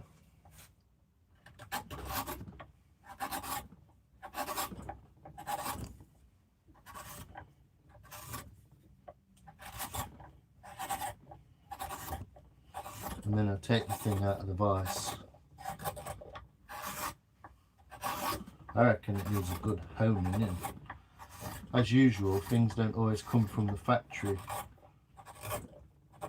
as you would expect them to be. So I can tell it's sharper than it was, but it does need needs a full honing. So there you go, get to see it in action.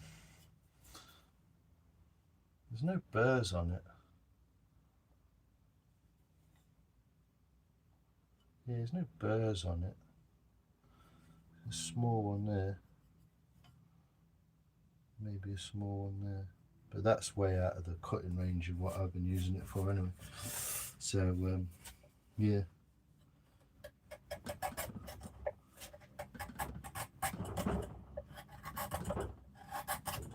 But letting it cut is the way.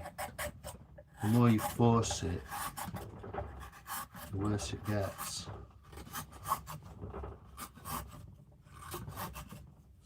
yeah, kind of getting the hang of it. Interesting tool for sure. I'll be getting some more tuition on this, I think.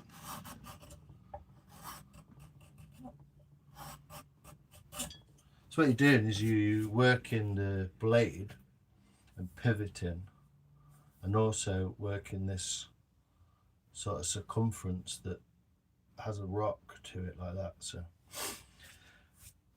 there we go. I'll put that away now. Look at bark and leaves, Wes. What you after, Wes? What you saying, Wes, mate? Told you, Rob. Cobb, did you finish the bench you were making? Postis US is mental, is it? Yeah. And I'm guessing there is some ash in the US. I'm going to clean that, actually. I'm just putting that on so I can leave it laying around. But yeah, I'll get this out of the vise and show everyone. What were you asking about, Wes? The leaves? Thanks, Bob. Appreciate you.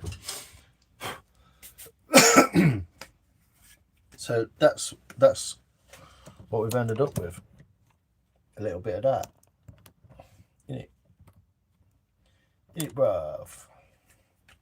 That's what we've ended up with. I am going to actually use the spoon knife. I can use that in my hand. I'm just going to sort these corners out.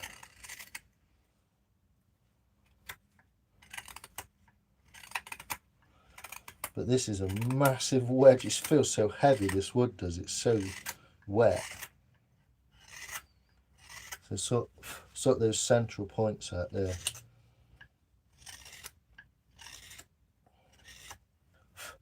But yeah, it makes this tool feel like a toy.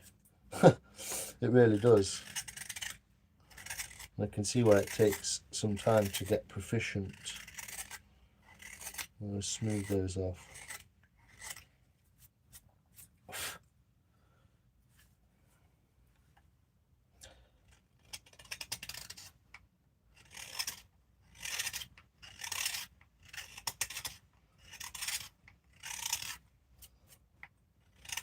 I mean, you can just stand and do this.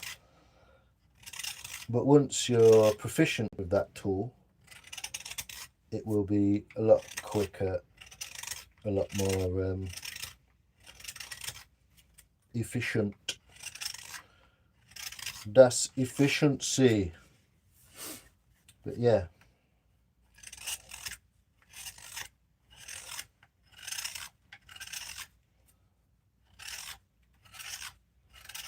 Definitely makes me slightly more confident with the spoon knives as well, using that tool.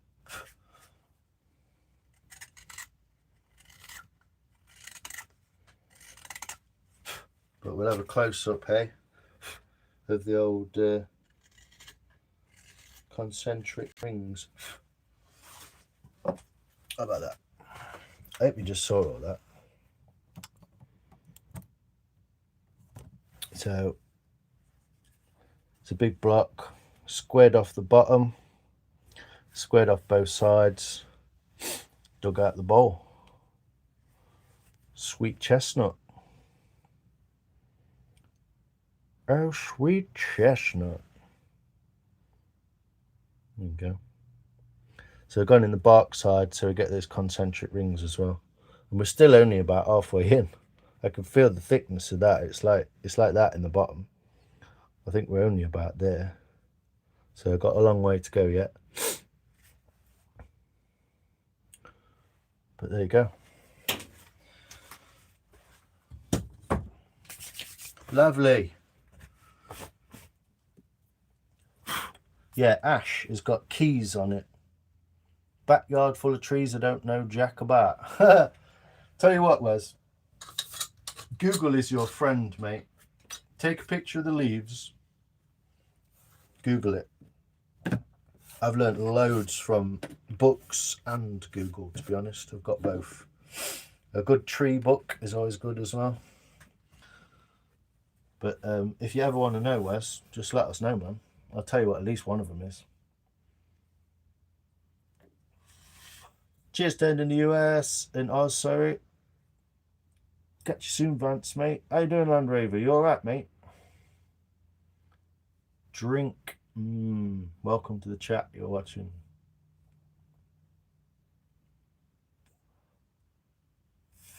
Yep, there's the concentric rings.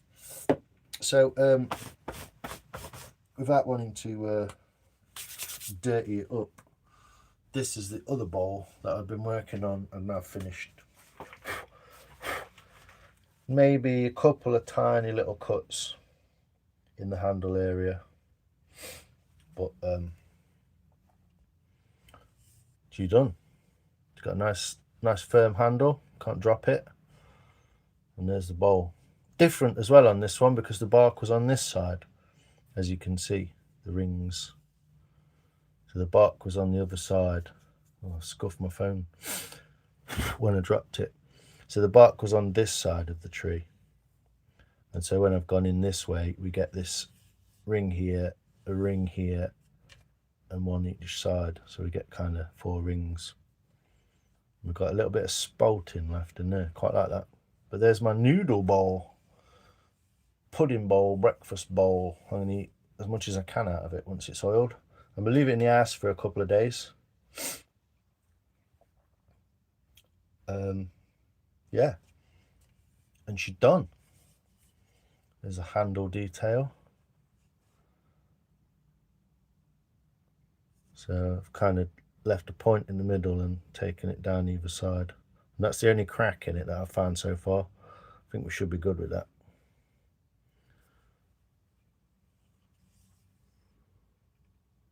Beautiful straight grain of the ash, little detail there. And there's a little knot in the corner with a little knot on the outside as well. So cool little bowl, huh? That's all finished. That'll be getting oiled in the next few days.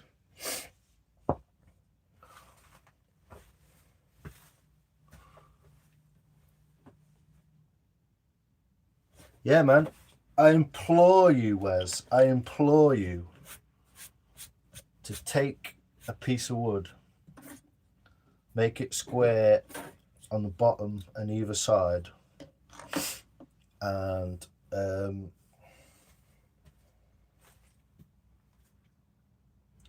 make it square on the bottom and flat-ish, square either side.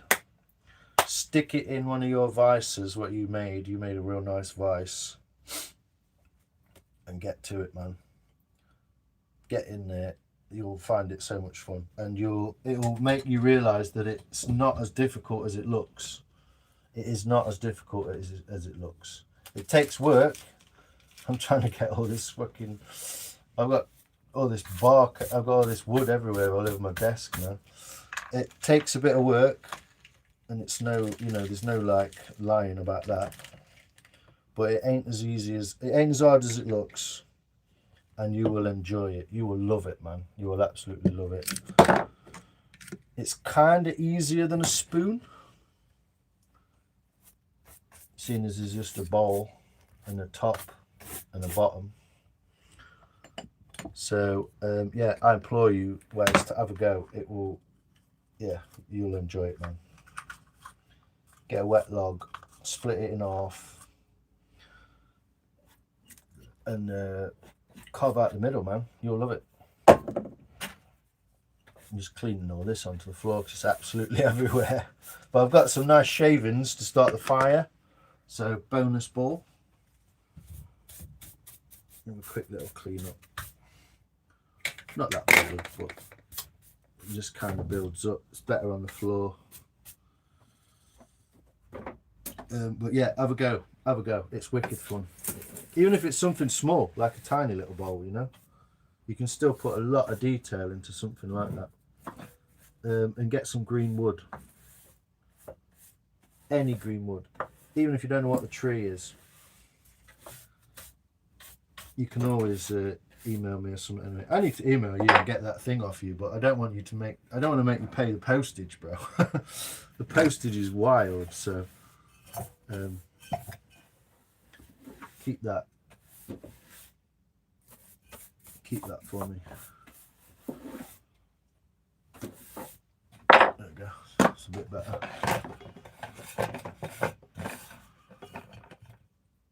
It's the last of the wood chips. I'll be sweeping that up in a bit.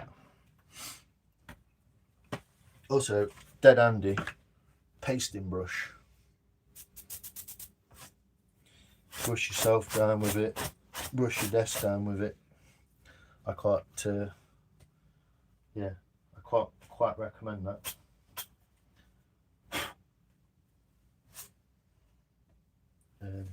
I like brush my axe block down with it as well every so often. Get all the shavings off it. So yeah, I've got a bit of sweeping up to do in the morning maybe, and we're good. I enjoyed that. I really enjoyed chatting with you lot. I know I didn't chat a lot, but it's cool having you guys here. Yo, Mr. Max, how you doing, brother? Thanks, mate, for popping in. If you don't make one of the motorcycles split smoke soon, I'm going to cry. Yeah, be on it, Wes. By the time it gets warm, we'll be running one of them, mate. I'll run you the Honda anyway. It runs anyway. And the bark. Thanks, Star. Thanks. Yeah, thanks, Bug. Land Rover. So petite, delicate bowl. It's kind of not. Well, this one is a little. But this is kind of chunky piece of ash, man. I don't want to get it too dirty because I've just cleaned it. But yeah, it's kind of chunky. At the back there, it's probably about 20 mil, that thickness. But that's obviously to make the handle a bit more secure. It's about 10 to 15 mil around here. And probably about 15 mil in the bottom.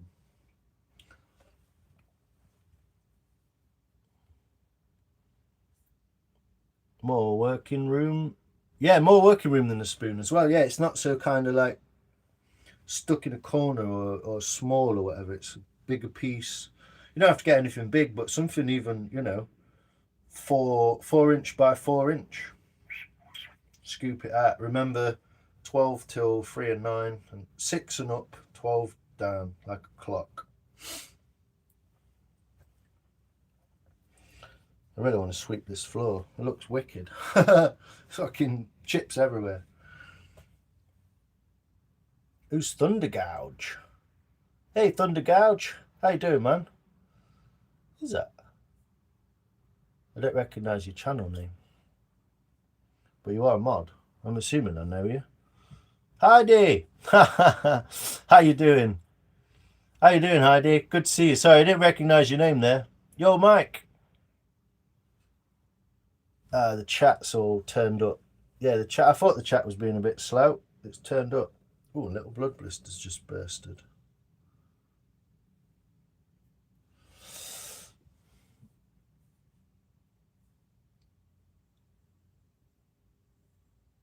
Throw a log in the pool and wait. yeah, man, that'll do it.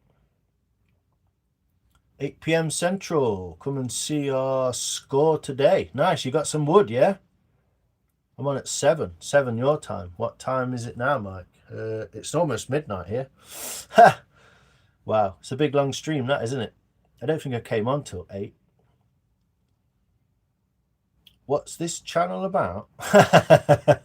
Hey, Gav, how you doing? I enjoyed your little video on the museum. Like a military museum or something. You did mention the name of it, but that was about 6 hours ago. So I'm going to put that in some plastic. I'm going to save that until tomorrow and do some more. What I'm going to end up doing, obviously, is I'm going to end up axing the back off, bringing it round more like that kind of shape.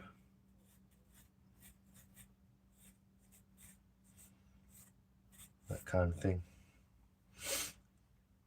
So axe those corners off. But I can't do that again.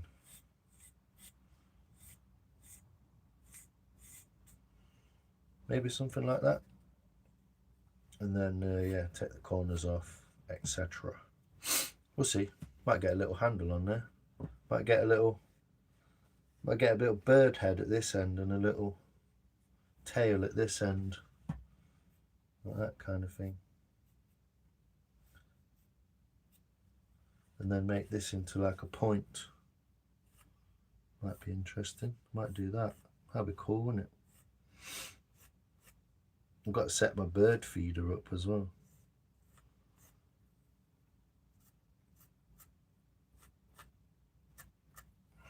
Yeah, something like that. So yeah, we're doing that tomorrow as well. Heidi, 5mm, I believe, 1/4 inch. I mean, how thin it is. It's amazing thin to be so precise. Well, this is the thing. You're taking a small scoop at a time and just slowly getting there whilst adding shape at the same time. Yeah.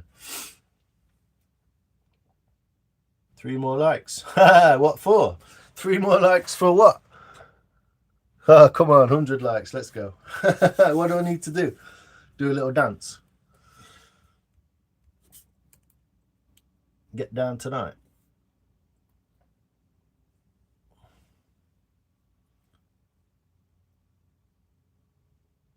No, BK's not Heidi. Where's she gone? Thundergouge. Thundergouge is Heidi. Bzzzt. Get a drink. I know. I need to go and get some water. I'm going to go. It's midnight. I'm going to turn into a pumpkin soon. But thanks, people. Woo, appreciate you.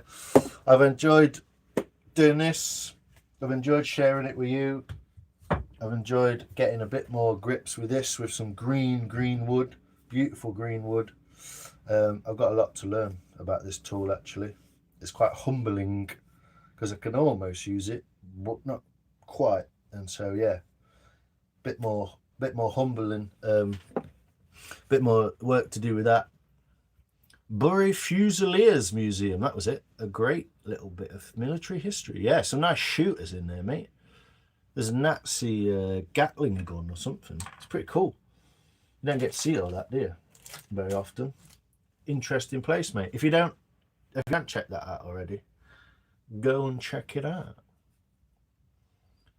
Please hydrate in a lull of your hyperfocus. I know. Let's stick you as a mod as well. You can probably hear it in my voice. I ran out of tea about 2 hours ago, so I'm going to go and get some water. Can't wait to get the grass out so I can get the totem in the garden. Nice. Yeah, I want to see that. It's all oiled up, isn't it, Rob? I got some Pez bird seed. So this is a wild bird seed for thrush, wren, sparrows, robins, that kind of thing. So I'm going to figure out a place to put this. and then film some birds in the garden as it gets warmer as well. So that's coming up. Might end up building something. Can hear it in your voice, I know. Thank you, Thank you, everybody. You're freaking awesome. It's so cool to hang out with you lot. It kind of works sometimes better late at night as well. So thanks for spending your Friday evening with us. Thanks for listening to me rabbit on. And if you haven't watched Gavin's video, that's what I was about to say. Go and watch Gav's video. It's quite interesting. Some military history. If you're American as well and you're into that kind of thing. Filmed some birds in the park, got arrested. Hey Ron, how you doing, buddy? You good? That's another project that I've got waiting as well. Still on the desk waiting, look. This is the handle. The parts for the handle for Ron's beautiful knife, that the Yakut knife that he sent me. So yeah, another project. But I'll be out and about tomorrow and I'll be building a bench. So we'll go and do that, yeah? Yeah, mate, very well. Nice. Yeah, if you haven't checked out Ron as well, I made a wicked video the other day. He made an axe from a rasp and it was fucking lovely. And at the end, make a wooden motorbike. Yeah, but it wouldn't go. Wouldn't go. He made an axe out of a rasp, and then at the end of the video, watch till the end, people, he like fires it into a log. It's absolutely brilliant. Go and watch it. It's cool as fuck. Definitely deserves more likes and more watchers. So yeah, I'm gonna bugger off. I'm gonna go and get some tea, get some drink down me. So I really, really appreciate all you cool, awesome people. I'll be in someone's live for a couple of hours as well, actually. After, I might see Heidi's, I might see Mike's. So yeah, take care, have fun, go and make something, go and be creative, go outside, listen to the birds, I don't know, do something, and then post it and tell us all about it. Oh, also, my community page is open. I didn't even realise, but my community page is open. So if you want to put any pictures of spoons you've made or things you've seen or bowls you think's cool or some tool you've found or what's this, then feel free to just post on my community page. It's open. So thanks, people. Appreciate you all. We'll see you next time. I'll be on in the morning probably. Well, yeah, maybe midday. So take care, people. Thanks very much for spending your time with me, and we'll see you again. I'm gonna go and get a massive pint of water. Bottle of water. All right, guys, take it easy. Appreciate you all. Much love. And the chat. Thanks for keeping the chat going as well, everyone. It's fucking awesome. Appreciate you all, mate. Whoop. Yeah. And remember, life is pointless without geometry.